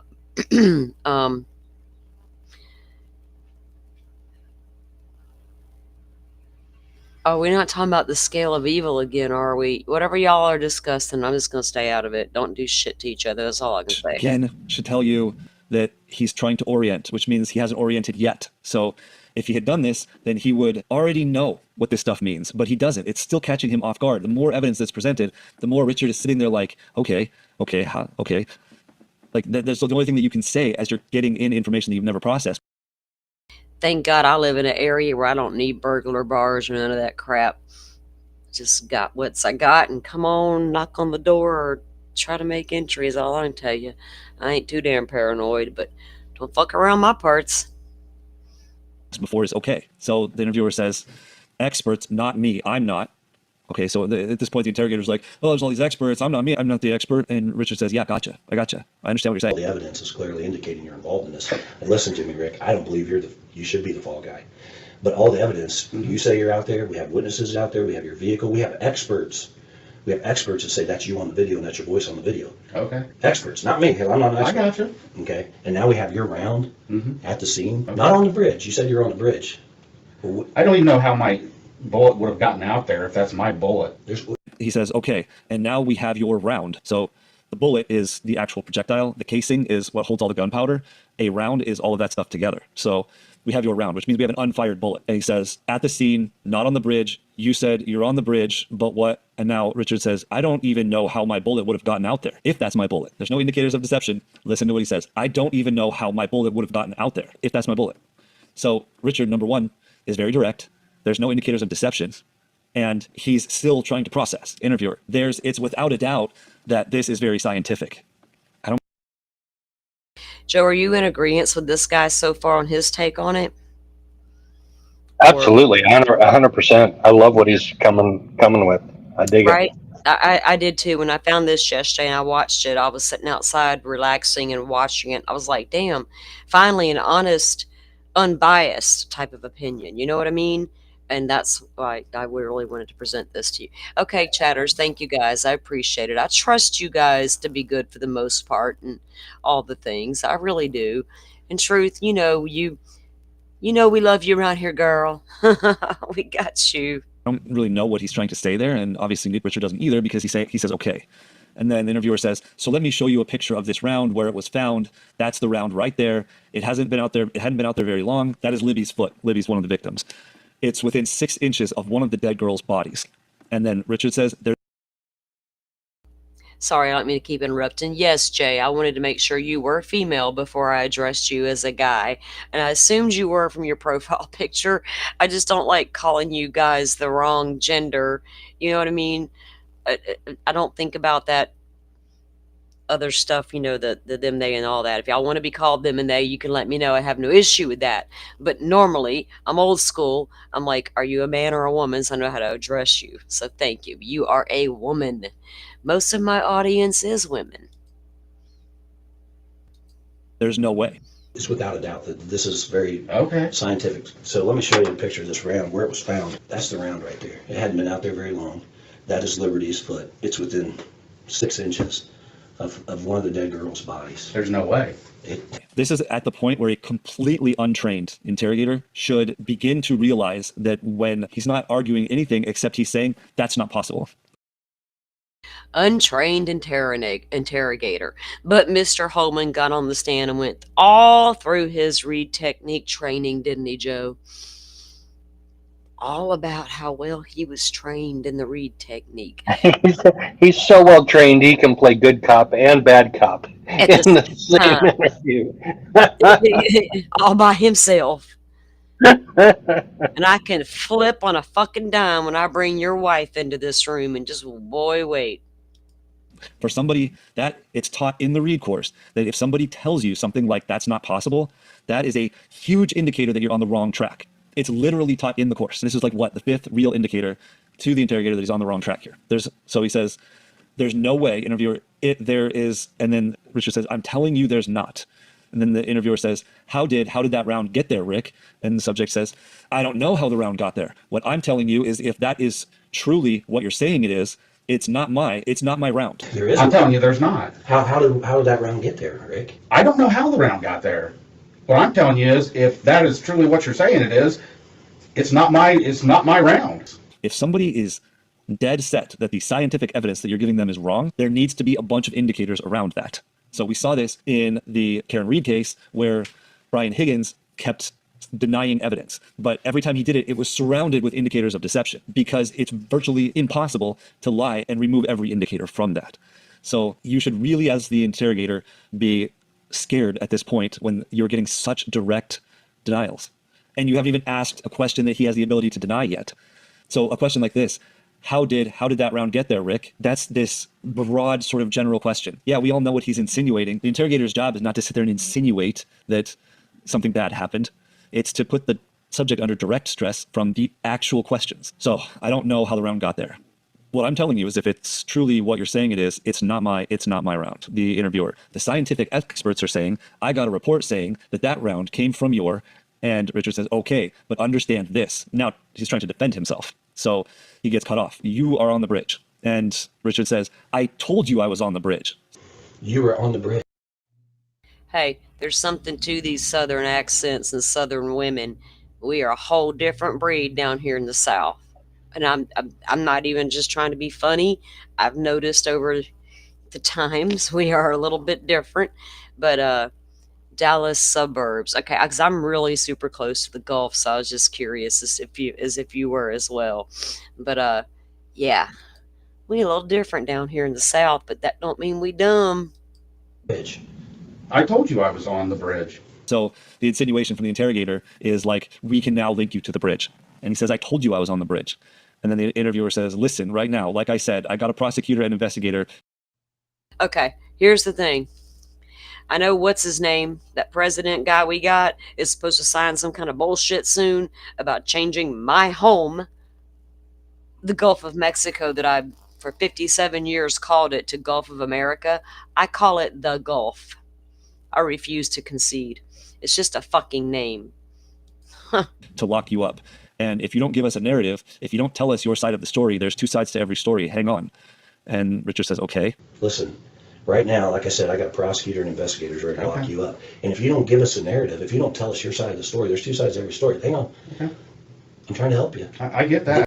And then the interrogator says, I'm trying to help you. The interrogator is, in my mind, when I hear this, I'm trying to help you. I'm using an example from my own life. When I was 10 years old, I was swimming out in a lake and I wasn't a very good swimmer.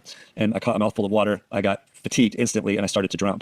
And that slapping at the top of the water, trying to pull myself up, is what this looks to me like. Every time now that the interrogator is saying, I want to help you, he's telling you that he's drowning, that he doesn't have control over this situation. And he's desperate for Richard to help him interrogate himself. He says, I'm trying to help you. And Richard says, I get that. Now, I feel sorry for Richard at this point. Richard is too trusting. He's naive and he's trusting. And that is ultimately why he's in jail now. Even if he found himself in this situation after he should have asked for a lawyer a long time ago, anybody who is this far into an interrogation, who's innocent, should be asking for a lawyer. You only have the potential of bad happening here. And when an interrogator tells you they're trying to help you, it means that, number one, they have no control over this, they're desperate, and they have an agenda that they're going to push regardless of anything else. And so when they say they're trying to help you, that's it. It doesn't matter whether you're guilty, innocent, nothing matters. At that point, you have to stop talking to them because they don't know what they're doing. And there's nothing good that can happen to you if the interrogator doesn't know what they're doing. All right. Then the interviewer says, the media is going to portray you as this. And he says, I know. Monster. And you don't want your wife. And so then Richard says, and it's already going to get there anyway. So interrogator, yeah, so this is your chance to tell us exactly what happened. Richard, unlike some people, most people, I care what people think about me. And then you do. Richard says, you've already set that ball rolling. So we're back to, they've already started this process of destroying his name and reputation. And the interviewer agrees with him. He says, yeah, but there's only one way to get out in front of it, and that's to tell the truth. What happened that day, too. And Richard says, I can't tell you what happened that day. That statement by itself and in and of itself is not a denial. But let's look at this direct accusation from the interviewer. But there's only one way to get out in front of it, and that's to tell the truth. What happened that day, too. That is not even, that's a statement. So to get out in front of it and tell the truth what happened that day. He's not asking him what exactly happened that day, which is what he's trying to ask, but he's just not confident enough to ask the question. When you don't have a direct question, you can't get a direct denial. And so you're going to get something that is not a direct denial. So I can't tell you what happened that day means one of two things. Either he did it and he's not going to tell you because he can't tell you because it would incriminate himself, or he can't tell you because he doesn't know. But we can't determine which one that is because the questioning is so bad. Now, obviously, we know that it's the latter. We know that he can't tell him because he doesn't know because of this and 500 questions that come after this. But we'll continue.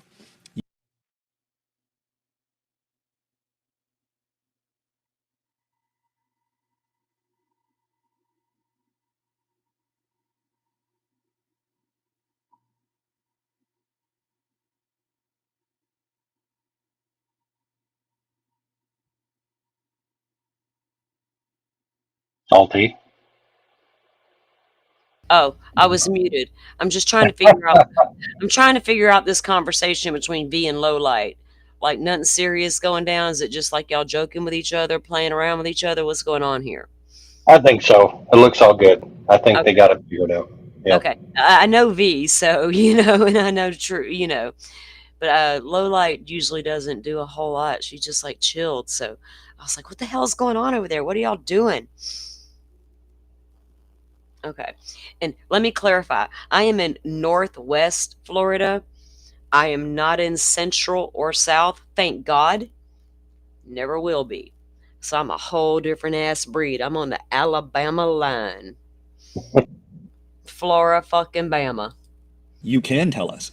And then Richard says, how? I have no doubt in my mind that the evidence clearly indicates that you're involved in this. Are you the mastermind behind this? I don't know. Mastermind, okay. How can I tell you? There's no doubt in my mind that the evidence clearly indicates that you were involved in this. You are the mastermind behind this. I don't know. The interrogator is literally not intelligent enough to be sitting in an interrogation booth. He says you're the mastermind. Oh my God. Oh my God. Whoa! I just got up to walk away, and I had to come back for that. Let's play it again. Let's play it again. Oh yeah, but we need that on a loop. Let's we look need at that this. like on a 24-hour loop. I got you. direct accusation from the interviewer. But there's only one way to get out in front of it, and that's to tell the truth. What happened that day, 2-2. That is not even, that's a statement. So to get out in front of it and tell the truth what happened that day. He's not asking him what exactly happened that day, which is what he's trying to ask, but he's just not confident enough to ask the question. When you don't have a direct question, you can't get a direct denial. And so you're going to get something that is not a direct denial. So I can't tell you what happened that day means one of two things. Either he did it Did I go back and far he's not enough? going to tell you because he can't tell you because it would incriminate himself, or Yeah. he can't tell you because he doesn't know. Okay. But we can't determine which one that is because the questioning is so bad. Now, obviously, we know that it's the latter. We know that he can't tell him because he doesn't know because of this and 500 questions to come after this. But we'll continue.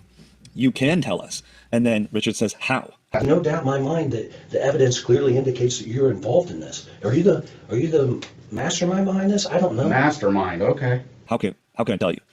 There's no doubt in my mind that the evidence clearly indicates that you were involved in this. You are the mastermind behind this. I don't know. The interrogator is literally not intelligent enough to be sitting in an interrogation booth. He says you're the mastermind.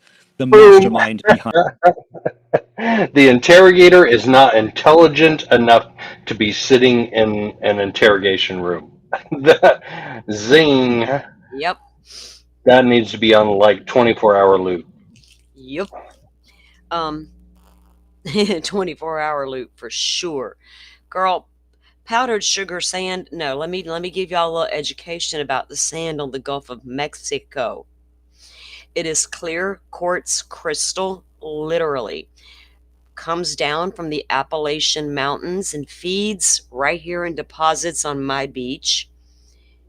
That's why our sand is unique to the world. That is why when you walk on it, it's shiny and it squeaks. And that's why when you go out there and step on it barefooted, it is completely grounding because it's clear quartz crystal. And Floribama is a bar that sits right dead on the Floribama line. It's a very famous bar on top of that. Been there. Had some fun there. Kenny Chesney, let's go, baby. Behind stumbling across two girls on a bridge and stabbing them to death. He is grasping at things that he learned in the Reed course that he doesn't understand. One of the techniques that you're going to face in the interrogation booth is that the interrogator is going to make the crime sound really big and bad, much worse than it actually was, and then say, you're not guilty of this. It's basically an infomercial. You might think that this price would be $1,000, but we're only going to charge you 4 payments of $49.99. That's what this is. You may be a serial killer, but I don't think you're a serial killer. I think you just randomly did this one murder. He says mastermind, but that doesn't fit this scenario. Real happy. We're going to have to meet our ass up over there at the Floribama on that mullet toss, right? None of these people they have no idea. They're like, mullet toss? Yes, people. They get together out back and they toss mullet, fish. See how far you can toss that mullet. Good times are had by all. You can sign your name on the wall, do whatever you want down there. Fun place. There is no greater criminal action here. So, I mean, he's going to get made fun of here, actually. So Richard says, mastermind? Okay. Did somebody else set this up? I don't know, Rick. I want to know. And the interviewer says, did someone else set this up? I don't know, Rick. I want to know. When he leave here, which way did he go? Looking for him. This way, this way, this way? I don't know. I only know the truth will set you free. That's it. And Richard says, yeah, the truth will protect you from the media. Now, what does that mean? If the truth was that he killed those girls and he says that, how is that protecting him from the media? None of this makes any sense. And you have to make sense as the interrogator. You have to have a clear mind and a clear plan. And you have to be maneuvering on your own map. If you're maneuvering on someone else's map, you're in unknown, uncharted territory. You're going to feel lost. You're going to feel like you're grasping at straws, which is exactly what he's doing. Miss Shorty.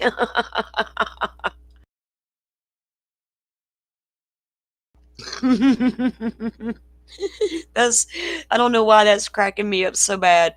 She's envisioning a bunch of dudes walking around with mullets. Oh my God. Yeah, no, they actually get out there and toss mullet. It's a pretty cool thing. He says, so the truth will protect you from the media. And Richard says, that's what I would have thought. Well, damn.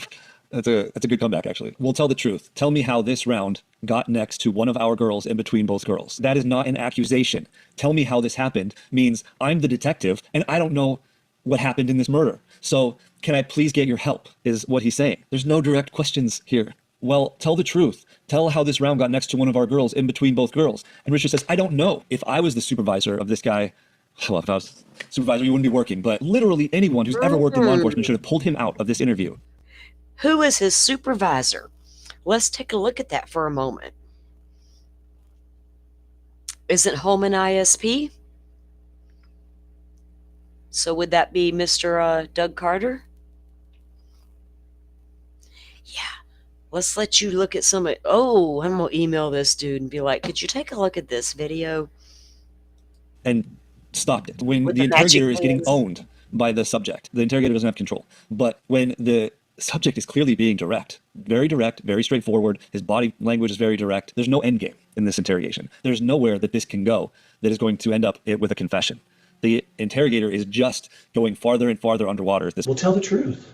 Tell me how this round got next to one of our girls, in between both girls. I don't know. You do know. And if you don't tell me, you're going down for this. point. And the interrogator says, you do know. And if you don't tell me, you're going down for this. Now, that's a threat. This is why, in fact, I should have read that question. This is exactly why I would have.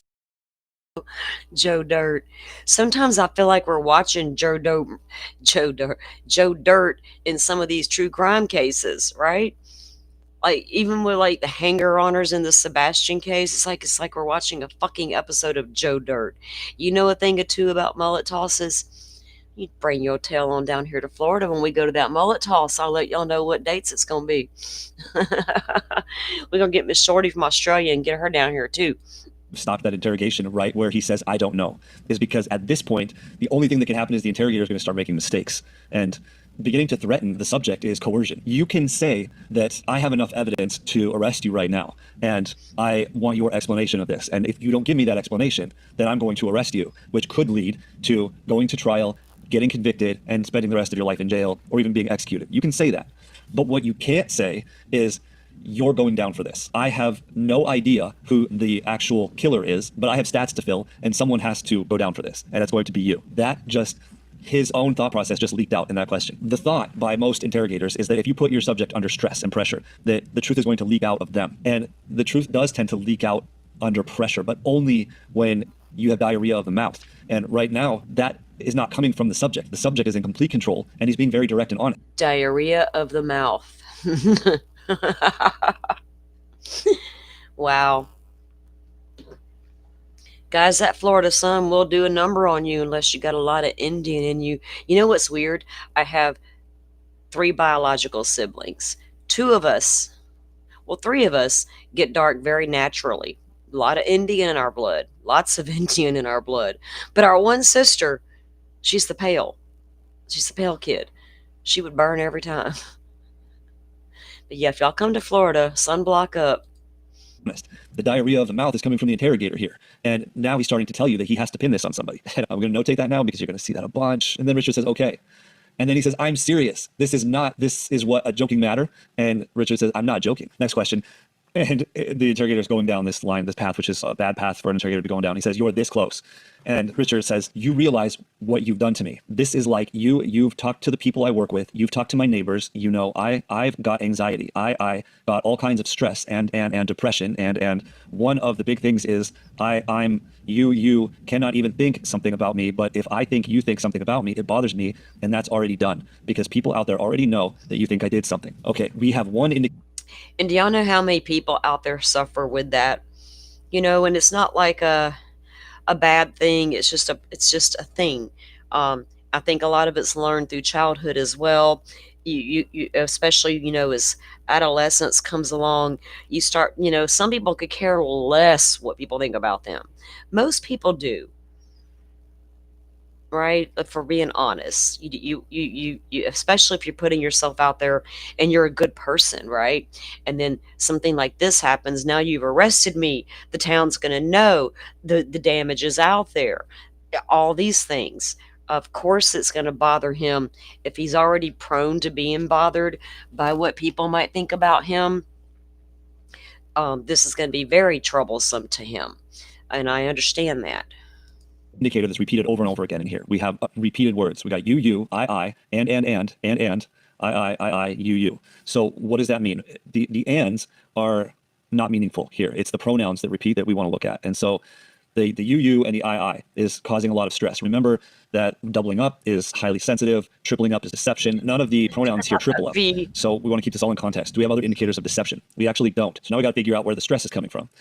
Well, the topic is he's talking about his own mental health. And I happen to know that if you are ADHD, if you're neurodivergent, what he's talking about here is called rejection sensitivity disorder, or RSD. And that's common amongst people with ADHD. So the most logical answer here is he's saying that if he's involved in an interaction with somebody and that person thinks negatively of him, or there's a possibility for that, that causes increased stress. And we see that here because he's literally telling you that the investigation itself is causing him stress, and you're seeing stress in his language, but you're not seeing indicators. You're seeing stress sensitivity markers, but not indicators of deception. Don't confuse this with when there are other indicators of deception, and then you see this, what it means is that you're seeing stress because of the deception. But without the deception, you're seeing stress about the content of what they're saying. The simple answer here is rejection sensitivity, and that's causing him a tremendous amount of stress. It's very straightforward. And then the interrogator says, I don't think, and Richard, y'all need to stay out of them crowded places in Florida, Destin and Panama City. Get your tails down here to Pensacola Beach and Navarre Beach, where it's nice and quiet. Richard says, I didn't think. The interviewer says, I don't think that the evidence clearly indicates you're involved. Richard says, Again, I talked about leakage, right? If you're forced to talk for too long under stress, then you're going to leak out your true thoughts and feelings. And this is the second time now that we've gotten leakage. I don't think that the evidence clearly indicates you're involved. And the only thing Richard has to say to that is, yeah, duh. The interrogator goes on. So if you were in my seat, again, if you were in my seat, he's asking for help. If you were in my seat and then I had you saying you were out there, witnesses saying you're out there at the same time, the girls, and now after a search warrant of your house, we find a gun, your gun. Have you owned that gun, right? And then Richard says, I do. The interviewer says, when did you buy it? He says, oh my gosh, I don't even remember. He's clearly trying to recall. And then the interrogator goes on to say, 2001, I checked for you. I know a lot of the answers to the questions I'm going to ask you, but I'm just trying to give you the opportunity to be honest. Gun. You own that gun, right? I do. When did you buy it? Oh my gosh. I don't even remember. 2001. I checked for you. I know a lot of the answers to the questions I'm going to ask you, but I'm just trying to give you the opportunity to be honest. That's why I asked the question. So you bought it in 2001 in Peru. Okay. And I asked you, have you ever loaned anything out? I gave you scenarios. No. So that's your gun. Either you had that gun or somebody had that gun. There's no way that round gets on that property where these two girls were killed without that gun being there. And you're there, your car's there, witnesses say there is no way a round from my gun was anywhere near the girls, the bridge. It just didn't happen. Okay, here's something else I've been thinking about. You know, there was a lot of talk about, was this bullet planted? Was it this? Was it that? When was it actually found? We had heard reports from Barbara McDonald. It was 3 days later. We found out, no, according to court documents, it was the same day. Clearly, right here, there's a picture. That's Libby's leg. And he's pointing to where the bullet is supposedly found. So if they took a bullet from Rick's home during the search 5 years later and planted it, how did they get it in a picture next to her foot, her leg? I'm still not buying that's his bullet, though. But you know what I'm saying, as far as debunking those theories that it was planted at the crime scene. I mean, I know you can manipulate pictures. I'm not an idiot. I'm just saying. He's playing, it's called file and dossier, where I have a bunch of information on you, but you're supposed to insinuate it. You're not. Here's the thing, Rachel. It didn't even have to be a cop's bullet, right? There's a lot of... The alternate perpetrators talked about how they would visit that very area to do particular things. Ron Logan shot out there all the time. Weber shot out there all the time. We saw all those, 3 at least handguns that were fished out of the Deer Creek. How many of those fired bullets out there, right? Or ejected. I'm sorry, not fired, ejected. I still don't understand how an ejected bullet ended up in the ground. I get people saying, oh, they stepped on it. Be more careful around your crime scene that close to your victims. Be more careful. You're not supposed to say, I have a bunch of information. Let me show you the information that I have. I have all this great information. Like, I know when you bought your gun. He says, because if I asked the question, so you bought it in 2001 in Peru, okay. And if I asked you if you ever loaned anything out, I gave you a scenario, no. So that's your gun. Either you had that gun or somebody had that gun. There's no way that round gets on the property where these two girls were killed without that gun being there, and you're there, your car's there, witnesses say, what is he saying? What question is that? Subject says, there is no way a round from my gun was anywhere near the girls, the bridge, it just didn't happen. At this point, for God's sake, end the interview. It goes. Yeah, there were tree stands, but let me tell you, my dad's a deer hunter, and he has a tree stand. His pistol doesn't go up there with him. His shotgun does, because he needs that shotgun to shoot that deer. That pistol's not going to do him a whole lot of good. But I get what you're saying, right? But it wasn't a shotgun shell that was found. But people were out there always shooting. That's exactly so. Goes downhill quickly from here. Interviewer, and listen, we're trying to help you. Again, he's floundering. We're trying to help you prove what? What's he trying to help him prove? He's about to go off the deep end here. Richard says, no, you're trying to accuse me of murdering two little girls. You calm me down. You ask me a few questions. You ask me what I'm wearing, and I tell you what I think I was probably wearing that day. And then you try to say that I'm saying that's me in that picture, and it's not. And listen, we're trying to help you. We're trying to help you prove No, it. you're trying to accuse me of murdering two little. Calm me down. You ask me a few questions. You ask me what I'm wearing, and I tell you what I think I was probably wearing that day, and then you try to say that I'm saying that's me in that picture, and it's not. You don't have to say that. I'm done. There is no question in my mind. None. The longer this goes on, the more direct he's getting and the more aggressive he's getting. His anger is increasing, which I would expect to see from an innocent person. His answers are direct. There's no deception at all. That's why we're just reading through this, because there's nothing for me to point out. Interrogator, you don't have to say that. And he says, I'm done. This is a contentious point for me. This is a matter of your rights. And when he says, I'm done, technically, in order to end an interrogation, the subject has to say that they want a lawyer. If you say I'm done, it's ambiguous as to what you mean by that when you say you're done, unless the interrogator says, well, I have a warrant for your DNA. That tells you that, okay, you're done. I heard you say that you're done, but before you leave, I have to get your DNA. Now, he doesn't say before you leave, but that is clearly understood that the interrogator understands that he said that he's done. So the interrogation should have been over here. Any trained interrogator should know at this point that the subject is innocent. The subject said that he's done, and that the interrogator understood what he meant, because he says that he has a warrant for his DNA, meaning before you leave. Then they go through that whole process, and he starts asking him questions again. Exactly. I guess what's bothering me so much is that this interrogator has no clue what he's doing, and at this point he's just berating the shit out of someone who's clearly is showing no signs of deception whatsoever. Okay, we got to clip that too. This guy doesn't know what he's doing. So the subject says, I figure you're going to arrest me. You obviously think I've done it. The damage is done. Go ahead and do what you're going to do. The interviewer says, okay. Then the subject says, this doesn't just go away. This is funny because I talked about this in another video, how when I was wrongly accused, you start out in shock, then you get angry, then you get a little self-righteous. When you know you're innocent, I expect to see a little bit of getting up on your high horse here. Like this, eventually he's going to start threatening the interrogator, saying this isn't going to turn out well for you because I'm innocent and you are acting incredibly unprofessional. My dad doesn't make it a habit of carrying like a pistol with him anywhere he goes because he's not that man. He's not about to bring that to a man's fight. But I have very close family members who go nowhere without theirs. Nowhere. All the time. Well, we're in Florida, so we can. But I get you. There's no way. And that can't be the only damn bullet that was out there either, people. Right? And they only saw it. It wasn't found with a metal detector.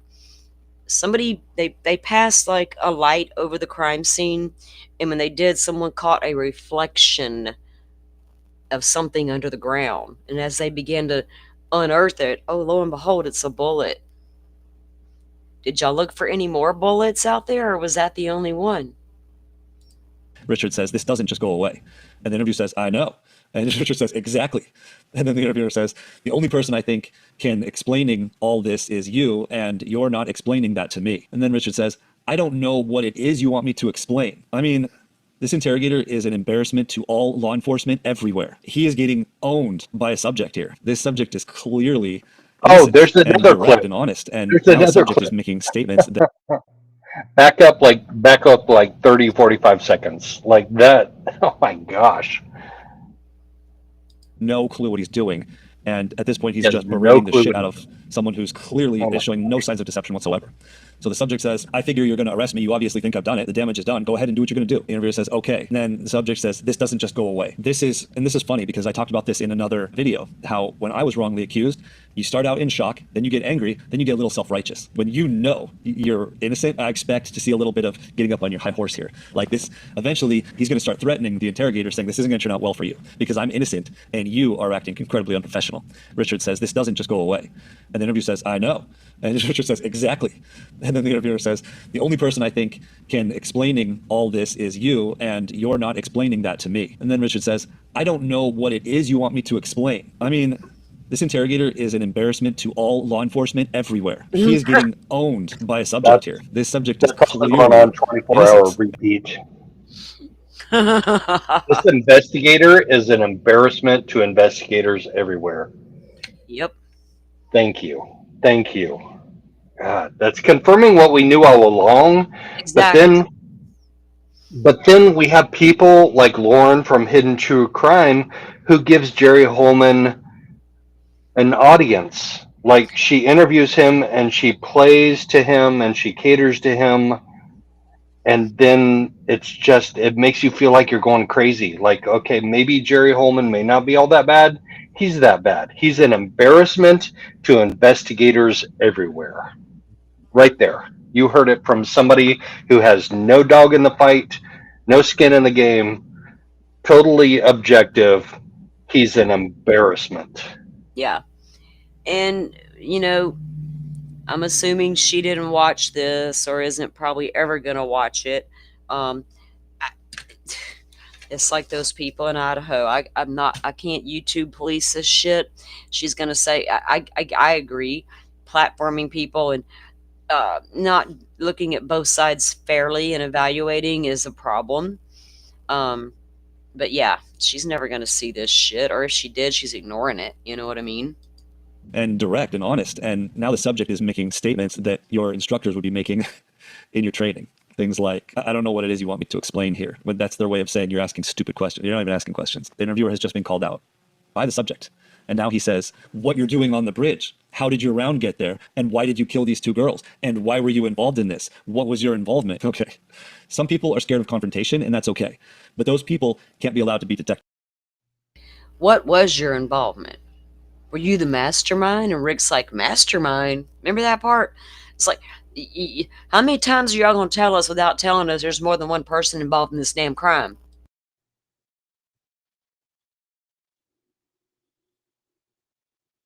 That's the bottom line here. This is two compound questions compounded together. This is like a quadruple pound. It's actually a quintuple question. He's just so terrified of asking a direct question that he asks 5 questions in one question, which no human being can answer. What this boils down to is that the interrogator is too scared to ask one direct question at a time. He's afraid that the subject is going to respond in the negative, and he's not going to know where to go from there. If he asks a direct question and gets a direct response back, that is, I didn't do it, and that's a death sentence to an interrogator. Richard says, I had no involvement, and he gets cut off. Interviewer, listen, Rick, I don't think you're the one that killed them. I don't think you're the one that stuck the knife in them, are you? The person that committed the crimes didn't even stick the knife in them. They did something more horrific, and they were sanguinated. So nobody stuck a knife in anybody. Okay, well, they were sliced, whatever you want to call it, whatever wording you want to use. He said he didn't believe Rick was the one that did it. That's my takeaway. I don't care how you describe it. I'm not going at you, Joe. I'm just saying. This interrogator is an embarrassment to all law enforcement everywhere. He is getting owned by a subject here. This subject is clearly innocent and direct and honest. And now the subject is making statements that your instructors would be making in your training. Things like, I don't know what it is you want me to explain here. But that's their way of saying you're asking stupid questions. You're not even asking questions. The interviewer has just been called out by the subject.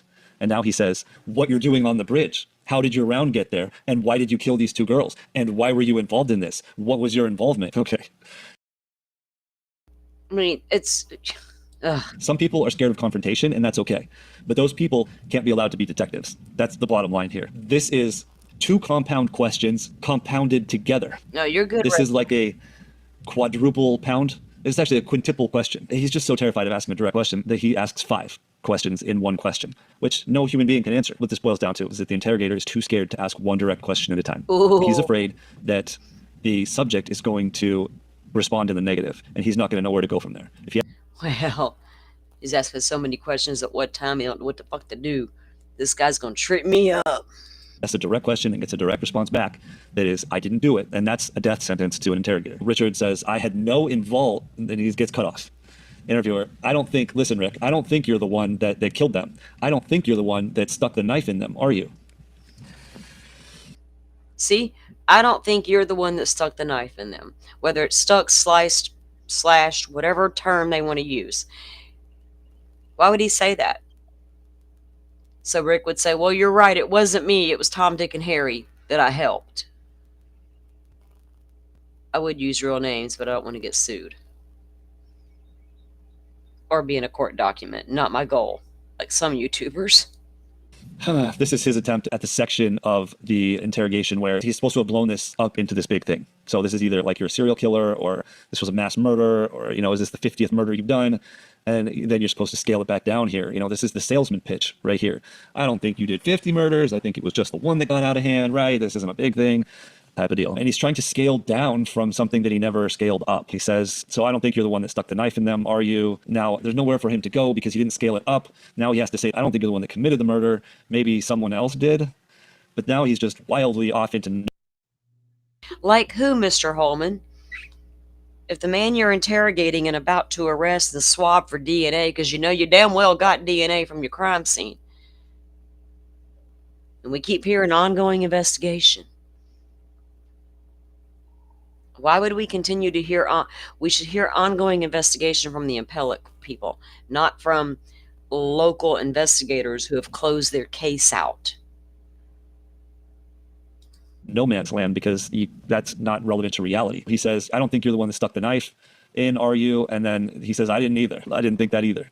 Are you that guy? And then Richard says, really? Really? This is where we're going? And he says, are you? And the subject says, no.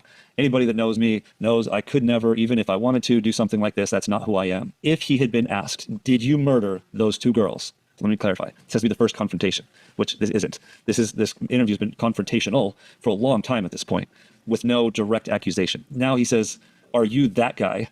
Which right before that, the question before was, I don't think you're the one that stuck the knife in them. Are you? Are you that guy? Are you? That's phrasing it in the negative, which is not an accusation.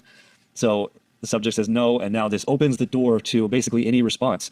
Anyone who knows me knows I could never, even if I wanted to, do something like that. That's not who I am. If you ask the question right and you get that response, then that's a guilty response. But if you ask the question in the negative, it opens it up for this to be an appropriate response.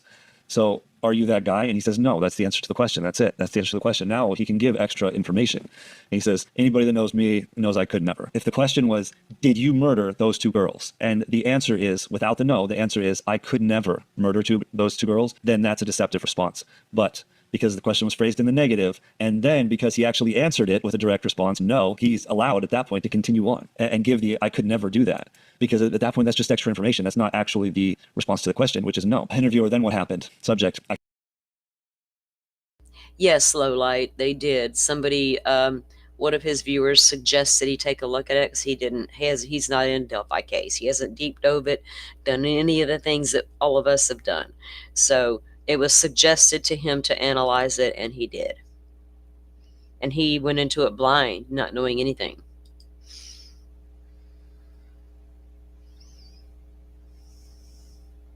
Unlike some of those analyses, I can't tell you. How do you expect me to tell? You want me to make up a story and then the interview? No, the truth. The truth is simple. You don't have to make that up. You just get to tell the truth. Subject. I've told you the truth. I don't know what you want me to do at this point. I did not murder two little girls. We have an uncontracted denial, which after they've been talking about this for an hour is an indicator of truthfulness, not deception. If this was the first accusation, which we got to see the entire interrogation, so you would know if this was the first accusation, then this would be very meaningful. But the fact that it is not the first accusation, an insinuated accusation counts as an accusation when it comes to the uncontracted denial. Because in the subject's mind, they have been accused, but they've never had to respond using words that are triggered by a direct accusation in words. So I did not murder those two girls. That is a perfectly truthful way of saying that. And then the interview says, I've been so nice to you. Again, we're back to the please do my job for me. And subject says, oh yeah, you're being nice. You were trying to get me to confess to something I had nothing to do with. The interviewer says, I'm trying to get you to tell the truth. I'm not trying to trick you. Subject says, you assume it's the truth and it's not. That's perfectly direct response. It has to be the truth. The scientists don't lie.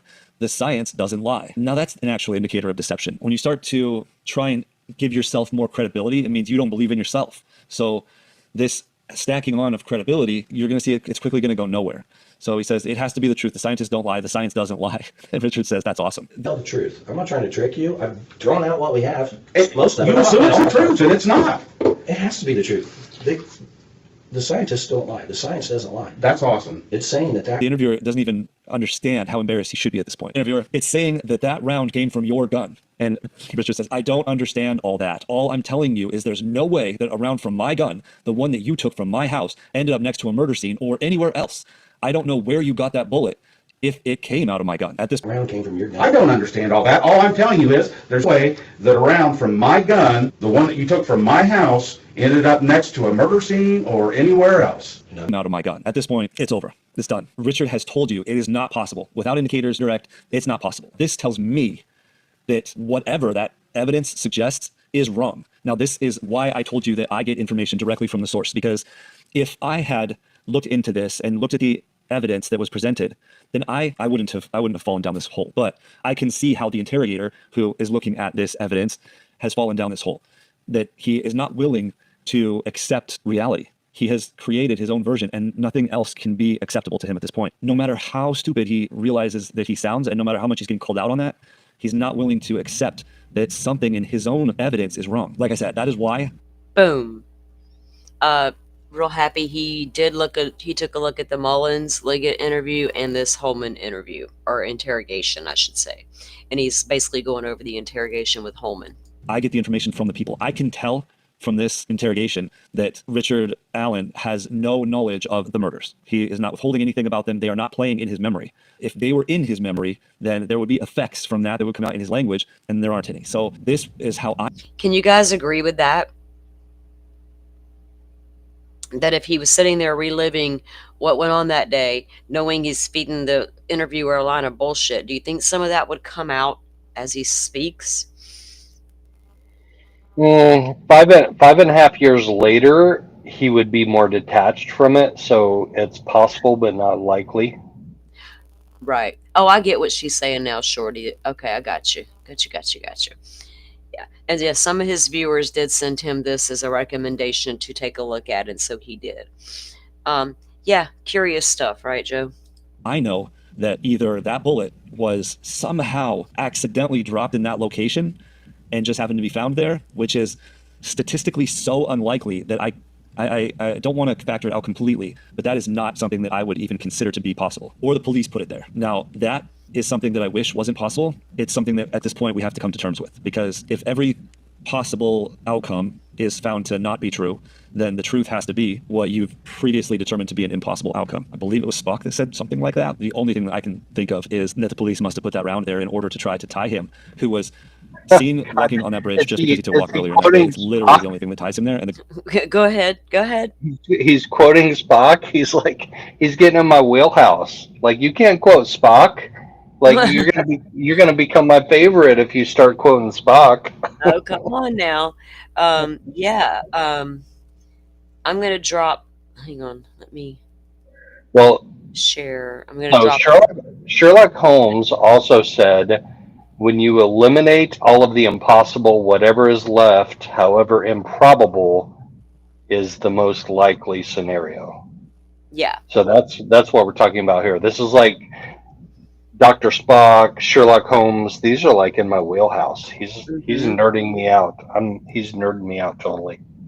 Guys, I just dropped the link to this particular video that we're watching now right here in chat. So once you go over and to follow that link, you'll be able to find the rest of his content as well.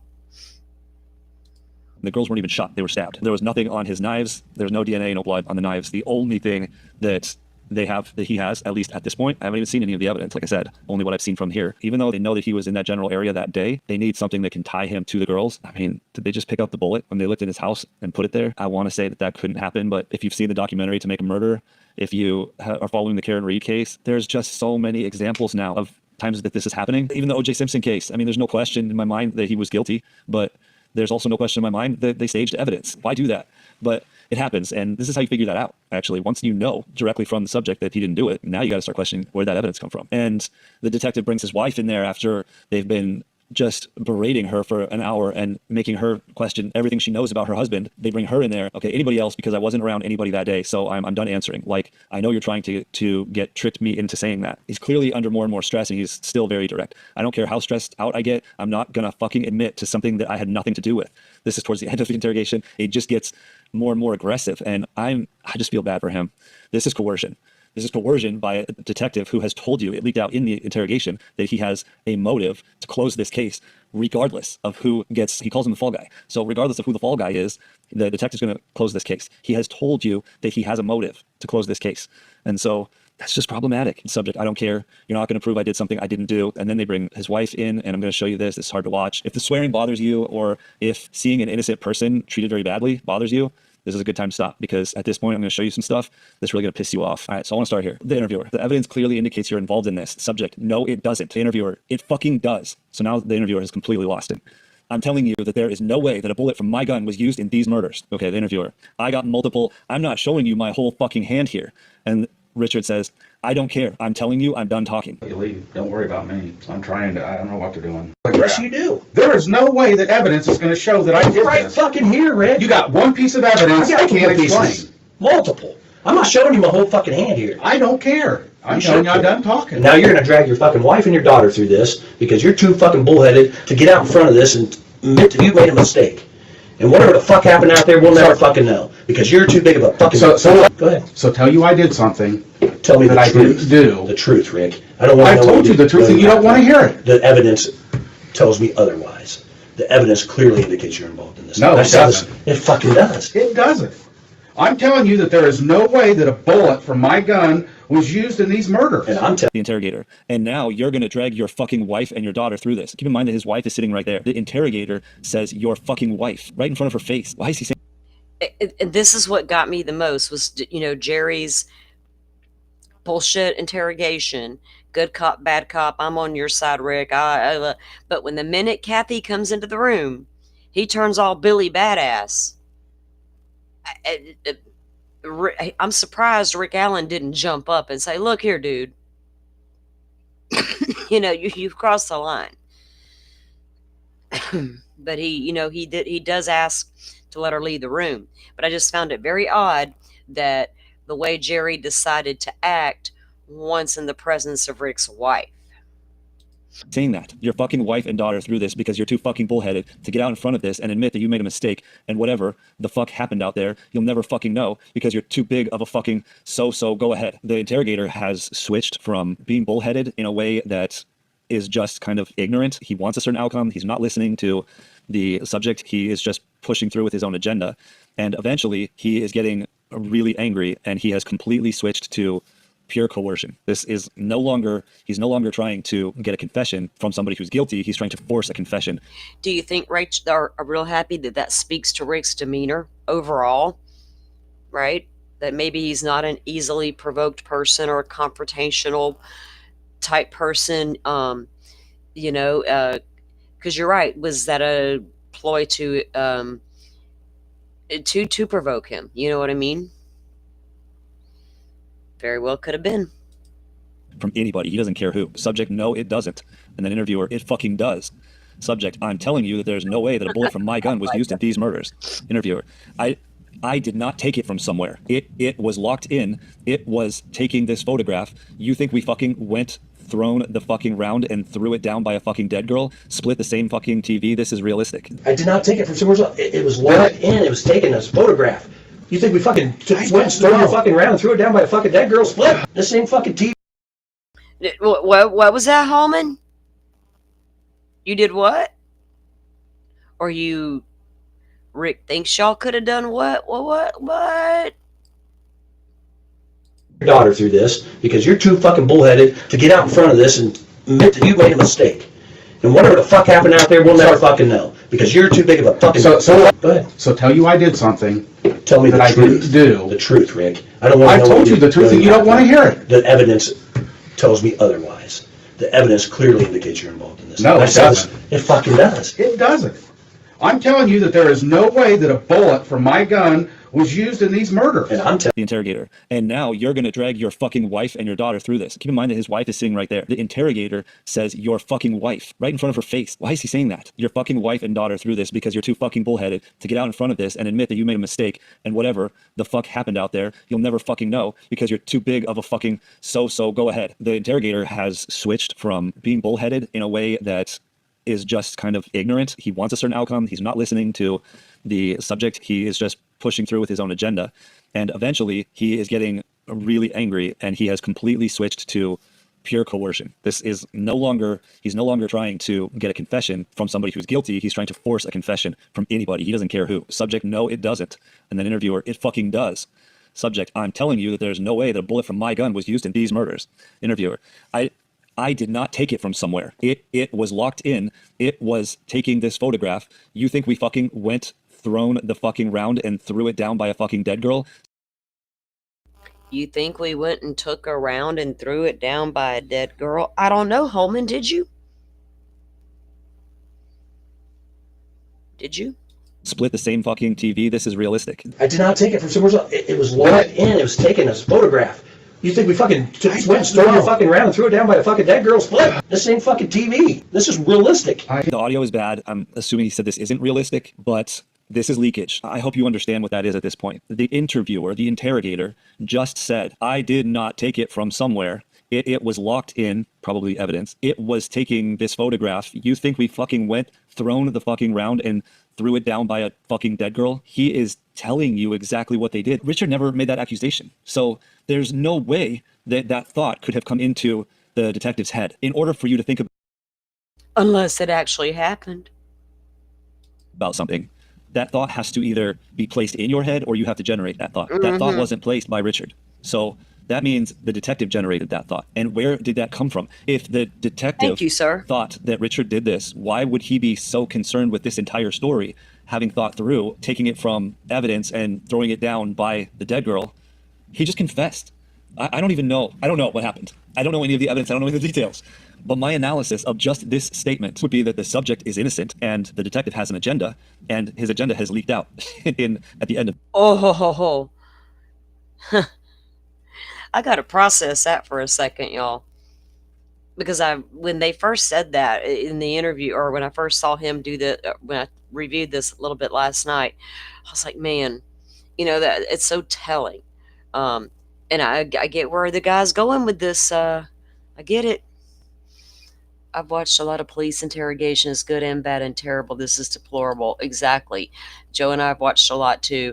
I've seen them get up in faces and scream and, accuse and doing the read technique. I've seen all of that. Holman's like a whole different level of Holman, right? He's like the Holman technique. He just made up his own shit. Of this here. And then the subject says, I understand. Interviewer says, we collected that fucking item on February the 14th.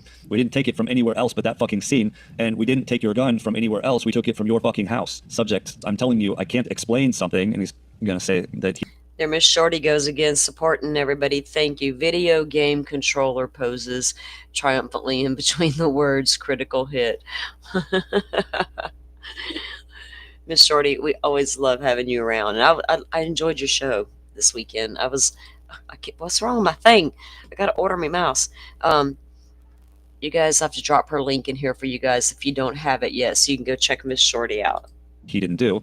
And gets cut off. Interviewer, and I'm telling you, the fucking analyst, explain it. You can't get past this. And then Richard asks, can you please let my wife out? And he says, absolutely, come on, Kathy. And then Richard says, I love you, baby. Can I kiss her? So once his wife is gone, the interrogator comes back in. And then Richard says, what you're going to pay for what you've done to my wife, what I am doing. You want to fuck with me? Fuck with me. But you leave my wife out of this. Fuck, leave me out of this. Out of it. And then the interviewer goes off. And I'm just going to play this part for you, because at this point, once you understand who the subject is here, and you understand who the interrogator is, and you understand the motives behind both people here, I want you to listen to this. Can you please let my wife out? Absolutely. Come on, Kathy. I love you, baby. Can I kiss her? Yeah, kiss her. Do the right thing, Kathy. Tell him to do the right thing. Do the right thing, Kathy. Tell him to do the right thing, Kathy. We done took you in that other room and showed you all that hard evidence unequivocally. We have professionals stating that is his bullet, his voice on the bridge guy video, which we now know they do not. All the lies they were telling that poor woman. Bullshit. He knows I will. Yeah, do the right thing. You're going to put your family through this for no reason. What? You're going to pay for what you're doing to my wife. What am I If you doing? want to fuck with me, but you leave my wife out of this. Leave me out of it. No, you're involved in this. You're fucking around, say, Rick. No, it's I can not. see you're getting pissed off. I understand. I am pissed off. Did you not see my wife? Did you not see these? Right there. I can see you're getting pissed off, Rick. Well, did you not see my wife? Fuck yeah, a man's going to get pissed off. Even if he's guilty, directed it all him, but you pissed him off when you went at him in front of his wife and then telling her to tell him to do the right thing. I don't even know if she should have been in the fucking room for any of that, Holman. And then you're going to scream at him, did you see these photos of these 2 dead girls? Fucking 2 girls dead? You know that's what happened. You got fucking pissed off at him. You fucking dragged them down a fucking hill, and you fucking killed them. Don't fucking tell me you didn't. I didn't kill anybody. I'm sick for a reason, not because I was trying to kill somebody. You're trying to tell me that I'm not making this fucking round shit up, Rick. It is what it is. I'm done talking around. That's how that interrogation ended. This is problematic. I have absolutely no say in any of this, but I think an investigation should be done here on this detective, the people working this case.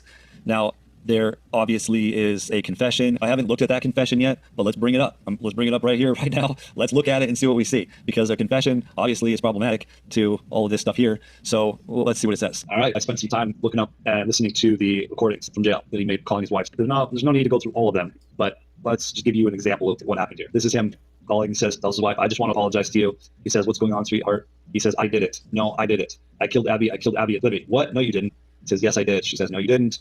He says, yes, I did. I don't know why. She says, no, you did it. They messed up your meds. He says, no, I mean, I evidently did it. Now, clearly, we're getting into problems here. And she says, why would you say that? And he says, because maybe I did. She says, no, you didn't, dear. He says, I think I did. Did Dad tell you I called? And she says, yeah. He says, what did I say to him? And then they talk a little bit. And he says, I wish I could say I didn't. I don't know. So I had to look into this a little bit more. And once he went to jail after being arrested, he had a psychotic episode. And they put him on medication. Now, if you've ever known anybody who's had a psychotic episode or goes through psychosis, the process of getting the medication right takes years. It's not like, oh, you just need to take this pill like Tylenol and you're just better. So once that process starts, that's a lengthy process. Just from the language here, you can tell that it's off. He says, evidently I did it, because maybe I did, I think I did. So you're getting indicators here. These are called reductions of commitment. I think I did, maybe I did, I evidently did it. And then he says, did Dad tell you I called? And she says, yeah. And he says, what did I tell him? There's issues here. And before he had this break, I'm going to play one of those recordings for you. In fact, I'm going to play it for you right now. Are you there? Hey, yeah. I'm sorry, hon. I'm trying to keep this together. I don't want to upset you anymore. All I want to do is be able to help you. Okay? Yeah. So, I'm not saying anything, but if it gets to a point that it's too much, you just need to call the investigators and tell them to come and get me and bring me to you, and I'll tell them whatever they want me to tell them, because whatever it is they want me to say, I'll just say it. No. I want to be able to make this stand for you. And for everybody else who certainly prejudice. I love you too much.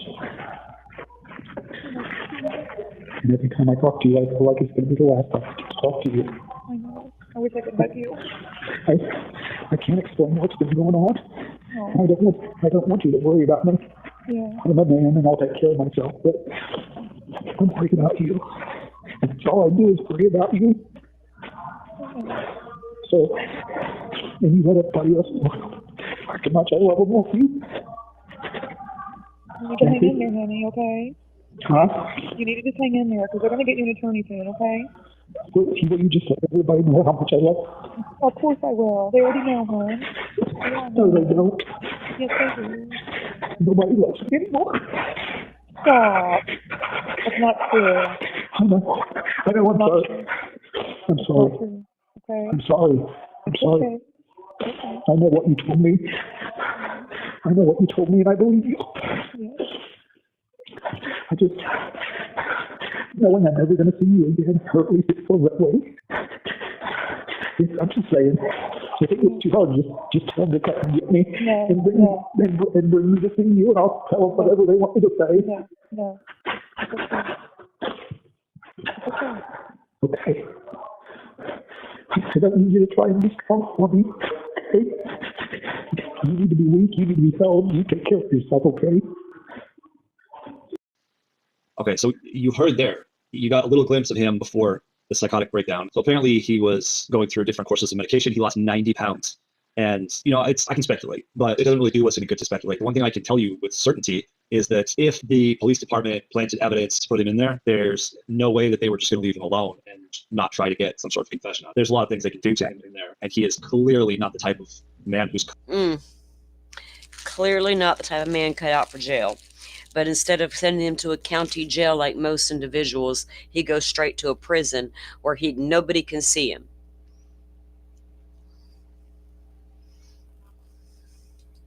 cut out to be in jail.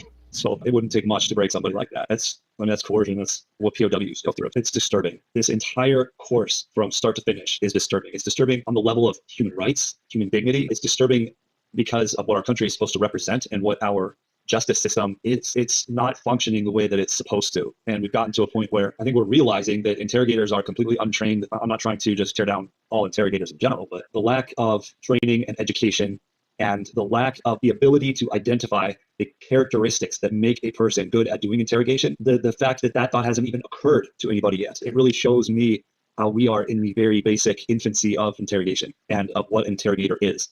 So there's going to be casualties. Just like if you look at the history of medicine, like I was talking about earlier, there are casualties throughout history as a science, a profession evolves. We are at that point right now where it is very sloppy and unprofessional. It's just very problematic. And my hope right now is that we can identify that this is something that needs to change. We can identify that there needs to be a standardized system in place for not just the training process, which a reinterrogation course is a good start. However, if we don't identify the characteristics that a actual interrogator has to have in order to be able to even implement that kind of a tool, then we've put the cart in front of the horse. It doesn't make sense for me to take my 15-year-old who just got her learner's permit and put her inside of a Formula One race car and tell her, okay, now this is how you start to merge into traffic. I mean, it's going to end in a fiery car accident very quickly if we take that approach. And that is sort of what we have here. I don't think that the read technique is a bad technique. I think that there's a lot of very good guardrails in place there. I think that the people who go into that field and who go through that training, they don't have the fundamental characteristics or skill set necessary to implement a tool like that. And so that's my thoughts. I just want to try to shed some light on this. So go and check out Crafty Thinking. Okay, well, that was pretty much the end of his review of the interrogation video. I think a lot of us feel the way he does, right? There is another group out there. Let me ask you guys, if you heard, where did I put it? I just wanted to ask you if you've heard of them, because I had not, and I stumbled across them. Where did I just put it?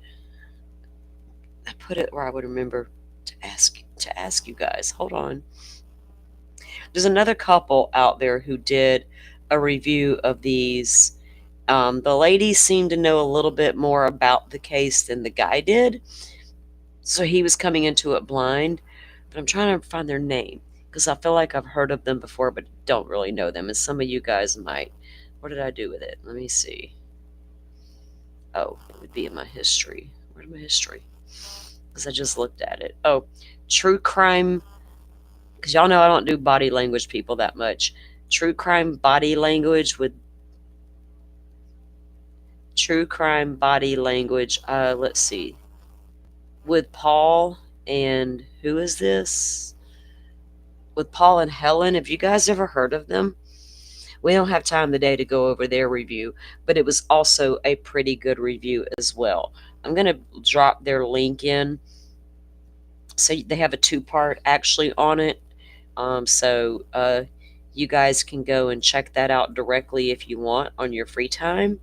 It just gives you another take on somebody who is coming at an unbiased position. You know what I mean? So let me drop that real quick. Okay. Like I said, these people are new to me, so I don't know a bunch about their backstories and all that. But I just found their takes very interesting. Does Holman have a conscience, Rachel? We don't think he does.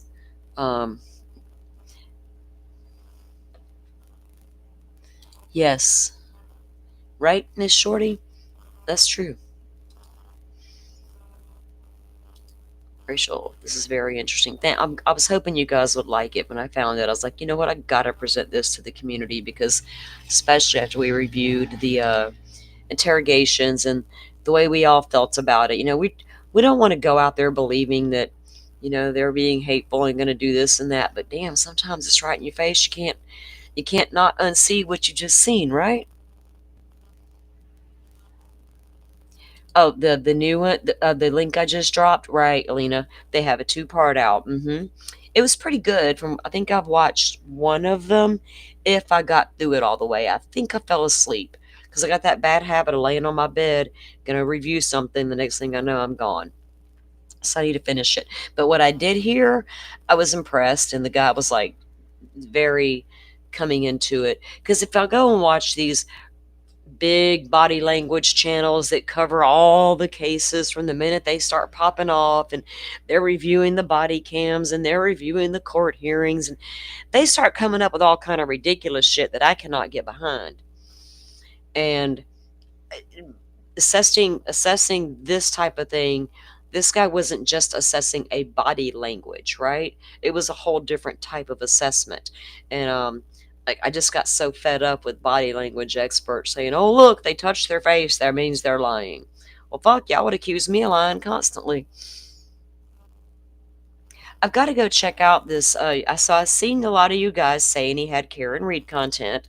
So I think I will go check some of that out. I think Miss Shorty mentioned it as well. So I'm curious to see some of that too ahead of the trial because I don't know a lot. I'm going into that blind, guys. I mean, I know what was said and what was done and loosely followed here and there, and I got questions about both sides of that case. So I would like to take a look at that ahead of the trial, right? For sure. So tomorrow morning, Joe and I will be back covering Lori Vallow. This should be our last day, right, Joe? You still with me? Did we lose him? He may have had to step away for a moment. Joe Schmoe, is there anybody out there? It's not if you can hear us. Okay. Joe will be back in the courtroom tomorrow. And those of you who've been riding with us all week know we troll Joe's Twitter along with Gigi's and sometime Nate's to get those little in the future updates because we like being in the future like Miss Shorty. She can't be the only one, so we love to go troll the Twitter during breaks in court and things of that nature. Like, oh, what we got to look forward to next, what's coming up. But I'll be back in the morning live with what should be the final day of the Lori Vallow trial until we go to jury deliberation. And then it's up in the air as to how long they deliberate. Now we know Friday, Lori said defense rest, and she had no witnesses. But the judge gave her till Monday morning to change her mind and decide if she wants to take the witness stand or not. And a lot of us are like, take it, girl, take it.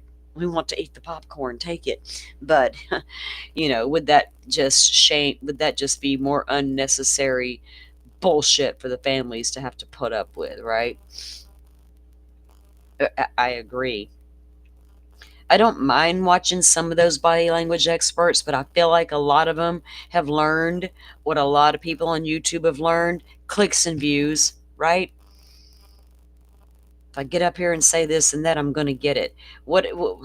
So what's wrong with saying something that may not be like the norm or consensus conception? You know what I mean? It's okay to be different.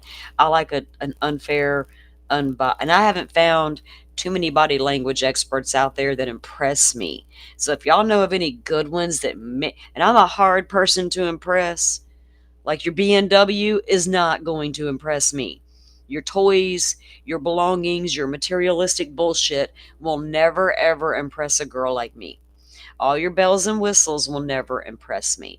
So if y'all run across anybody out there legit, you can send me a link. I don't mind reviewing them. But for now, I've not found one that I care to pay any attention to, honestly. Yeah, I've watched the behavior panel. I've got, take them or leave them. They also will tell you if you touch your face, you're lying. Oh, they did this. Oh, they just done that. Oh, they just did that. Do you know their baseline? Do you know how they normally would act at home or sitting in a seat? How they move with their uncomfortable? I mean, there's a lot that goes into that body language. There's some that are legit standard type stuff, the closed off behavior, things like that. But to go in such depth and detail about, oh, they touched their face, they looked over in the corner, all that's nefarious activity. I can't with that shit. Truth. What the fuck are you talking about? What did I miss?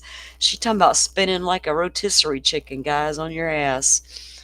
I don't even know if I want to know. I don't put much weight on how someone sits still in court.